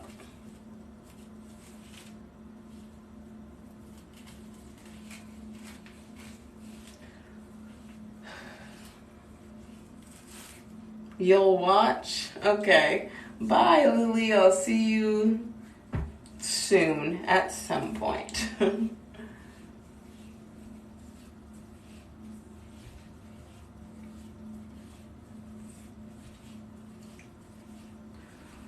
Okay, what? My phone actually went up 1%. Update, it's at 18% now. For a while, people keep trying to.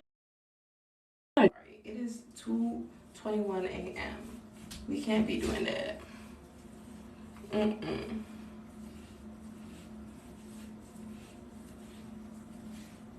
Also, whenever, like, when your TikTok stream ends, it like creates a video that like the creator can see, and like I always download the video and then upload it to my YouTube channel. Like I have my main YouTube channel and then I have a second one, and I always upload it there because TikTok deletes the stream after 90 days, but YouTube keeps it forever. So if anyone wants to, like if you miss part of the stream or whatever, I'm going to be uploading it to YouTube. How long has your hair taken you so far? It's taken me over 4 hours at this point. Usually it would not take me 4 hours, but because I'm streaming and because I'm talking, I'll spend like 10 minutes just like, oh, I'm talking and not doing my hair. But yeah, I've been here since like 10:20 and it's currently 2:22. So if my math is correct, that's 4 hours. But my math may not be correct because I'm tired. So the math might not be mathing right now.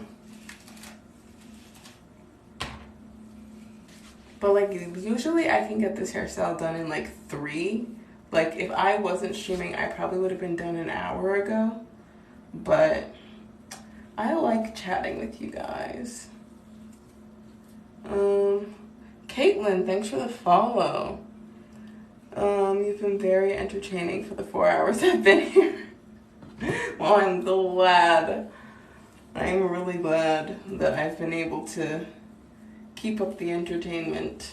I don't even know what I've talked about this whole time. Like, I feel like I've mainly talked about track and field, and I'm surprised that, like, you guys are interested, which means I should really start posting my like track results on TikTok, because at every single meet I go to, my coach records my performance. Like he'll record me jumping. And so the way it works, if you don't know, is everyone gets 3 jumps and then the top 8 get 3 more. So for a total of 6. So like if you make the final, you get 3 jumps. If you make the final, you get a total of 6 jumps. And so my coach will record all my jumps, whether I took 3 or 6, and he sends them to me. And then I take my best jump of the competition and I post it on my Instagram. But I post it on my story, which disappears after 24 hours. So I might as well just take those videos and post them to my TikTok, since you guys seem to be interested in my track endeavors. Okay, I'm really trying to get this done. Oof, my back. Oof. What am I trying to do with this one? I'm gonna have to do 4 more twists in this tiny section, because I like to make the ones at the front smaller. Like they look, I don't know, I feel like it looks better. The ones at the back, I just grab hair and go. But at the front, I'm like, oh, let me make them small and dainty and cute.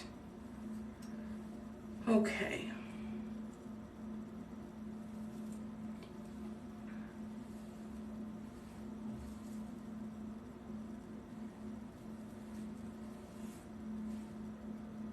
That is straight enough. I'm content. Okay.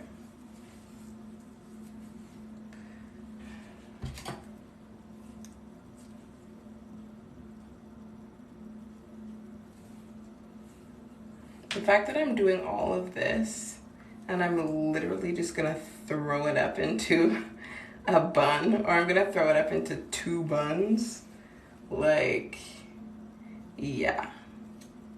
I'm doing all of this just to put my hair in a ponytail. Oh my gosh.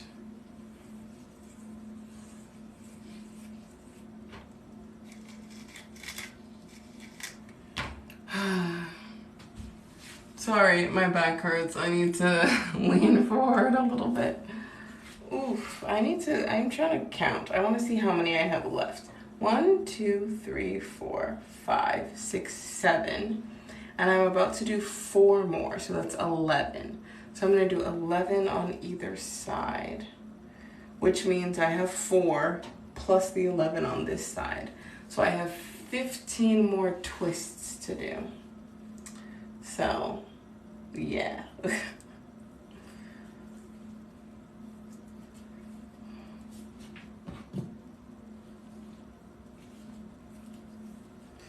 So, I can't even think of anything to talk about. Do you guys have anything you want me to talk about?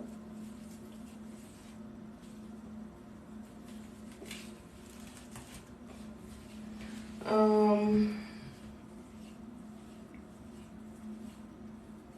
don't even know.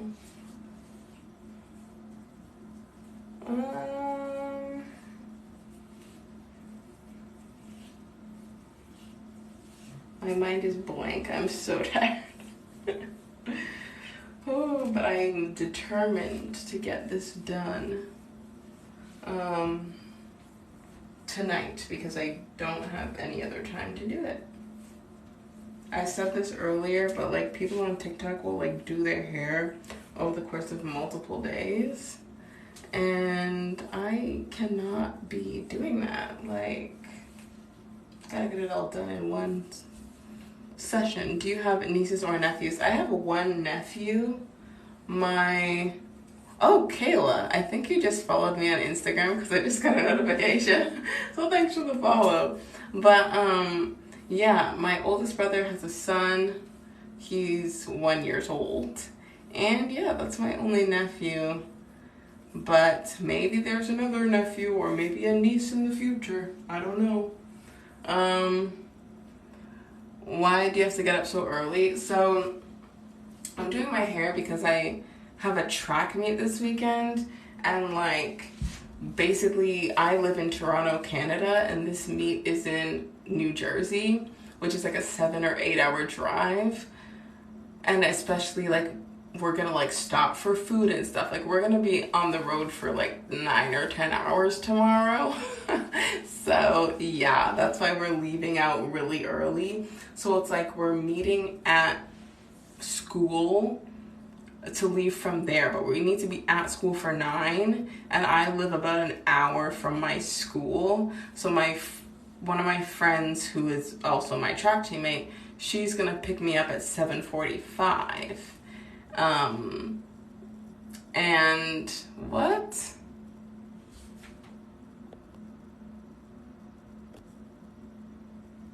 Sorry, I don't know if I just paused, but TikTok just showed up, like a pop-up just said, we've detected inactivity.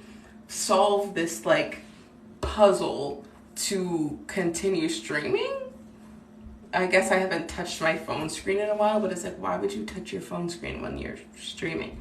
Anyways, so yes, my friend is picking me up at 7:45, so then we'll get to school for 8:45, and then load all our stuff into the van and leave by 9. So yeah, I don't think I'm sleeping tonight, but I'll just sleep in the car.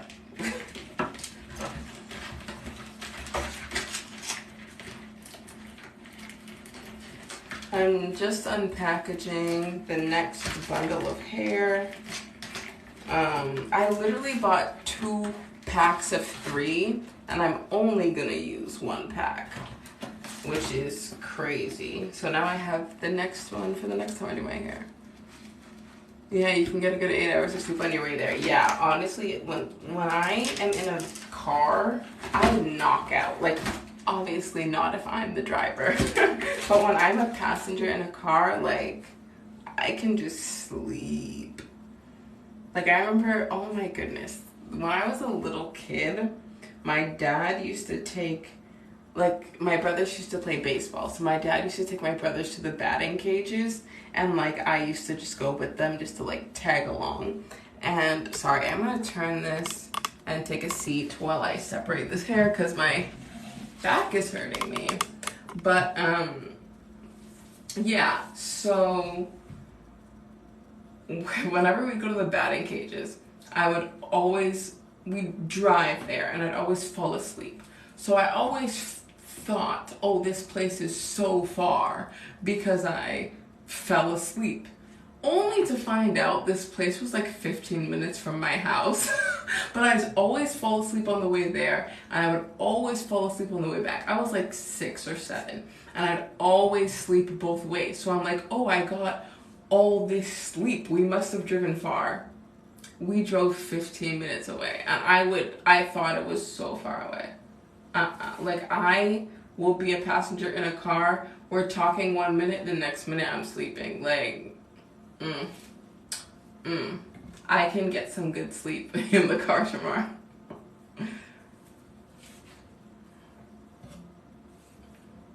Okay. But, yeah. Alright, now my brain is like fried. Because I didn't wake up really early today. I woke up at like 11. But it's like, I woke up and then did track practice. So like, I woke up, expended a lot of energy, and then I've just like been awake since. So yeah. And I still haven't eaten anything. I ate a chocolate bar today. That is the only thing I've eaten. So like, I expended a lot of energy, and I did not refuel my body with food, because from the moment I woke up, I've been going here, going there, like quick recap. I already spoke about this earlier, but quick recap. I woke up, I went to track practice, then I went to get a certification for my car. Like, I basically went to like a mechanic to like look at my car. Then I went to the beauty supply store to buy this hair. Then I came home and I filmed a YouTube video. Then I took out the previous hairstyle I had. Then I washed my hair, and now I'm doing my hair on this live stream. So I've just been like go, like work. Like, everything I did today I consider work. Like, track, I'm not a professional track athlete yet, but that's the goal. So that's work. When I went to go get my car looked at, I'm an Uber driver. So me getting things done for my car, that's work. And then I came home, filmed a YouTube video, that's work. And then now I'm doing TikTok, which is technically work, because I don't know, I'm trying to do this social media thing. So it's like, I basically been doing 4 different jobs. I did track, Uber, YouTube, and now TikTok. But honestly, I'm somewhat like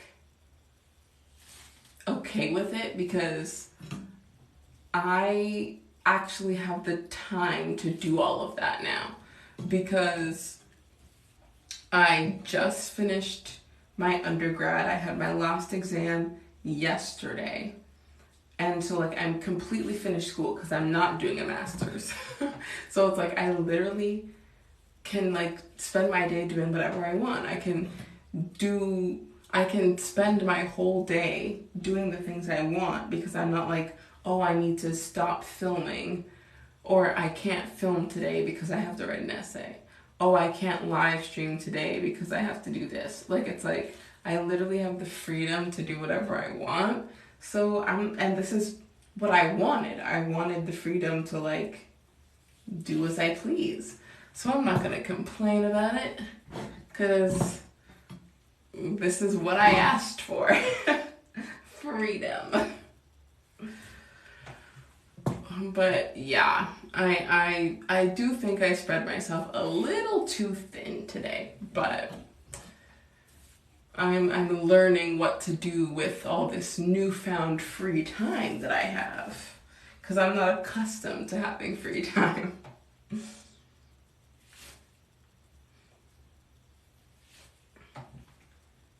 You gotta get some food in you. Oh, I know. One of my friends who like I know in real life, she hopped into my stream probably like 2.5 hours ago. And she was like, girl, go eat. And I was like, I will once I finish my hair. Like, oh, I'll be done soon.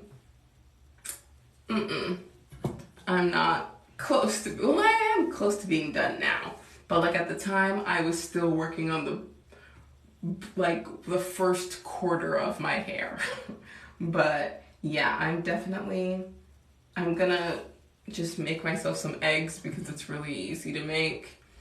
I know having eggs at like 3 a.m. is like a weird time to have some eggs, but I'm gonna have some eggs. And then I'm gonna stay up a little bit because I don't like to sleep right as I eat. And then I'm gonna eat, stay up for like 20 minutes, and then go to sleep. That's what I'm doing. Or no, this is the plan. The plan, eat, and then while I wait for my food to settle, pack my bag for tomorrow because I have not packed. But I don't have to pack a lot because I'm only staying in Michigan for one night. So I don't have to pack a lot. So it really shouldn't take me long, but like that should take 20 minutes. So I'll eat, then pack, then sleep. That is what I'm gonna do.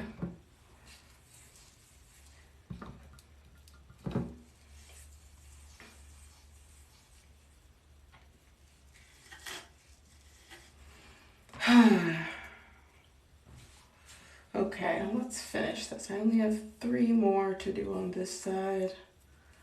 And I usually, I feel like I've said this already, but I'm gonna say it again. I twist pretty fast. I'm just taking so many breaks because I want to chat with you guys. And I'm a person who I talk with my hands. So it's like, I can't braid and be as expressive as I would like.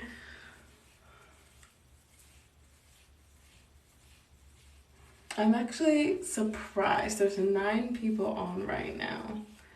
And I know there's obviously people in different time zones, but for me it's 2:39 a.m.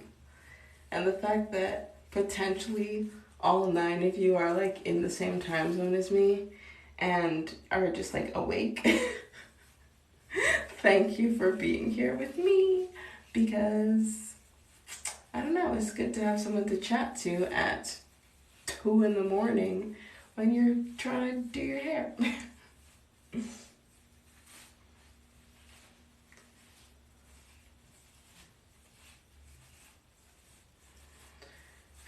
But I don't even know what to talk about. If you guys have any questions, feel free to ask, because my brain is not braining right now. You're in Toronto and it's 2:40? Yeah, we're in the exact same place. I'm also in Toronto. And yeah, so I feel like for quite a few people watching, it's well after midnight and we're all just chilling on TikTok. That's the thing. For months, I have not even opened the TikTok app because TikTok is too addicting. I always tell this story. I was having a problem with my YouTube channel, so I messaged YouTube support. It was you have work at 8, as in 8 a.m.? Oh my gosh. You should go to sleep. But yeah, I was talking to YouTube support, but in a chat box, a live chat. And they were oh, give us 5 minutes to check out this issue for you. I'm okay, bet, right? And so I'm oh, let me scroll through TikTok for 5 minutes while I pass the time. I ended up scrolling TikTok for an hour. And then I realized, oh shoot, I was talking to someone. I go back onto my computer, and then I saw that they were like, they replied to me, and they were like, it seems you're away from your computer at the moment. Talk to us again later when you're free. And I was like I literally forgot that I only opened my phone to like past 5 minutes. I was just like, oh, I don't have anything going on. Let me scroll TikTok. Like, I meant to go on for 5 minutes and I ended up scrolling for an hour. Like, I can't write. Like, when I was, like, now I'm done school. When I was in school, TikTok was dangerous. I'd be like, oh, let me take a study break. 2 hours on TikTok. I had to take a break. I had to not open this app for a while. Sleeps for the week, I'll be okay. Oh my gosh, I love sleep.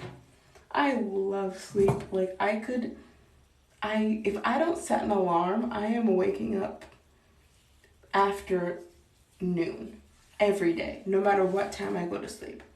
Noon, I will not wake up in the AM. I always wake up in the PM. And I love that. But like, obviously, if I have stuff to do, then I set an alarm and I wake up and go do what I have to do. But like, sleep is so good.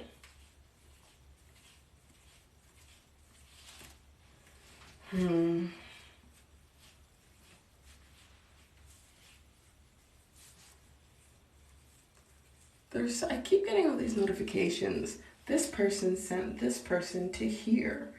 I don't understand why it's showing up, and I don't know exactly what it means, but it's there. It's on the screen for some reason.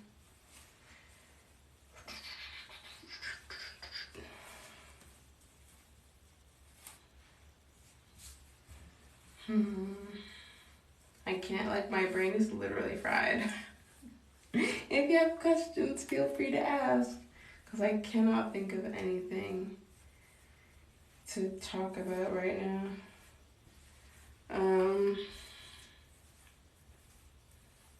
I'm trying to think, but it's not working.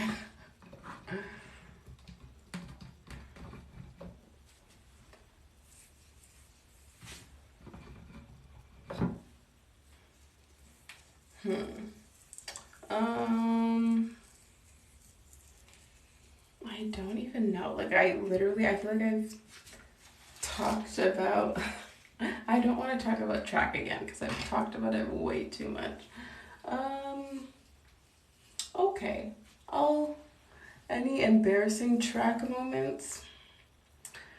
For me, this wasn't really embarrassing, as in like people like pointing and laughing, but like, as I said, at the end of my season, I was injured, and so I went to nationals, and I've never come last in anything in my whole entire life.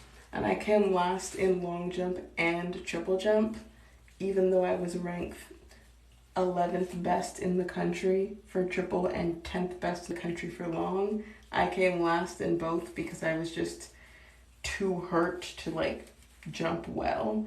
And I don't know, like, it was like broadcast on like CBC and stuff, and I'm literally like on TV jumping the worst jumps of my life.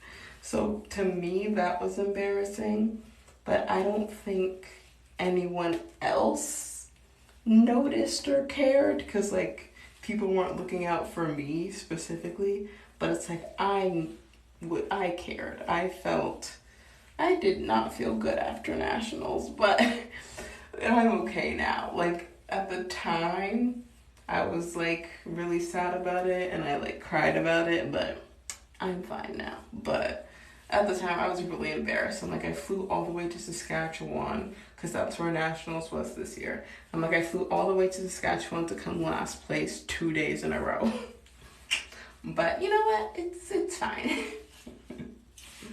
Like, in hindsight, I can laugh about it, but at the time, this was just a month ago, but at the time, it was devastating. Seems like you get injured a lot. I do get injured a lot, and that is my problem. I've sprained my ankles like both right and left. So like adding them all together. In the past year, 3 times, I sprained the right one twice and the left one once. And it's like, it's very frustrating. In June, no. In November of 2021, it was the left one.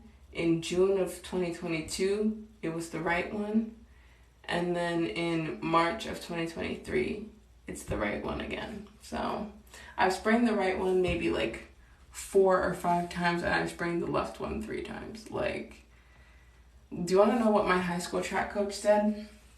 And it's the truth. Once you sprain your ankle the first time, like, it heals, but it never heals to 100%. So it's like 99. Then you sprain it again, 98%. Sprain it again, 97, etc., etc. So it's like each time you sprain it, it becomes easier to sprain it again, because it's not, basically it's never going to be as strong as it was. And so it's like, damn, you just can't catch a break. That's honestly how I feel, because I've been trying to make it to nationals for the past 5 years. I finally qualified, and then 2 weeks before I was supposed to compete, I rolled my ankle. So it's just, like, the thing is, like, something I'm learning is that, like, I always knew this, but now I'm like hyper focused on it. When I am a very good long jumper. Like, I'm gonna pat myself on the back. I'm a good long jumper and triple jumper, but it's all speed. Like, I'm just fast, so then my momentum takes me far. And my technique is not that great. So when you have poor technique and you're moving at these fast speeds, when you impact the ground, you're putting like 10 times your body weight in that split second that you're jumping, right?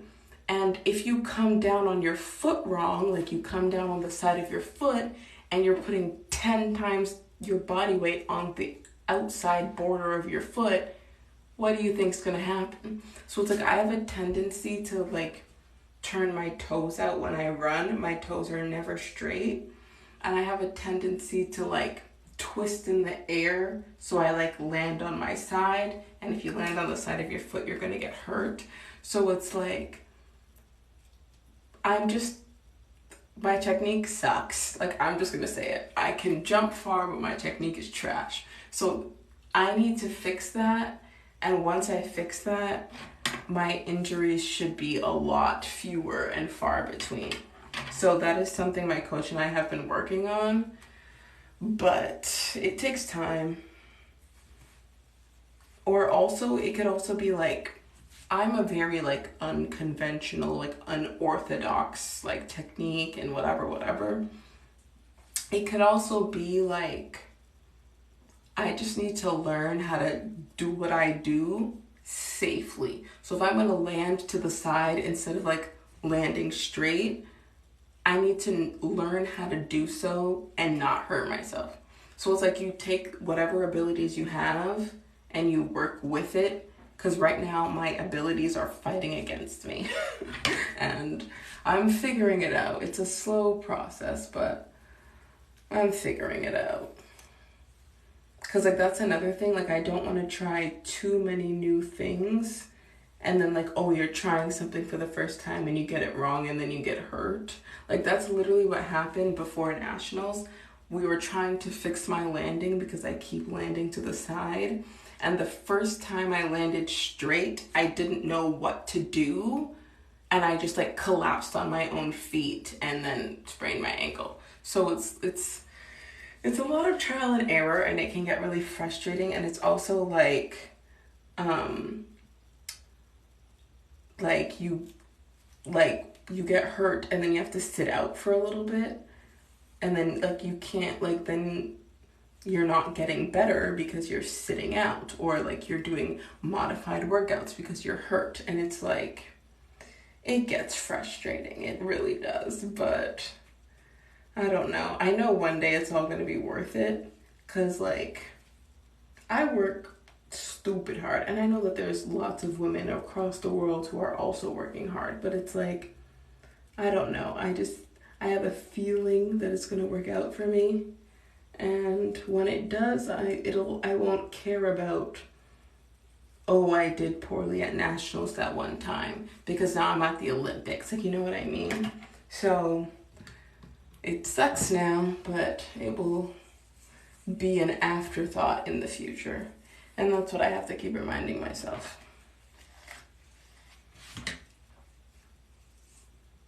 But yeah, so I don't know, to kind of pivot to a different topic. Because of school and like track and just like being busy, like I have a YouTube channel that I've uploaded to every single week since I was 17 years old. And I'm 24, so I've been uploading every single week for 7 years. And this year, I just, like, I've posted, like, I posted in January for my birthday, and then I posted in March, and then I posted again last week, like, and then I'm now getting back on track, and I posted this week, and I'm going to post next week, and blah, blah, blah. But it's like, when I had school, and tests, and exams, and essays, and blah, blah, blah, I was like, YouTube needs to go on the back burner for a second, because school's kicking my butt, and I can't spend an hour filming and 5 hours editing, and then like 2 hours making a thumbnail. Like I can't, I don't have the time. Like I need to focus on school. And now that I finished, I've filmed like 5 videos. Like, school takes up your whole life. It really does. But now I'm done, and I literally have all this free time. I've filmed like 4 or 5 videos in the past week. Like, I'm gonna upload them 1 week at a time. But it's like, and that's another thing. I was, since I'm done school, but I was a film major, which is like a very creative, and I was a music minor, so like very creative fields. But I had no creativity. Like I couldn't even think of YouTube video ideas because I was just so exhausted from school and like keeping up with assignments and all this stuff. Like I just didn't have the capacity to like sit in front of a camera and be like, hey guys, it's Olivia and I'm back with another video. Like I don't like to like fake stuff on the internet. So I don't want to be like, oh, I'm so happy and this is what we're doing today, when like I clearly wasn't in the headspace to do that. So I just didn't make videos. And like now that like my mind is clear and I no longer have to memorize this and learn that and study for that, like I can literally just like I have so many ideas. Like I have so many ideas, and it's like, it feels good to be in front of the camera again, and it feels good to like take a concept that you have in your head and like turn it into something real. Like, it feels good to make videos again. Like even I was talking earlier in the stream, the video I uploaded this week is only 4.5 minutes long, but it took me like 4 hours to edit because like there was so many like overlays and things I had to blur out and blah blah blah, and like sound effects and blah blah blah, and it's like there's so many ideas I had and so many things I wanted to add. Like there's a lot of things happening in those 4 minutes. And so it's like I just like have so many ideas. And also like I recently bought a new car, so it's like some of my content is about my car, and like just like I don't know, like I just have so many more things to talk about now. Like my life isn't like the same routine: wake up, go to track, go to class, come home, study. Like it's like I can, like even today, like I had a very long day, I did a bunch of things, but it's like if this was the middle of the school year, I wouldn't have been able to like, oh, let me stop and do this for my car. Oh, let me do this. Oh, let me do that. Because it's like, oh no, I don't have time to spend 2 hours here, or I need to leave early so that I don't get stuck in rush hour traffic so that I get home on time. Like there's none of that. I can stay after practice for 2 hours and just talk to my teammates and just hang out. It's not like, oh, I just finished my workout, gotta go. Like, no, I can stay and hang out and have fun. What car did you get? I got a 2023 Kia Forte. I bought a brand spanking new car. I used to drive a 2008 Toyota Prius, and that car was just giving me trouble, and I was just sick of it. So I'm like, I'm getting a new car. And so my dad and I went to the car dealership, because I drive cars, but I don't know a lot about cars. So like my dad is the one who knows about like horsepower and torque and blah blah blah blah. I don't know any of those stuff. So he came with me and we looked at cars. I decided on the Forte, and I I didn't make a down payment per se, but like I put like $500 to like hold it, because like there's like a vehicle shortage right now, so it's like getting cars is like you need to be like, dibs, I want that one. So I put like $500 to like hold the car. Then 5 weeks later, the car actually came in. And then when I went to pick up the car, they refunded me the $500. So it was just like a temporary hold, so that like this car is for me. No one else is allowed to take it. So yeah, so I got that car, and yeah, I've been driving it for the past like week and a half, and love the car. Love it. What color? It's white. That was like the white color costs extra money, but that's the one they had that was gonna be coming to the lot in 5 weeks, because they were like, originally I wanted the base model and I wanted it in black because I wanted to spend the least amount of money possible, and the black version of this car didn't cost more money. So that's what I wanted. There's 6 trim levels, and so there's lowest, this one, I got this one, okay? So I ended up upgrading the trim and upgrading the color, or like getting a different color other than black,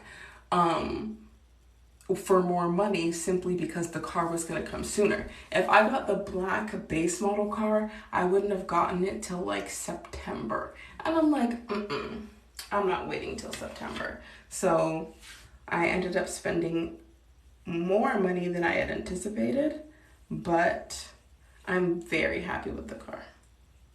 Like, I have heated seats, I have a heated steering wheel, I have Apple CarPlay, didn't have that in my old car. The only thing that's like, I wish it had that it doesn't, is I wish it was push to start, because like even my 2008 old broke up car is push to start, and my brand new 2023 car isn't, but whatever, I'm not going to be picky because everything else about the car is way better.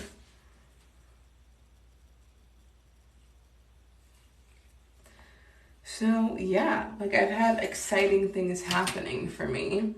New car, finished school. Sorry, something just showed up saying refresh in 1 hour. I don't know what that means. But anyways, new car, finished school, starting my outdoor season, and hopefully jumping a distance that puts me on Team Canada's radar. Like, things are starting to turn around for me. Also, this summer, maybe this existed in the past, but I just like wasn't a part of it because I wasn't like a high enough performance athlete. I don't know. But this summer, I've been like invited to this thing. It's like the Elite Athlete Tour, which is basically like, you fill out like this Google form, and you basically like tell them what event you do, what your personal bests are, and blah blah blah. And if they think you are a high enough performance athlete, they will like pay for you to like fly to like various provinces like Alberta, British Columbia, New Brunswick, and compete. And if you medal at these meets, you get money. It's not like a whole bunch of money. It's like first place is 300, second place is 200, first place is 100. Josh, thanks for the follow. I appreciate it. And so it's like, I've been like invited to like join this tour. And so I'm going to be flying all around Canada this summer competing.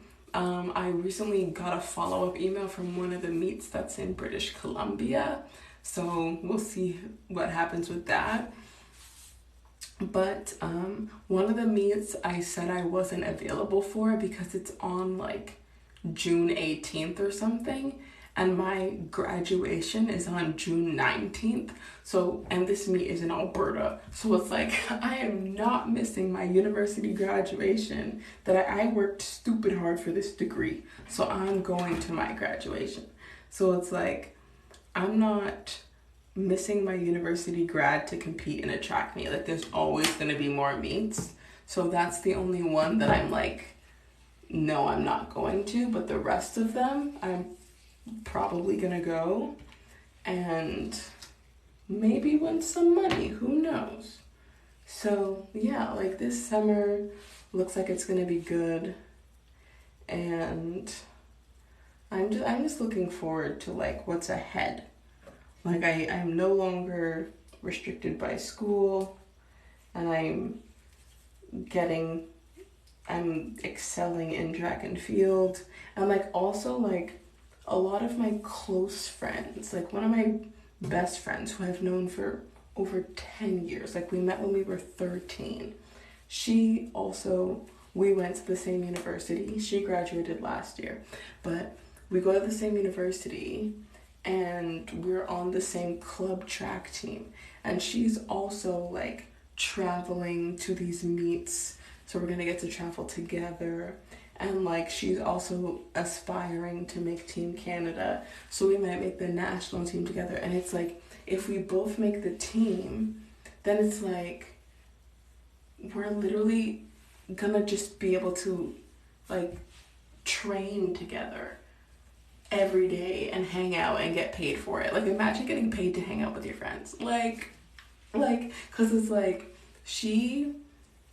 I was talking earlier in the stream how like some of my friends, like they're going into careers that like require them to have a master's, right? So she graduated last year with her bachelor's, took a year off, and then she has applied to go to university to do her master's. Ray, thanks for the follow.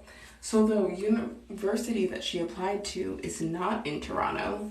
I'm not gonna say specifically where because I don't want to tell her business, but it's not in Toronto, it's far away. So it's like if she decides to do her master's next year or like this coming September, I'm not gonna see her as much because she's gonna be going to school out of the city.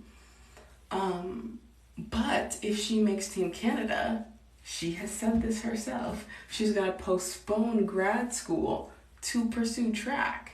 So then I'm gonna get to see her every single day. So it's like, I feel like it's just gonna be good for me and my friends, and it's just time for us, and we're just gonna excel and just like live our best lives. Like I genuinely think like it's like our time. Like I really feel that. So yeah.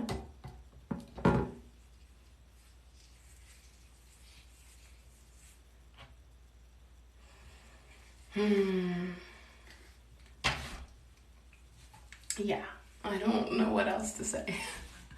I feel like for the almost 5 hours that I've been streaming, probably like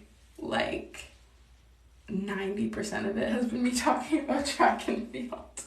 As you can tell, track is kind of like my passion. Like I love track. Like I will watch YouTube videos of like track meets over and over and over again. Like the 2019 Doha World Championship women's long jump, it's like I think it's like maybe a 30-minute video.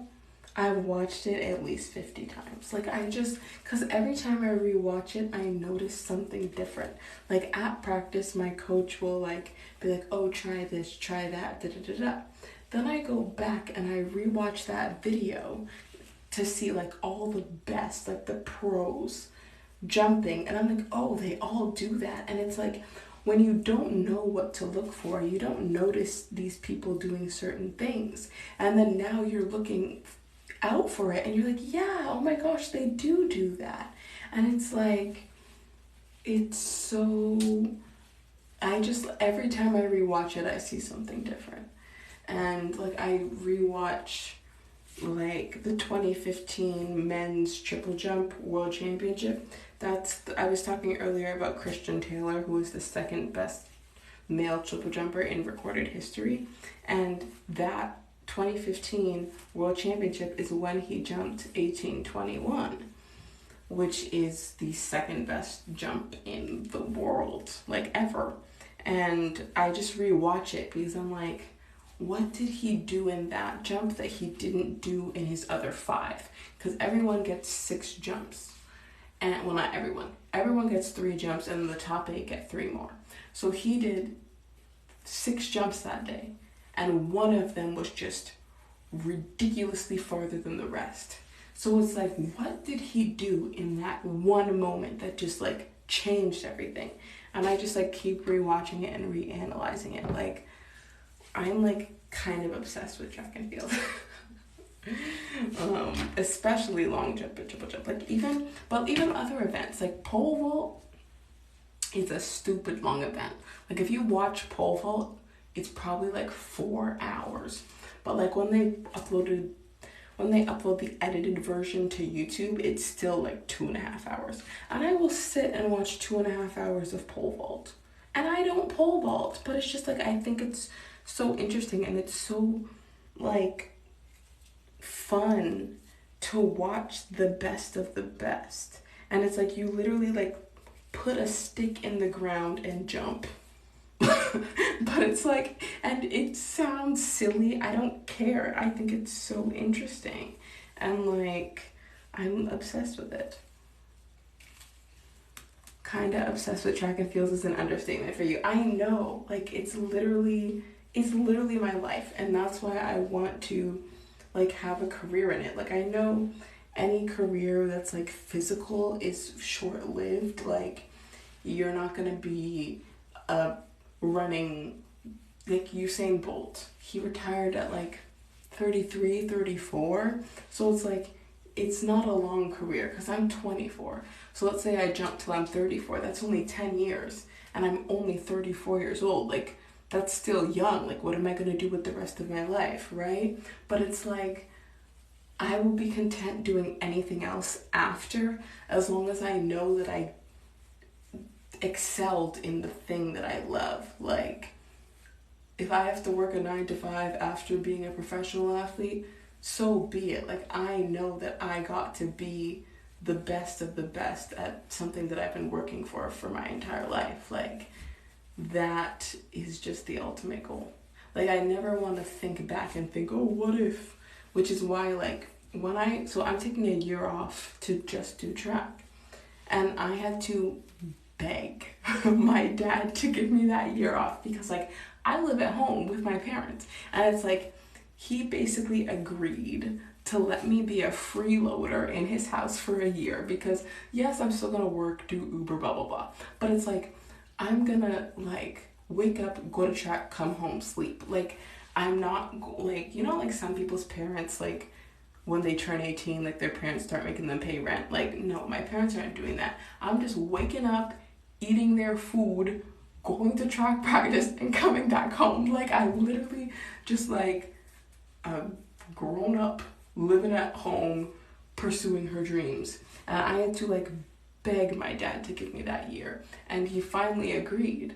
And like I feel it in my bones, it's gonna pay off. Like I know it's gonna work out, even though I have a lot of aspirations for this summer. Even if it doesn't happen this summer, by this time next year, I'm going to be like a whole different athlete because I'm going to be able to commit 100% of my time to track and field. Like, when I tell you, you look out for me. Look out for me at the next Olympics because I have every intention of being there. Trust me. Like, I have all the confidence in myself. And if like you have to have that kind of confidence.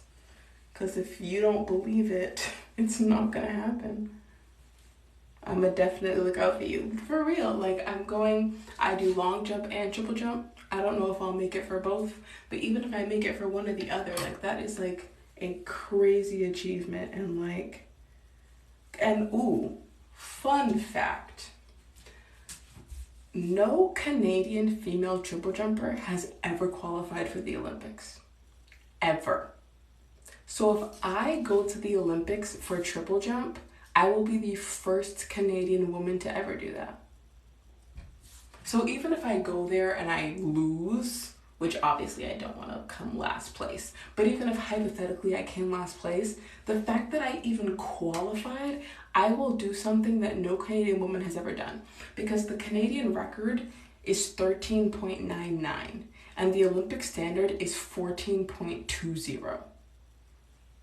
Like, the closest anyone has ever gotten was 21 centimeters away from the Olympic standard. So if I go to the Olympics, I have to break the Canadian record in order to go to the Olympics.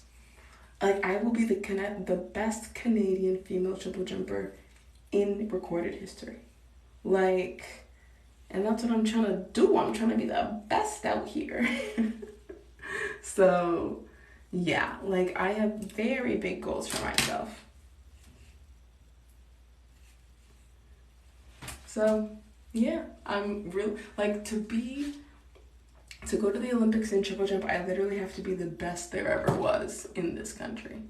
Like, that's like sometimes very nerve-wracking to think about, but I'm just taking it one step at a time at this point.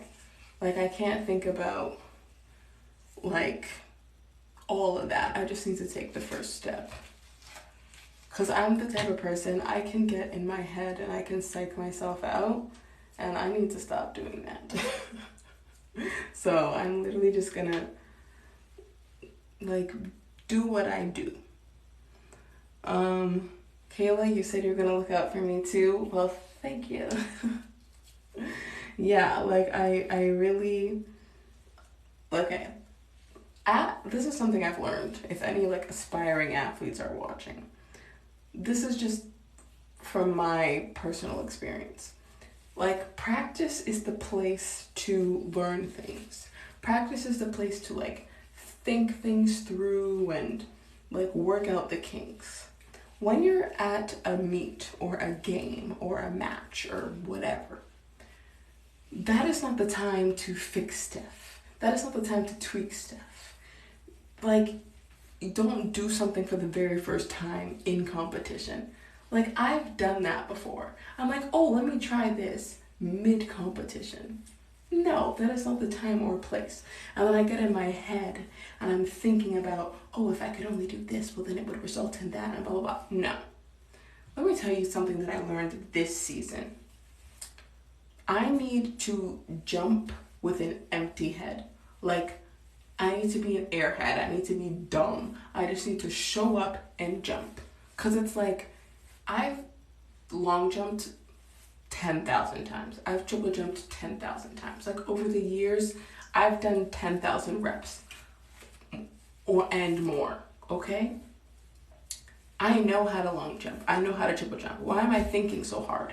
That would be like thinking about breathing. Breathe in, breathe out. Like, no. Why are you thinking about it? You already know how to do it, right? So it's like, I'll be in competition thinking so hard and then wondering why it's not working out. Because, like, my head is clouded with hypotheticals. Like, what if I do this? Maybe I could change that. No. Just go, run, and jump. Like, the moment I get out of my head, I always jump well. Like, you know how I said I PB'd 4 times this season? One of the times, the day I PB'd in long jump, which moved me from 32nd in the country up to 10th, that day, I actually felt terrible. Like, I woke up and I was like, I don't feel good today. I was like, oh, why do I feel like this? Like, it wasn't working. I did not feel good. And then on top of that, I got to the track late. So my warm-up is supposed to be an hour long. I had to warm up in like 20 minutes because traffic, and I got there late, right? So I'm like, okay, warm up. Okay, time to jump. Bro, I was like, I had no expectations. I'm not like, oh, let's jump 6 meters today. I was like, I'm here. Let's see what happens. And I jumped the best 2 jumps. I PB'd twice in one day. I jumped the best 2 jumps of my whole entire life on a day when I felt like crap. Like, whenever I'm in my head and I'm like, yeah, I feel so good, I'm gonna do the best I've ever done today, I always jump like trash. And when I show up and I'm like, let's jump, I need to not think. That's what I've learned. I can't be in my head. Just run and jump. Make it simple. Don't think about the 14 things you need to do. Just run and jump. That's it. That's it. That's what works for me. I can't speak for anyone else, but like, one thing one of my best friends says, she says beans for brains. Like, literally, it works for her too. She's like, I just need to not think. Beans for brains. Just go. She's like, just go. So yeah, depending on who you are, it can work. Like, do not think. Just go. Oh my goodness gracious. I'm almost done. After this one, I only have 4 more. And then I can eat my food, pack my bag, go to bed. Also, my camera died again. Both of my, I charged 2 camera batteries to 100%. For those of you who are late to the stream, I have this camera behind me so that I can see the back of my head because I connect it to my iPad, and then I have my iPad sitting in front of me so I can like do the back of my head. And the second battery died because I've had my camera on. It's not recording, it's just on. I've had my camera on for 5 hours. So yeah, both batteries died. But it's fine because I'm working on the front of my head right now, so I don't really need the camera anymore. Okay. So, I've run out of hair on my board, and I only need to, every time I fill this board, I fill it enough for 10 braids, but I only have 4 braids left. So I only need to put 4 braids worth of hair onto my rack. So that's what I'm gonna do. We're in the home stretch, we're almost done. Yeah.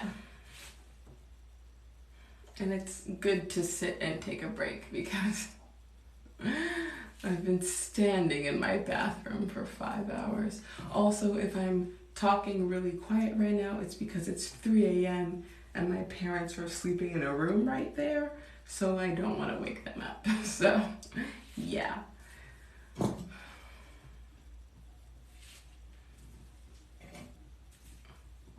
Okay.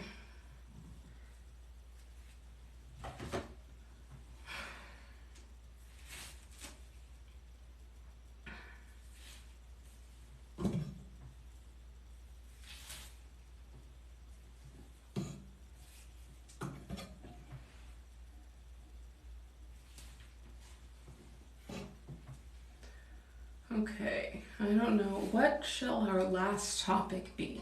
Because I'm gonna finish within the next 15 to 20 minutes. So, what shall we talk about?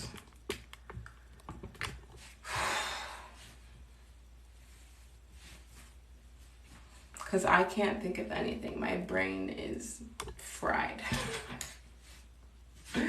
Oh my gosh.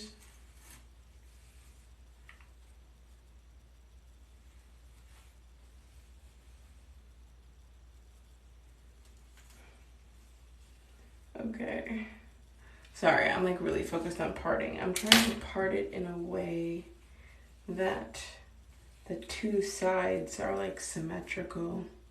So I'm trying to figure out exactly how to do that. That's when it gets to the hard part, like when you meet in the middle, like I want, like this is one side, and like I want these two lines to like meet up, you see what I mean? So that's what I'm trying to do right now. And I think I've done it.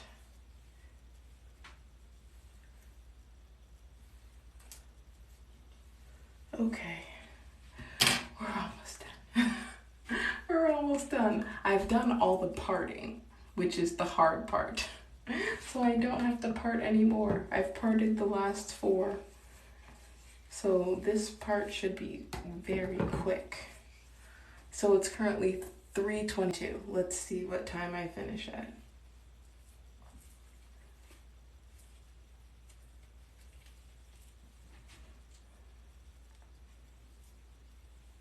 What should we talk about for the next 15 to 20? I literally can't think of anything. I'll talk about more or less anything. As long as it's not boring or inappropriate. I can't think of anything.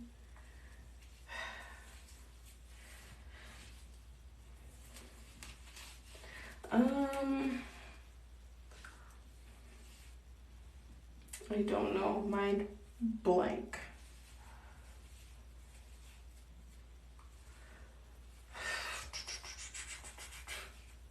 I don't just want to stand here silently while I do these last 4 twists.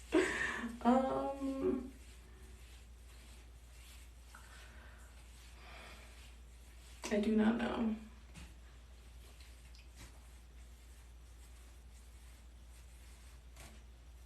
Maybe I will just stand here silently and twist. I literally can't think of anything. If you guys have any questions for me, feel free to ask. I've been rambling for 5 hours. I finally run out of things to say. What got you into track? When I was 6 years old, my older cousins who were 10 and 12 at the time, no, they were 12 and 14 at the time. They ran track and they were like some of like the best youth athletes in the country. And so me and my brothers joined their track team. And I ended up being pretty good too. And so I was 6 years old, and like the very first track meet I ever competed in, I ran the 60 meter and it was an indoor meet, and I ran the 60 meter and I came second. And at every single meet, I came second. Fast forward a year, now I'm 7, and I competed at a track meet and I came third. And I was like, no, I'm slow now. Someone new beat me. Because it was the same girl who beat me every single time. And then now 2 people finished before me. And I was like, what? And then I literally quit. I quit because I came third. And like, yes, I was a very sore loser because I was 7. Now at the age of 24, I would never do that. But like, I was a child. And like, my parents obviously knew better, and they tried to make me continue. They would bring me to track practice twice a week, and I would just sit, like I wouldn't run. I'm like, oh, I'm not running because I'm slow. Like, yeah, I'm very glad I grew out of that. But like, this is the thing though, like when you start at the top, I suppose, like you don't know how to lose. Like you're just like, this is something that my dad says all the time. Nobody owns first place. Just because someone won today doesn't mean they're going to win tomorrow. Just because you won today doesn't mean you're going to win tomorrow. You don't own it. It's not yours. You have to earn it every single time. And it's the truth. But like when I was 7 years old, I I couldn't fathom that. I was just like, no, I used to be the second fastest in all of Toronto. Now I'm the third fastest. I quit. And I part of me is regrets it because I restarted when I was 13, so 6 years later, and I was just so far behind all the girls because they didn't quit and I did. So then they had 6 years ahead of me. And like I eventually caught back up, but like at that point, so at my very first track meet when I was 6, I came second. At my very first track meet when I restarted at 13, I came like 37th. Like I didn't even make the final. And like it was like, but I didn't quit. I've been doing track ever since I was 13. I never quit ever again.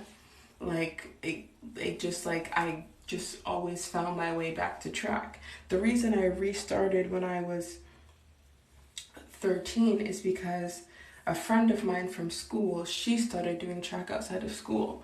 So I joined her track team. Like another thing with my first track team I was on when I was like 6 and 7, most of the people on the team were teenagers, like my cousins who were like 12 and 14, and my brothers who were 10 and 12, and like there were other people who were like 15, 16, 17. Like it was a bunch of older kids, and I was the only 6-year-old on that team. So it's like I didn't really have like a training partner. I didn't really have anyone my age to hang out with.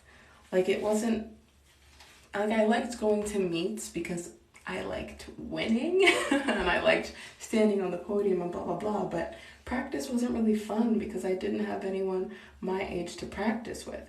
When I restarted at 13, I had my friend from school, and then there were other like 13 and 14-year-olds on the team, so it became more fun. And like now, like in university, everyone on the team is in university. Like we're all like 18 to like 26, right? Like I'm one of the older people on the team now, but it's like we're all adults and like we're all like very serious about track. Like it's very refreshing to be in a space where like everyone is just as serious about it as you are. And so like, yeah, when I restarted, it was just a lot more fun. I had a lot more in common with the people I was running with, and then it got to the point where I realized like I could like potentially like go all the way.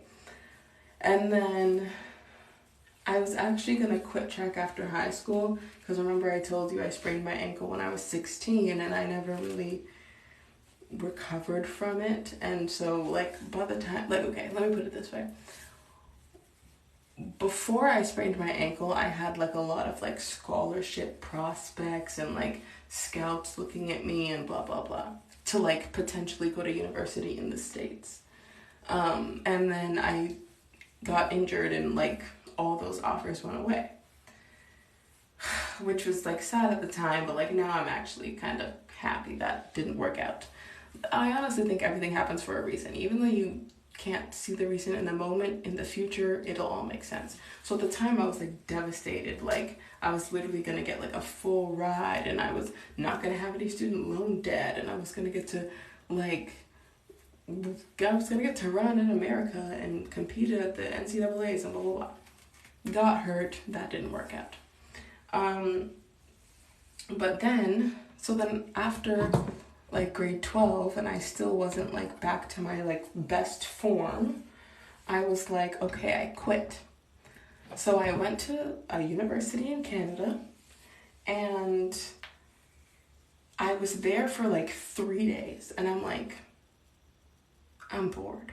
I was like, I've always had an extracurricular, whether it was a sport or like I was in band in high school. Like I always had an extracurricular. I never just went to school and went home. So the first 3 days of university, I went to school and went home and I was like, this is boring. I'm like, people do this? Nah. So then I found out who the varsity track coach was at my university and I found his office and I spoke to him and I was like, how do I try out for your team? And like literally that's what got me back into track. Like I spent 3 days without track And I was like, ew, like I can't do this. So it's literally like every time I would leave track or try to leave track, something always brought me back to it. And like, I literally cannot see myself doing anything else. Like, I have, like, there's other things I'm interested in. Like, I'm interested in YouTube, and I'm interested in like social media, and I'm interested in acting, and like, but like track is always like my number one. Like if I, hypothetically, let's say I became a famous YouTuber, that wouldn't be as, I wouldn't feel as much satisfaction as if I became a professional track athlete. Like that is my number one. Like that is the thing that I aim to achieve in life. Like I think anything I put my mind to, I can be successful in, but the thing I want to be successful in is track and field. So I know I will find other successes in life, but like track is the one that I want. So yeah, that's a very long way of just saying I started when I was 6 because my cousins did it. But yeah, that's pretty much been my track journey. I've left it before, but I always come back. Okay, we spoke at, I said at 3:22, let's see how long it takes. It's 3:32. It took me 10 minutes and I'm done. Oh my gosh, let's let it all out. I honestly don't like a middle part. I think my head looks weird, but the reason I do a middle part is for symmetry, so that I leave these two out and then I put this up.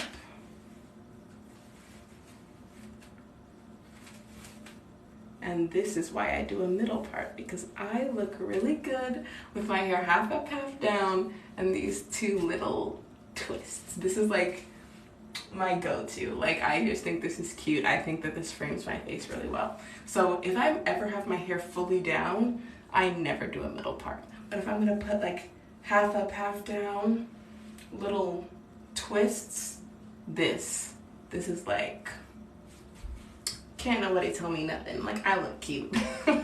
So yeah, I'm done. Let's look at the full thing. Ooh. Okay, it's 3:33 now and I need to eat and pack, so I'm gonna go. But thank you to everyone who chatted with me. Especially Kayla, you have been here for the whole time. Girl, thank you. I don't know if Mal is still here, but if you are, shout out to you. Shout out to Josh, because you have been talking to me for over an hour at this point. So listen, yeah, fresh hair, did it myself, took 5 hours, but like worth it. Because like this is the thing. This is gonna last me a month. So to spend 5 hours and then get 30 days out of it, that is so worth my time. That is so worth my time. So yes, it looks so good. Thank you, Kayla. And yes, so thank you to everyone who watched this stream. Thank you to the people who gave gifts and the roses and all that jazz.